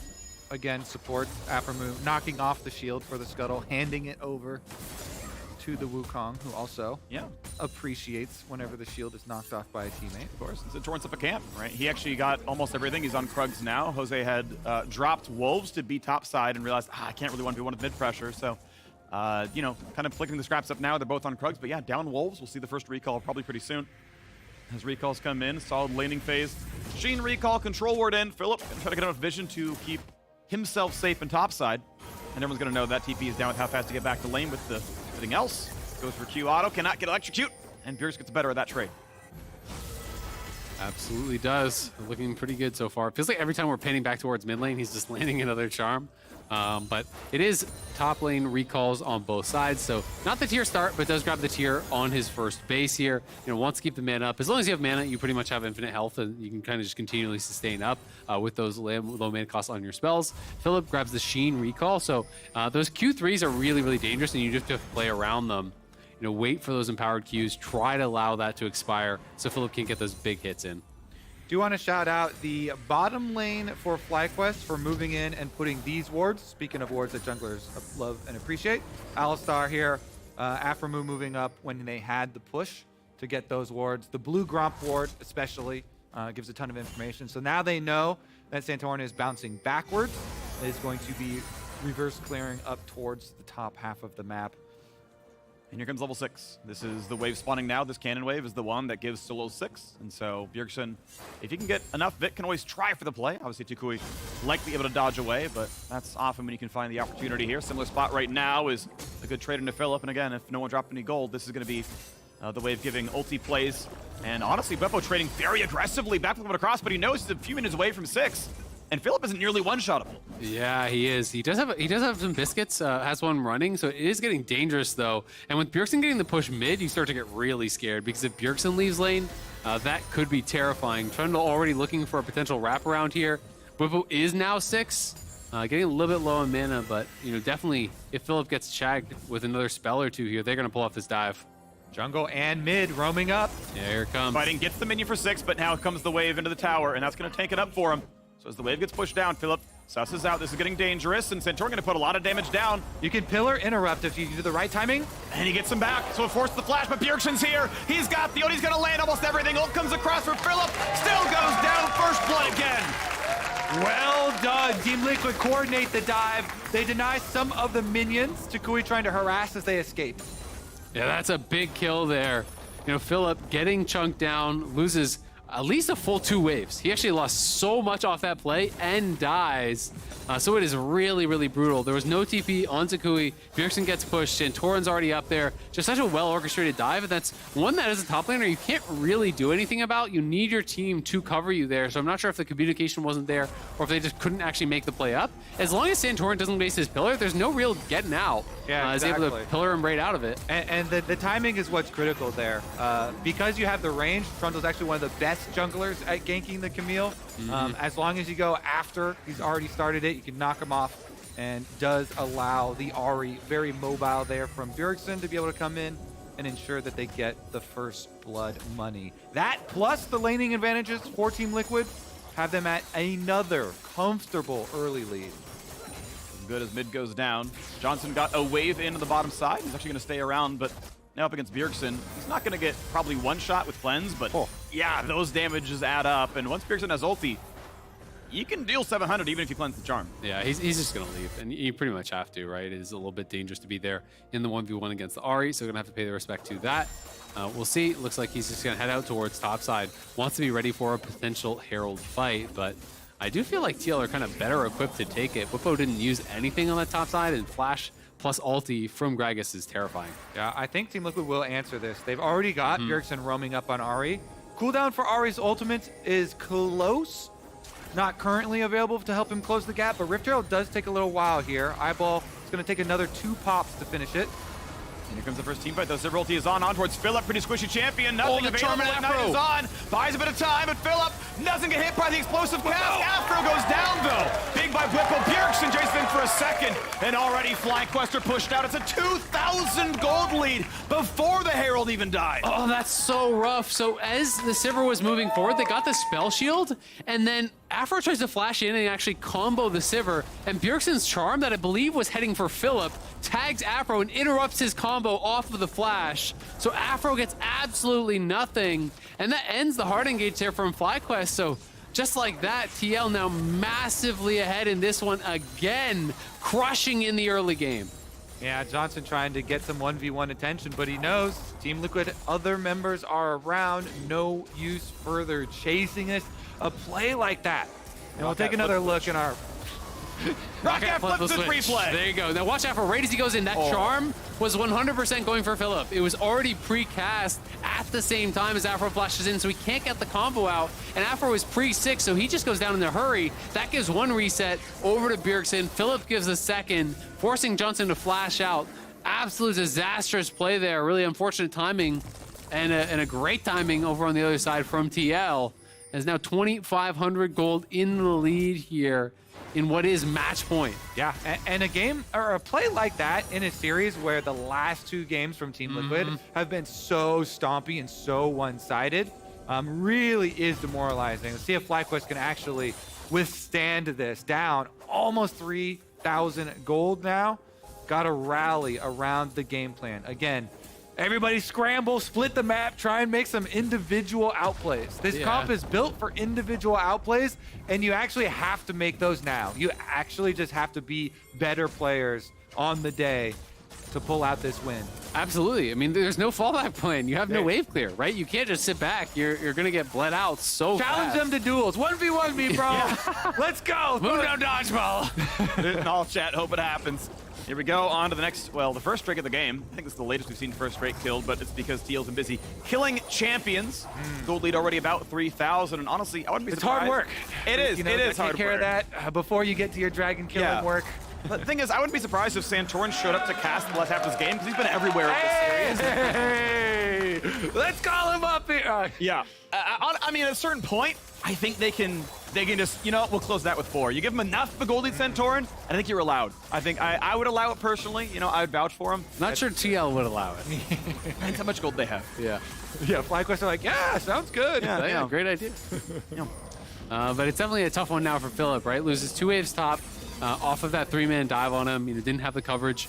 Then, you know, he's the one that goes in and actually forces out the spell shield from Hans. The follow-up play doesn't work. He dies there too. You know, losing even more farm. So the farm definitely not great for Philip, and he's going to be set way back as Bwipo already has the Mythic and the tier on top. He has the free boots. So the Night Harvester coming in, going to be all about the burst here for Bwipo, looking to find those combos on Johnson. And I think it's honestly a really hard Vayne game to navigate in a lot of ways. You do have really good damage to actually shred through these frontliners, but if you get pillared in and Core and Bwipo are walking at you and Bjergsen's ulting on you, like, that is tough to outplay. Like, you're so slow on Glacial Augment plus Trundle Pillar. Yeah, you don't walk fast away. The move speed is really only toward enemy champions, and you can't tumble a pillar. So mid lane turret goes down, split 4 ways, so 80 gold apiece. Goes down 4 plates, I should say. The turret itself still alive. But we see the 3,500 gold lead, the Drake in the advantage. Team Liquid definitely holding all the cards right now. Yeah, absolutely. They're looking really, really strong, and they just want to keep utilizing their wave clear, right? As long as Sivir has Vayne locked under the tower wave clearing, there's nothing that he can really look for here. And that's why they've rotated towards mid lane. You want Sivir to be just sucking up minions. The vacuum cleaner mid lane, that's a game that you would like to play. No side lanes versus this Vayne, please. No shenanigans for FlyQuest. Don't fall for the YouTube highlight challenges. I just realized we need a Sivir skin where the disc is a Roomba. Just vacuuming up minions. Get on it, Ryan. Gold. Yeah. You got to go back to base and recharge it once in a while. It goes, you know, it charges back to full. Every time you throw out the Q, you got to charge it back up. He's got a big mana battery. You're fine. You know, you get some time for it, but.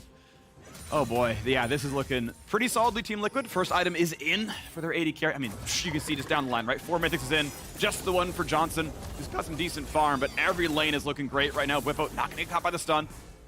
J drops a ward to help track, and after we just shadowing, hey, is there a bot dive? Flash in! Cast nearly kills, ulti doesn't have the heals to flash himself back out. Oh, that was really, really close there. Not quite the damage on either side, locking in Whippo, but you can see how frustrating this matchup is. I mean, you just get constantly harassed under tower, time and time again. There's not a lot you can do if you can't force the all-in. It's very difficult, and Whippo always has the opportunity to just disengage with his own ulti. You can knock Camille out of her Hextech ultimatum and disengage that way. The turret is low as people roam down. Still, the wards look pretty good. TL had the control ward, could not finish killing it. They know that there's some danger down here, but Afro not exactly the champion to solo farm this. Yet. Okay, Camille finally on her way. Not brave enough to try to freeze that lane. Doesn't know where anyone else is, and though he has an ulti, probably not worth doing. You can see, yeah, top 4 gold. FTX Total Gold is all Team Liquid. Poor Core, not allowed kills this game. I'm really interested to see if they're actually going to contest the next dragon here. You know, if they can hit their mythics, is that your best timing? Because it's one of these situations where, you know, TL is so far up in gold.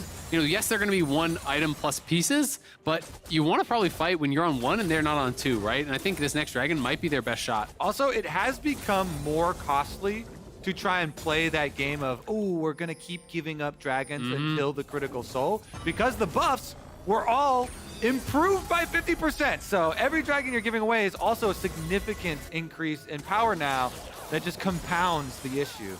Johnson actually loses the 1v1 against Hans. Yes, he has to disengage because, you know, Core's in the way, so he can't play the full trade out, but Kraken Slayer hit with the attack reset before Silver Bolts, and Johnson will slowly sustain back up. Yes. Ooh, ow. Yep.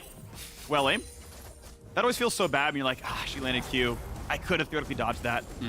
Turret's almost dead, though. And 30 seconds. I mean, they're going to lose top lane Herald. Mid lane tower is so close to dying. I don't even know that they need Herald, but even if they want, they can actually drop this here, probably without it, and then even drop Herald elsewhere later. But TL are just running them over. They're not giving Vayne any opportunity to make plays because you're just locked in your tower trying to wave clear the whole time. Yeah, and the Sivir bouncing boomerang there also interrupted the recall. Another annoying thing against playing against this champion. Gets delayed on the reset. Won't get back in time for this cannon wave at the tower. Is the cannon going down? Oh, get it! Oh, it died before he got there. He got XP, but that's not the biggest part of that one. Bjergsen on the way down. On the turret, nearly kills it. The second turret of the game. Minions wants to stay in golden if he can. 300 on his inventory, good charm. Gets rid of Philip. Root as well, good damage. TP's coming across. This is gonna be the fight, but can they have the damage? Explosive cast builds him out. Philip now down to 1K, sidesteps Zenith Blade, but he still not have a way to live. There's one on the board, Sivir's gonna get it, and Bjergsen to the chase for a bit more. Charm should be back up soon. Will not find his next target. Johnson holds his cleanse. 4-0. The pacing is perfect game right now in game 4 of this series. TL are just on fire in these last couple games here. Looking to make it 3 straight as they're on to the second dragon. The pull was late. Or he started the head, or he started the body slam. I can't tell which. Either way, the Whippo is over the wall all the same. And this means the dragon will burn down. Even Spell Shield blocks the damage out of Tukui. Literally heals the Sivir with his spells. This greatly reduces the chance that we get our YouTube highlight montage Vayne game here. It is not going to be easy to play. 2 dragons, 6,000 gold, only 17 minutes into the game. Yeah, and the second items are going to be through before they get another chance to fight, right? You know, top lane we can already see. Second item completed there. We have all the pieces already for the PD for Hans. Shadow Flame perhaps is coming out second here for Bjergsen. That's going to be done soon. And he's been able to easily answer these side lane plays. You know, Philip is just so far down that he can't really threaten either one of the soul laners. And credit goes to Whippo, honestly. The first 2 games, you know, back and forth on the side lane, but in game 2 onwards, this has been like Whippo has completely controlled top lane. He has been the better laner by far, bigger impact in team fights as well. Full credit to him. You know, the AP Gragas coming back as well, also looks good on this one. And the rest of his team's been consistent, so, you know, it's a lot of these leads have come from him crushing top lane, and then the rest has also looked good. Core brought out of the tower. Doesn't matter. You gotta also give credit though to TL who got him ahead, right? Yes. Like it was a 3-man dive to actually put him ahead. It wasn't an advantage created really in the 1v1 in this game. You know, Philip was kind of pushing in and whatever. Both people with no TP. TL pulls off that 3-man dive, and that's where top lane goes really bad. When you get dove with the wave at your tower and no TP, it is almost impossible to come back from that in the 1v1 without help.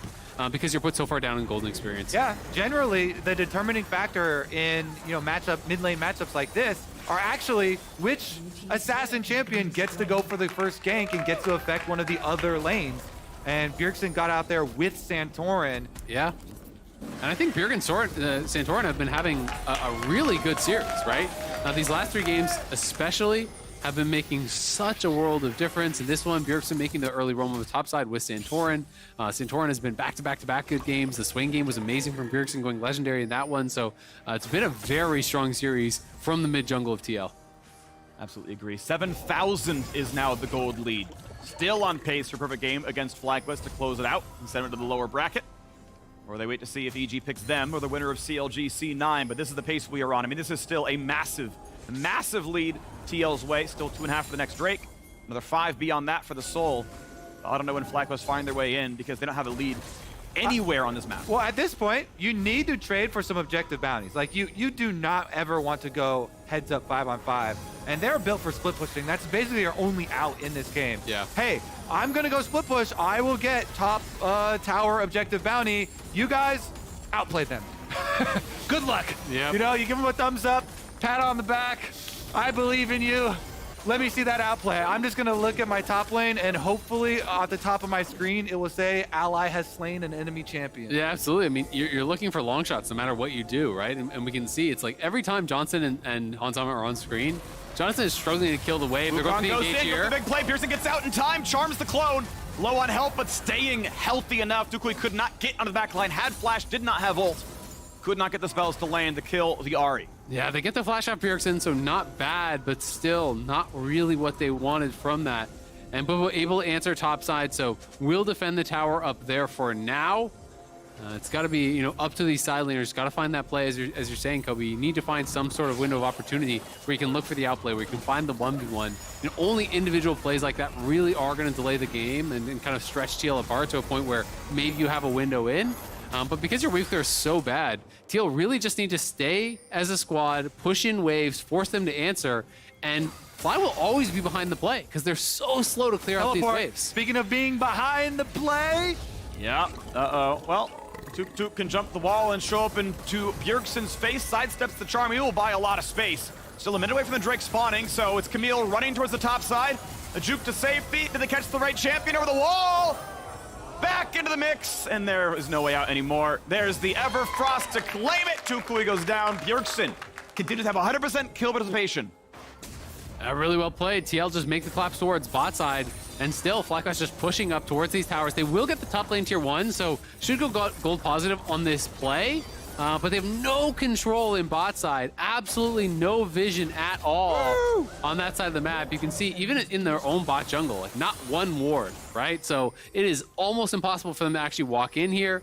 TL setting up shop in the area. If Afro face checks, he's going to be in trouble. What do they got in the Team Liquid shop these days? What are they selling? What's the latest selling deal? All kinds of merch. They still got a Marvel deal going on? I don't know. No? Don't think so. Let's check it out. Because honestly, Team Liquid, 8,000 gold Dragon arriving. They would love if they could get the team fight. Oh, here we go. No, Corey JJ takes a whole lot of damage. Vayne is in. That's Azonia's. That's a cast backwards, staying alive, but the burn down comes in. 1 for nothing. Can they get the rest? The knock-up is in for the Wukong. Do they find the rest of this fight, though? Philip wants to find a target. Locks down Trundle, flash to safety. Pillar is on. Johnson barely alive with a charm. Lands, and Bjergsen keeps it going. A 3 for nothing. And Tukui is going to fall. You have to believe out of the tower. Jose drops. It's a 5-1. Even when the fight starts with a huge chunk pick out on the core JJ, they blast them. Yeah, TL had so much AoE damage there. For a moment, you think maybe Johnson could have the montage play here. But the ricochets coming through from Sivir, the damage coming through from Bjergsen, Trundle Pillar lands onto the Vayne, and there's nowhere for him to go. Charm after charm after charm land. TL moved to Soul Point here. We can see it again. The initial play is great. The combo win, the hookshot lands, they have the condemn into the wall, but the stopwatch comes through, and then body slam, flash, ulti, everything onto Johnson. Cleanse, flashes out, and you're thinking maybe, but Johnson is just getting chunked down by all this random AoE damage that is coming through. The ricochets getting him lower and lower and lower, and he can't really ever free fire. Then the boomerang blade hits him. The trundle pillar comes down, slows him up. He gets nailed by the charm, and Bjergsen is just going off in this game. Yeah, Bjergsen Ari is looking dang good. Look at this charm as well. Whoop. Catches Jose as he's trying to jump over back to safety, and Team Liquid wrap up that team fight. 10.8 thousand gold. All right, where's Ben? We gotta get a sideline interview. Ask him actually what's in that TL merch shop.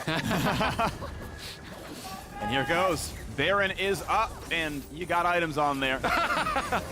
Yep. There we go. The dancing horse, the Baron, gonna be acquired. FlyQuest, if they run right now, they can charge in. They're gonna try. Core's gonna mark it again. Sees Jose. No flash. Has needs to find his way in. Will not do so. Baron claimed. Core no stopwatch. Dunk comes in for Philip. They get a single kill, but will the rest even happen? It's a trade of a 1-for-1. Bit of an engage for Wukong, but his health bar is low, and he's gonna drop now as well. After wants the front line, wants to zone. Buys some space for Johnson, who's still getting attacked, and just the duo is dead.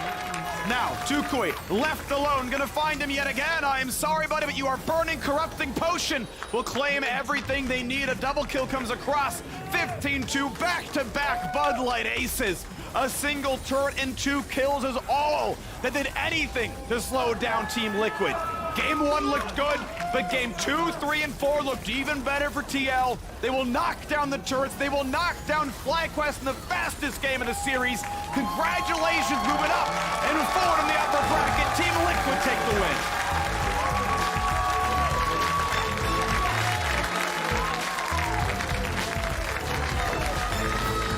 What a monster series from TL. Game 1, could have shaken other teams, but they used that for game 2, 3, and 4. They were even more dominant. This one all over in under 25. The team play was there. They drafted well. They responded to even these surprise picks incredibly well, utilizing the Trundle Pillar plus the Ahri to land the charms on the Vayne, back-to-back fights. Johnson cannot outplay that. And TL just looking so damn solid. You have to think there's no shot that EG are going to pick TL, and that is setting up for the TL 100 Thieves rematch again. These two teams have been on a collision course time and time again over the last couple of years. I would say wait until we see tomorrow. Wait until we see tomorrow before you write off the other team. I'm willing to take that bet. TLG, we have actually already made that bet. TLG versus Cloud9 tomorrow as well. That one is guaranteed to be a banger. Guaranteed action from beginning of the game till the Nexus explodes. Yep. Those two teams have been the most volatile in the LCS. Team Liquid today, though, they smooth it out. Again, the veteran composure on stage. Best of 5s in playoffs. Go the full distance. Game number 1, they were not thrown off. They bring it right back. Thank you for the Capricobi side. Appreciate it. Shout out to the fans. TSM and Golden Guardians await in the lower bracket for FlyQuest, as well as the loser of tomorrow's match. FlyQuest are not out. They will bounce back. They will play, I forget if it's going to be Thursday or Friday next week, but they've got a 5-6 day turnaround, and they will be back on. And then you got to make the run again. Top 3, make worlds. You can still win from the lower bracket. It's what EG did in spring. Yes, you have to step up. Yes, you got to do better than a 1-3 loss to TL to make that happen, of course. But hey, it's time to bounce back, right? The road is not over for them, and so we'll see how FlyQuest can do in weeks 2, 3, and onwards. Yeah, absolutely. And the road will get easier for a while for FlyQuest. They're going to be going up against some weaker opponents in the lower bracket here. TL was obviously a big ask for them. This is the number 3 seed that they were going up against, and TL really did show them why here today. And I think this level of dominance is kind of what people were hoping for from TL when they saw this roster, when they saw how good this team could be, that they could carry from any lane, that they would have all these different threats. And we kind of got to see that showcase today. We went with some monster games. We got the Hansama, Draven. We got Bjergsen absolutely popping off on the Swain and on the Ahri. So it really was, I think, good news for TL fans, right? Seeing how dynamic the team looked and how solid they looked in games 2, 3, 4. I cheated. I looked at Santorin for the interview. Yes, that was my vote for player of the game. Nice. Well, we are going to be catching up with Santorin. Spoilers for the Rise of Book interview. See you there. You see us here. Team Liquid victory for our first playoff series here of summer. Sounded like a lot of you were looking to face off against FlyQuest. How do you feel that this aligned with your expectations for the matchup? Honestly, I'm sad we dropped the game. It didn't feel good because it's also my former organization. So, I don't mind giving some love for FlyQuest, but in the playoffs, I want to make sure we beat them, and we did, but we could have done it better. Yeah. There are some prized memories of watching you in the finals on FlyQuest, now here on Team Liquid. Diving into that a little bit more, though, how did your team respond to that first game? Philip coming out so strong. I think we responded well. We had a bad game. Happens. Some individuals could have performed better. I mean, that always happens in the playoff series. And I mean, we're all veterans, so it's not like it really tilts us or anything like that. It's just more like recenter, figure out what went wrong, and just make sure it doesn't happen again. Also, I think, we had some very nice drafts, so it's very easy to play. So props to coaching staff, too. Always love to hear the props of the coaching staff, since there's a lot of digging, I feel like, that happens from the players. Yeah. But looking at some of those good performances that we saw from you and the team, I want to focus a bit on what we just witnessed. I believe a perfect game for the first 20 minutes from you all, 7K gold lead established. A lot of that coming off of you, having that early pathing, applying that pressure. Can you walk me through your strategy here? Yeah, I mean, honestly, it's just very easy to jungle for this team. There's a lot of very smart players, and I mean, usually if you have 3 winning lanes, it's going to be very easy to jungle. So that's kind of like how it felt. In a sense, I still need to make the right decision, but it just makes it so much easier when, your laners are just doing well. And I think we're all on the same page. Like, when we're scrimming this kind of stuff, like, I'm going to call what I'm going to do, but I feel like they already know what I want to do. And so it's just, like, more natural. And they also see the same point of view as I do now, which was something we struggled with in the past. So I'm really happy about that. Do you feel that it was easier or more difficult to make sure you're on the same page when you come into a best-of-5 series? Because you're prepping multiple strategies at that point. It's definitely harder because in best of ones, you can always have that cheese game where like, oh, you're level 1 invading or like whatever you're doing. But in a best of 5, you need to adapt. And I think right now we are adapting well. Also, I don't think FlyQuest made us sweat too hard. So I'm happy we didn't have to show too many things because I'm sure like in playoffs, like we're going to be sweating a lot harder. And then those are the times where you have to keep your composure and actually like still go into the next game feeling refreshed and ready to go. Yeah, I think you're reserving some of that sweat for the next matchup. I believe it's 100 Thieves that are awaiting you for the next stage. Thoughts on that? When you're looking back at past games against them? I really want to beat them. I'm really tired of losing to them because I feel like it, not every time, but some of the times I feel like we're also beating ourselves. For example, last time we played them in regular season, we're 5K up. It's like, I'm pretty sure like some diamond players can end the game like that. Like we just make so many stupid mistakes and then we lose. So it feels like we have the game in complete control. We're doing all the right steps, and then suddenly we just turn our brains off. And those losses are the worst ones for me because I feel like the other team weren't like they were testing us, but it's not like they were playing so well that we just couldn't win. It was like we were playing too bad to win. So I want to make sure like when we play them next time, we're playing well enough that we actually win the game. So. That's one way to go about it. I mean, looking back at games like this where you all were on the same page so cohesive is one way to boost that confidence going into that matchup. Exactly. Yeah. Well, always a pleasure watching you on the Rift. Best of luck in your future series, and thank you for the interview. Thank you so much. This isn't the only voice that we're hearing from when it comes to Team Liquid, though. It's time to head on over to High for our Pro to Pro. Formation Freaks, game 1 around done. Hey, welcome back, everyone. We have Blipple here. He's very excited to talk because we're coming to him and he keeps talking about the game, which is great. So let's get to you talking about the game. Well, first off, congrats on the win. Thank you. I know you have a lot of words to say about this clip because you walked in here, saw this clip, and then put your hands on your head. So can you run us through what's going on in your head in this clip? Obviously, you're a bit scared, but run us through what goes on in here. So my mindset here is I'm about to hit level 9, and I know that he has an angle to dive me. He almost has enough damage, but so the thing is, I figured that he wouldn't have enough damage, and that's just me misplaying because he's playing Ignite Aatrox, and I'm not used to how much damage that does. But the reality of the situation is, like, I figured he had an angle. He could have had an angle, but I also knew that if I fully commit on him together with the tower, that it would be very close. So I just had a feeling that I could trade 1 for 1 here. The biggest mistake I made is that after he flashes out, I didn't finish off the cannon creep, which is like 1 hit from dying, because I would level up here and lifesteal, and then it would give me enough. It would give me enough healing that I can just lifesteal after the rest of the creeps, and then I think I stabilize the lane. So, funny enough, I'm 1 hit here, but I'm 1 HP. But here, if I right-click this creep, I'll level up, and I'll have enough HP in order to clean the wave up, and then potentially, like, I will either recall or whatever, because I'm pretty sure this is a 1v1 situation as far as I'm aware. So, it was obviously really well played by him. I didn't know how much damage Aatrox... Like, I know I have a good grasp of how much damage he does, but Ignite was something I didn't calculate properly, so he found a really good angle on me. Gotcha. So we'll move on. You kind of get revenge in this next game. You get a counter solo kill on him actually right here. Oh yeah. So can you tell me a bit about how it was playing against Philip, and also just so you know, that first kill, that was his very first solo kill in this playoffs and in the split. So tell me a bit about how it was playing versus Philip. That's embarrassing. Yeah, I don't know. I just don't know. He was playing Ignite Aatrox for 2 games, so I felt like with teleport I can just outscale him, and then here I think he just underestimated Sejuani's damage. Basically, if you're even with Renekton into Sejuani at this point, when you have bombies and an armor item, Renekton can't play the game anymore, straight up. And he tried to play the game, so I put him in the dirt. Gotcha. That's great. So then I have a bit more of a nitty-gritty. So this first clip right here, it's like very short. This is game 1. You still have a green trinket, and then game 3 you have a red trinket. So my question is, when you're playing these games, how do you decide to go between red trinket or green trinket? Well, first things first is I should have had a blue orb.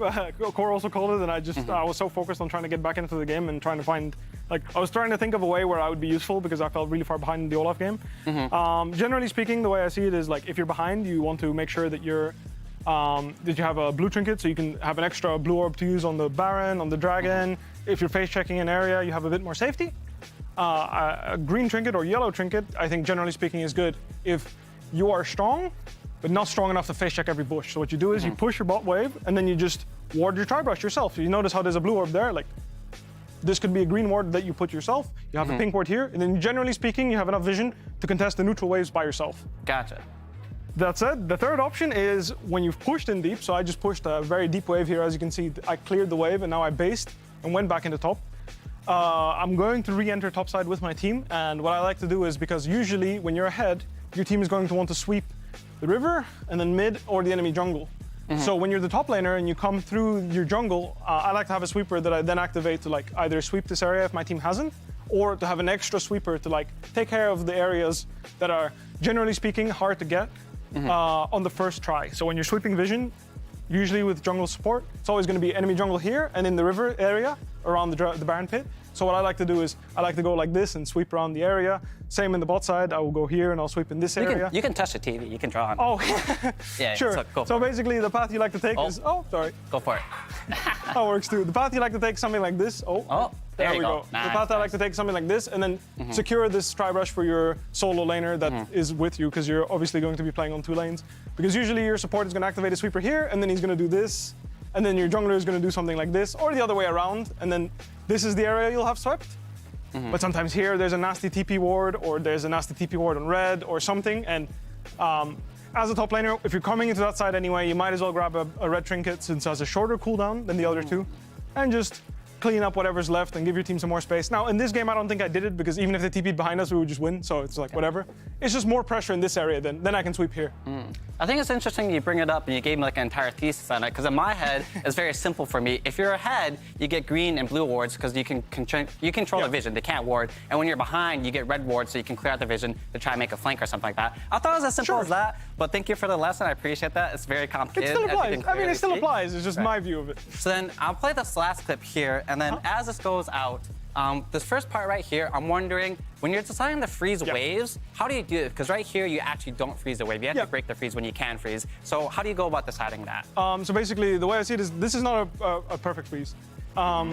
Generally speaking, if you freeze creeps, like anywhere beyond here, let's put it, it's like, oh, you're touching the screen, right? Yeah, I'm moving back. All right, go for it. So basically, generally speaking, if you want to freeze, you need to freeze your range creeps here. Anywhere further, what you're going to do is create a slow push, which is what I want to do, because the only way Camille can lane in this matchup is by going all in.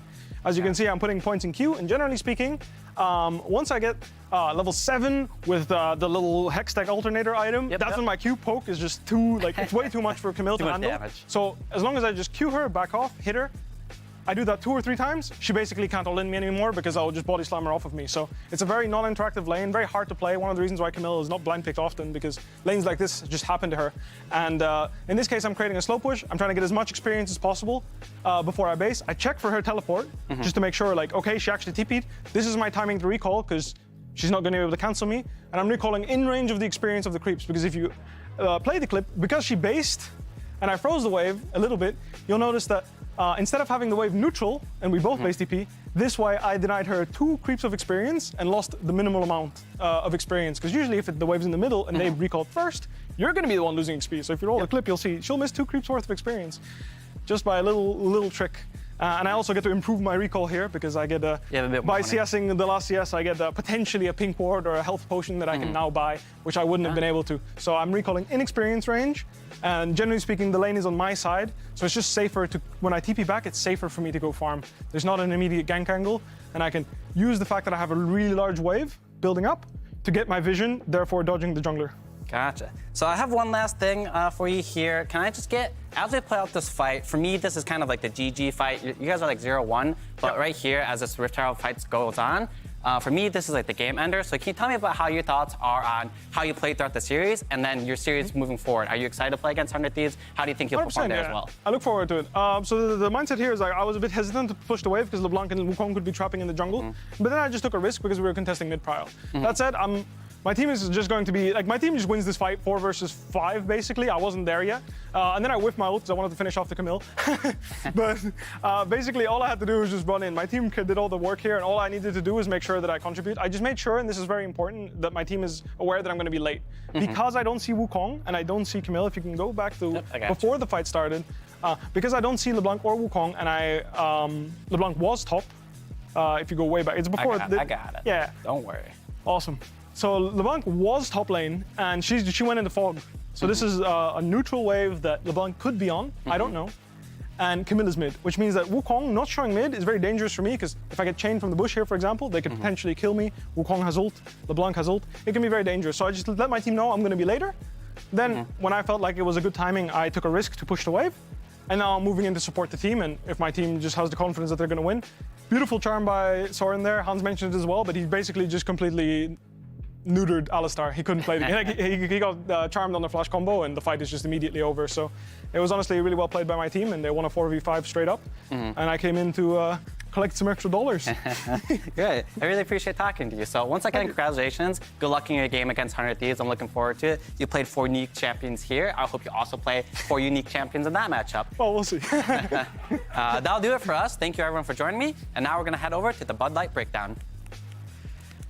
Thank you so much. Hi, thank you, Whippo. That was Congrats glorious. To the entirety of the Team Liquid squad for stringing 3 in a row together to complete that sweep after dropping the first one to FlyQuest. Great to hear from both individuals about what the victory means for them. Love the deep dive with Whippo and getting a sense of how he thinks about the game and getting into some of the minutia of it all.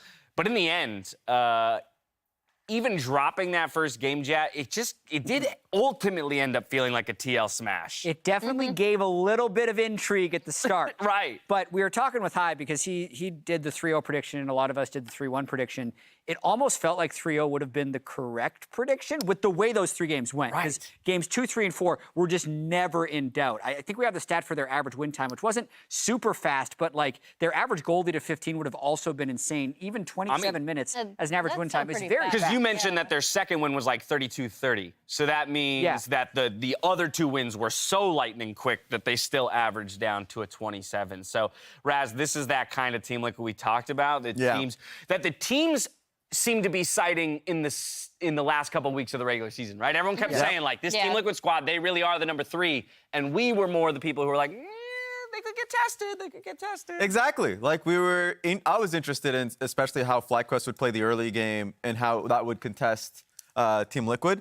Team Liquid in game 1, I was like, okay, FlyQuest is not only getting an early lead, but then is also able to convert it. But no, Team Liquid just basically put them in the dumpster, and I feel like a lot of it was just how they played mid-game out. Yeah. The weakness that Team Liquid had in the regular season, I felt like was invisible, did not exist in this series. Well, yeah, and then I think In my opinion, 2 of these games are actually decided as early as First Herald, when FlyQuest would contest, and then that fight wouldn't go their way or go very poorly. The credit I do want to give FlyQuest, though, is that when I thought about this series, because I predicted 3-1 as well, and when I thought about how it was going to go, I was like, okay, TL will drop a game because of exactly what you said, Raz, because their mid game has looked somewhat shaky. FlyQuest will lock in some sort of 5v5 like scaling team composition where they can just pop off in team fights. Yeah. And that's actually not what happened. So I do want to give FlyQuest a little credit for being able to hang in there in the early game of the first game. Now, in all other games, to me, especially in 2 of them, it was decided very early on, like as early as 8 minutes, as long as TL held on and snowballed properly, which they did. They were just going to run over these games. But I think that's where we come back to just the idea of looking at, the players that exist on each roster, right? And so that's where I think FlyQuest can walk away. Heads held still very high, as Philip stepped into his first ever best of 5 in the postseason and still performed admirably, even in the loss, and they'll have that shot at the lower bracket of run. But now it's time for us to talk about the player of the series, the person who takes the top honors across all of the games, and it goes to Hans Sama. I'm told that it was a tight vote, and in fact, even with Blippo in here, when we were talking to him, it sounded like an impossible call, even within the team, about who it was. But so we gerrymandered the vote as best we could by picking Hans Sama. So I'm curious who the second player would have been. I'll await that information. Yeah. Okay, Santorin was just behind him, and then Erickson as well was on the ballot. Though. Okay. 3 different players. I mean, everyone on TL actually played very well, and that's something that you notice when there are such lopsided games. When the team is playing from such a goal advantage, everyone does look good. Yeah, the Draven game especially was a very strong one from Hans Sama. Not only that ulti, that was actually the least interesting ulti. The ulti that he had on LeBlanc on the top side of the map, and then on Renekton in the same exact location.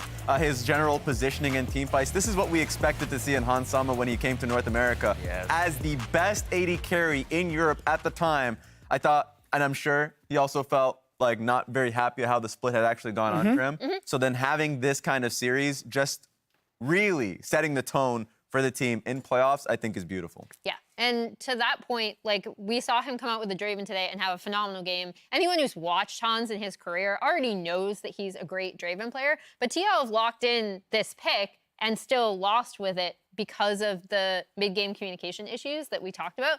So to see him come out on that pick specifically, I think is awesome because Draven is very strong right now, and it changes the way that teams have to look at it, right? Because no longer is it like, oh, we need to weather it to the point where they make a mistake. Now they're looking so much better, snowballing these early advantages. I do wonder how the strategy will differ at all when they play 100 Thieves next week. Yeah. Because we thought the Yuumi and Lulu bans were just very good for them because that's the matchup they want with Core versus Aphromoo. But if they maintain that strategy through the rest of the playoffs, it just makes them very inflexible for the rest of their draft because 2 bans will be spoken for. I think, like, they don't have a big reason to change. It's really good for them, especially because they're so comfortable trading all these bot line picks. Right. You pick Sivir, we pick Draven, Sivir's gone, we pick Seraphine. Like, they seem to have that worked out very well. But it does show their hand for 100 Thieves, and they're going to know a bit more what to expect. Yeah, a really curious point of how FlyQuest drafted was, especially when it came to Game 3, they ended up having blue side again. They made that choice. I think it was Game 4.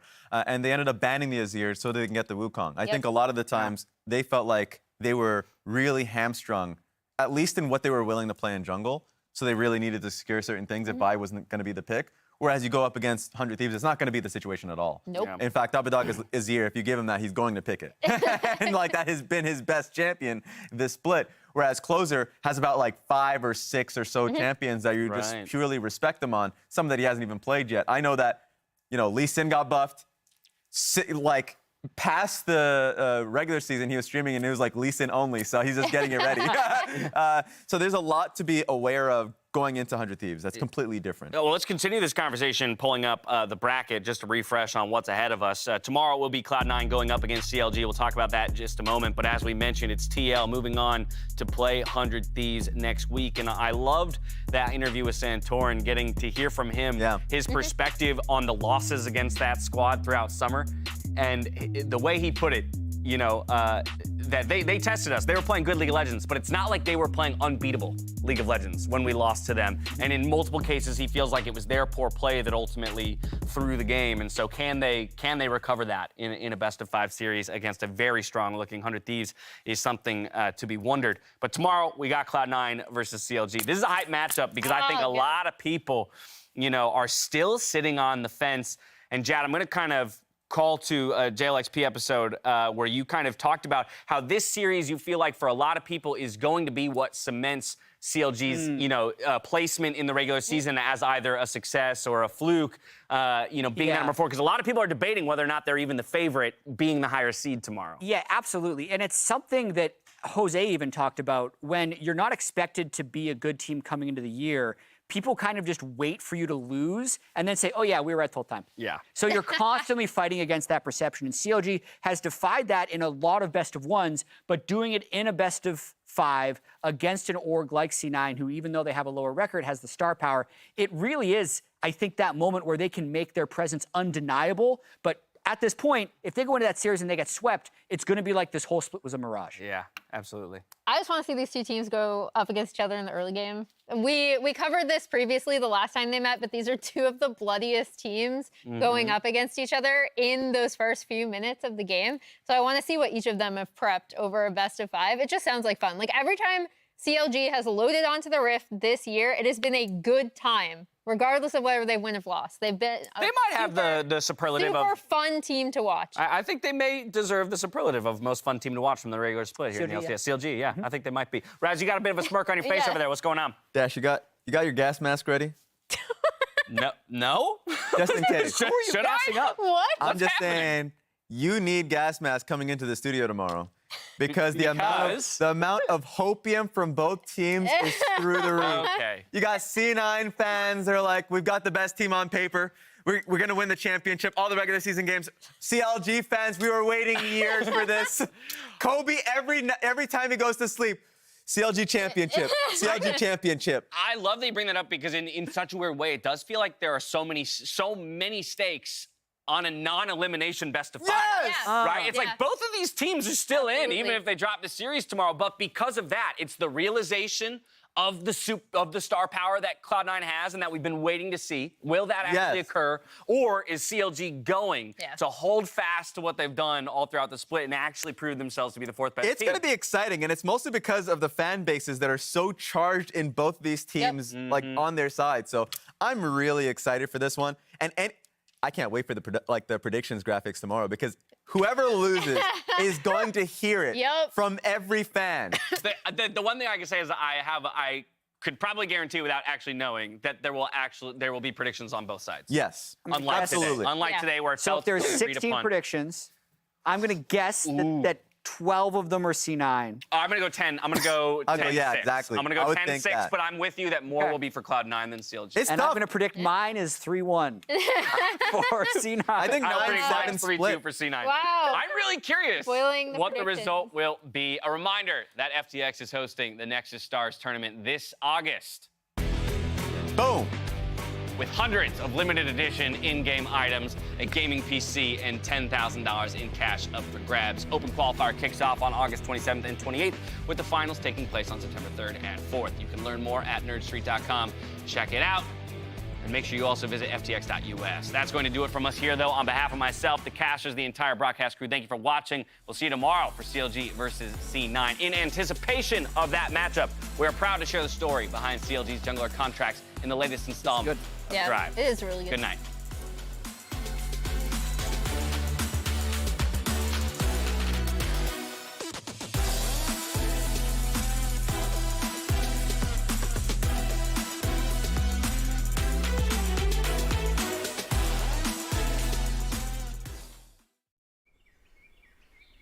I think when I was at the bottom of my career in academy, reflecting back on how I grew up and how my family's doing definitely played a very key role in bringing myself up. I think I have to do it for them. I have to provide for them and make sure they're also living comfortably, and they have no one else to fall back on. It's only me that that they can rely on, and I want to help them, and I think that was a very big motivator for me as well to keep striving to be pro and to get back into the LCS. Giving up on my expectations, let them go and see where it takes us. This is the first time I've ever talked about something like this. I've never vented to anyone. It's just always been bottled up.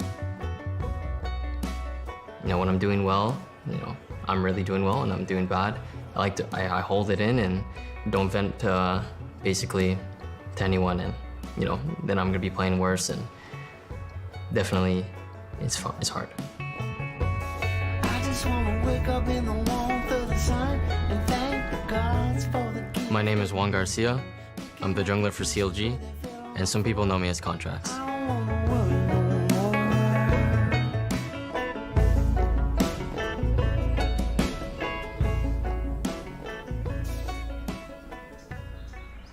So I grew up in just like a single mom family. My dad passed away before I was born. Relied a lot on my mom and also my brother as well. My brother and my grandma. That's pretty much the kind of like the family that I grew up with. My mom always worked 2 to 3 jobs growing up to support us, make sure I could eat, I could live in a house, didn't have to worry about working another job. Just overall doing everything she can to support me and my brother. I was 4 months pregnant with Juan when his dad was in a car accident and was killed by a drunk driver.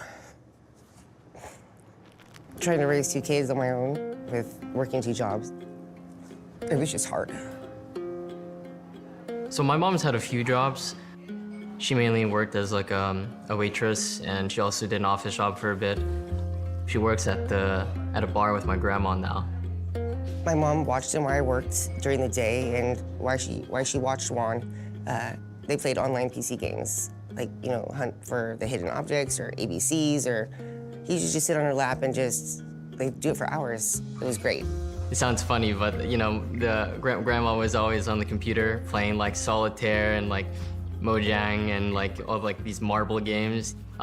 She was the one that got me my first computer when I was younger. Getting home from school right away, I would go onto League. I would wake up early in the morning to watch LCS, watch Worlds. So I was definitely very dedicated, and it's always something that was floating in my mind when I started getting higher rank, but not something I was necessarily pursuing. It kind of felt like I got lucky in a sense. C9 offered him this amazing contract to go down and live in the house.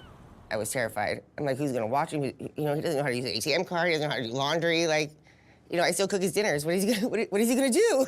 So it was a big step for both of us. I remember him calling me from Santa Monica, doing FaceTime and showing me his washing machine, telling me which buttons he's supposed to press to do laundry. It was crazy. I was more concerned about school. I wanted him to go to college and do better than me working 2 jobs, trying to raise kids in a family. So I was really trying to push him to college, but so I let him go. I figured he had to follow his dreams. If I had one, I would hope my mom would let me go. So that's what I had in my head to do, let him do. My mom was very supportive of letting me have hobbies and just playing games and enjoying what I do. Her letting me have this opportunity to even attempt to go pro, very grateful. To start off, we've got Cloud9. They're welcoming in rookie jungler Contracts. He's looking to be that missing piece to get Cloud9 back to the very peak of the North American LCS. He was just another young, talented, extremely mechanically proficient NA jungler, just wants to outplay everyone at every possible moment. Here comes Contracts! And Contracts trying to turn it around. Jensen does not Contracts! He's not going to back blood! Kicks Stardock into the tower range!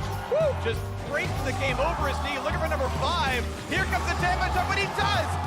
5 solo kills for Contracts! My rookie year was definitely expected for myself. I feel like that was the expectations I had for myself at the time. I was a very confident young player. Finds it, gets it! Oh my god, Contracts! That was probably the peak of my career where I was the happiest and I was playing the best, and I had everything set up for me.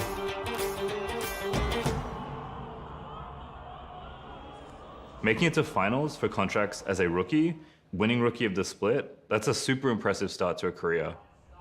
It's shocking to think how good he was, to think he wasn't on that team again. C9 became my home, you know. I was really happy there. They were very supportive of me and, you know, my ideas and what I wanted to do. And unfortunately, I made some mistakes, made some hasty decisions, which led to me getting off of C9. I had a really good offer from C9 that I wasn't, you know, I just kept wanting more. You know, I was too greedy, and like I said, I was young. I wanted more, right? I made mistakes. My first year of LCS, I felt that peak, right? Like the top 8 at Worlds, you know, and that feeling is something many players don't get to experience. So just remembering back to that peak and how it felt to be there, I'm just trying to get back to that point.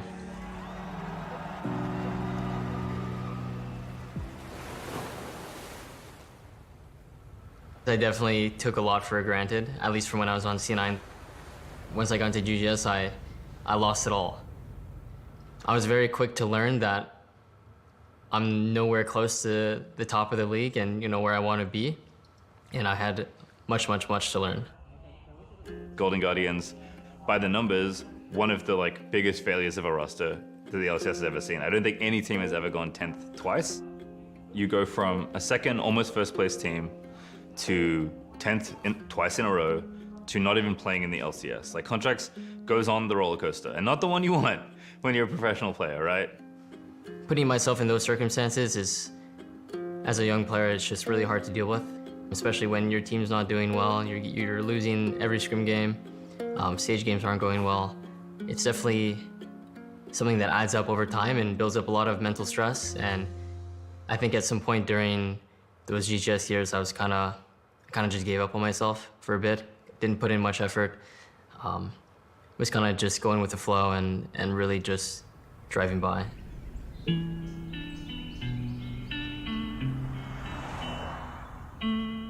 I've had back problems since 2006, and I fell at a job. It's just a really difficult situation for everybody, especially the kids, because I wasn't quite there as I should have been. My mom had to step in and take care of the kids a lot of the times. Pain, medication is just, it's hard. And people that don't go through it don't understand what it does. It grabs onto you, the medication does. And unfortunately, it did grab onto me. I wasn't present like I should have been. I just hope he understands that it wasn't something I chose to do, and I just love him, and I just hope the best for him, and I just miss him. At the time, I was definitely, angry, upset, frustrated, disappointed. It's just so hard for me to relate to, being addicted to something like that. So that's why I was really frustrated and disappointed, because I just could never see myself in that kind of scenario.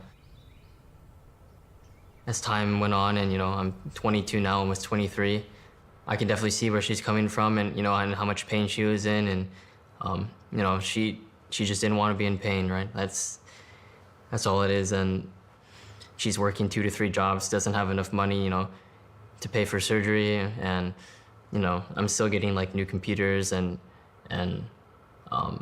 just braces, etc. You're just never really having to worry about money myself. I think she buried it a lot in herself, and obviously that's what a parent wants to do, right? You don't want to make your kids worry or make them stress. You just want them to have a happy life, So definitely as I grew older, I realized how much she was doing for me, and how much she cared for me because of what she did.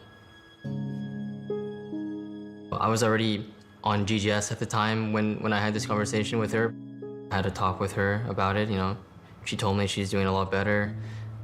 She's overcome it, and I'm just happy that she's gotten to a point where she she's just living well, and you know, she doesn't need to rely on those things. Every life situation, problem gives someone a little bit of a lesson. And I think me going through that situation and him and Juan seeing what happened with me, who wants to be in that situation? No one wants to be in a situation where they're struggling. And knowing that he fell off and he wasn't being thought of as one of the top, that it gave him an absolute motivation to keep on going. Because I was contemplating just like not playing anymore, but kind of just told myself that, you know, I'm gonna give it another go. I'm gonna put in all the effort that I can to be the best and get back into LCS. And you know, that was kind of like the turning point in my career where it kind of clicked to me to where like I'm gonna put in the effort to, you know, be the best that I can be. We have a new person coming into the EG lineup. Contracts swapping in for Svenskeren. I subbed in for EG in 2021 summer. It was probably one of the most emotional games of my career. I think it was just really surprising to me to go against the first place team and, you know, perform with this much confidence. Like that game, for me, it felt like I was just in flow state. Well, that looks risky. Moonfall pop, Contracts looking for the solo play. Finds it, Contracts in the 1v3 outplay. And he's going again. Hey, look at that. Oh, that's so filthy. Let's fucking go, boys. Oh, it feels good, man. And after the game, after we won, you just start getting emotional. I couldn't control it. I think I kind of backtracked. I'm like, wow, it's been like 2 years since I've been on stage.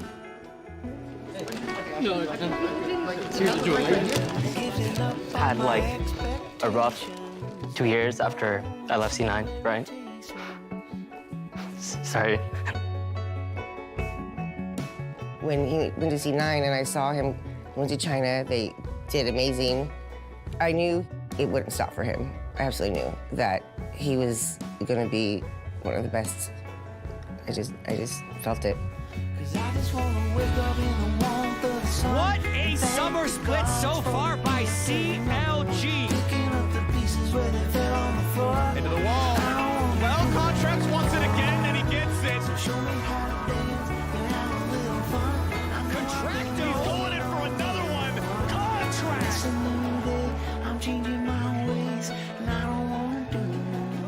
Contracts is just an absolute hero for this squad.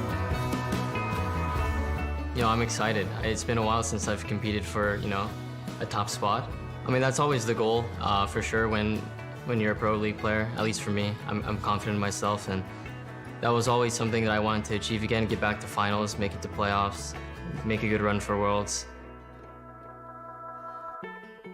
My mom's, you know, still very supportive, and definitely she was, you know, texting me congratulations and, you know, happy to see you back. And you know, whenever you get messages like those, it always hits a little bit different, you know? It always feels really good, and kind of your hard work is showing and it's paying off. I'm just proud of him. It was a hard struggle growing up with him, being a single mom. And I'm just glad he's doing well.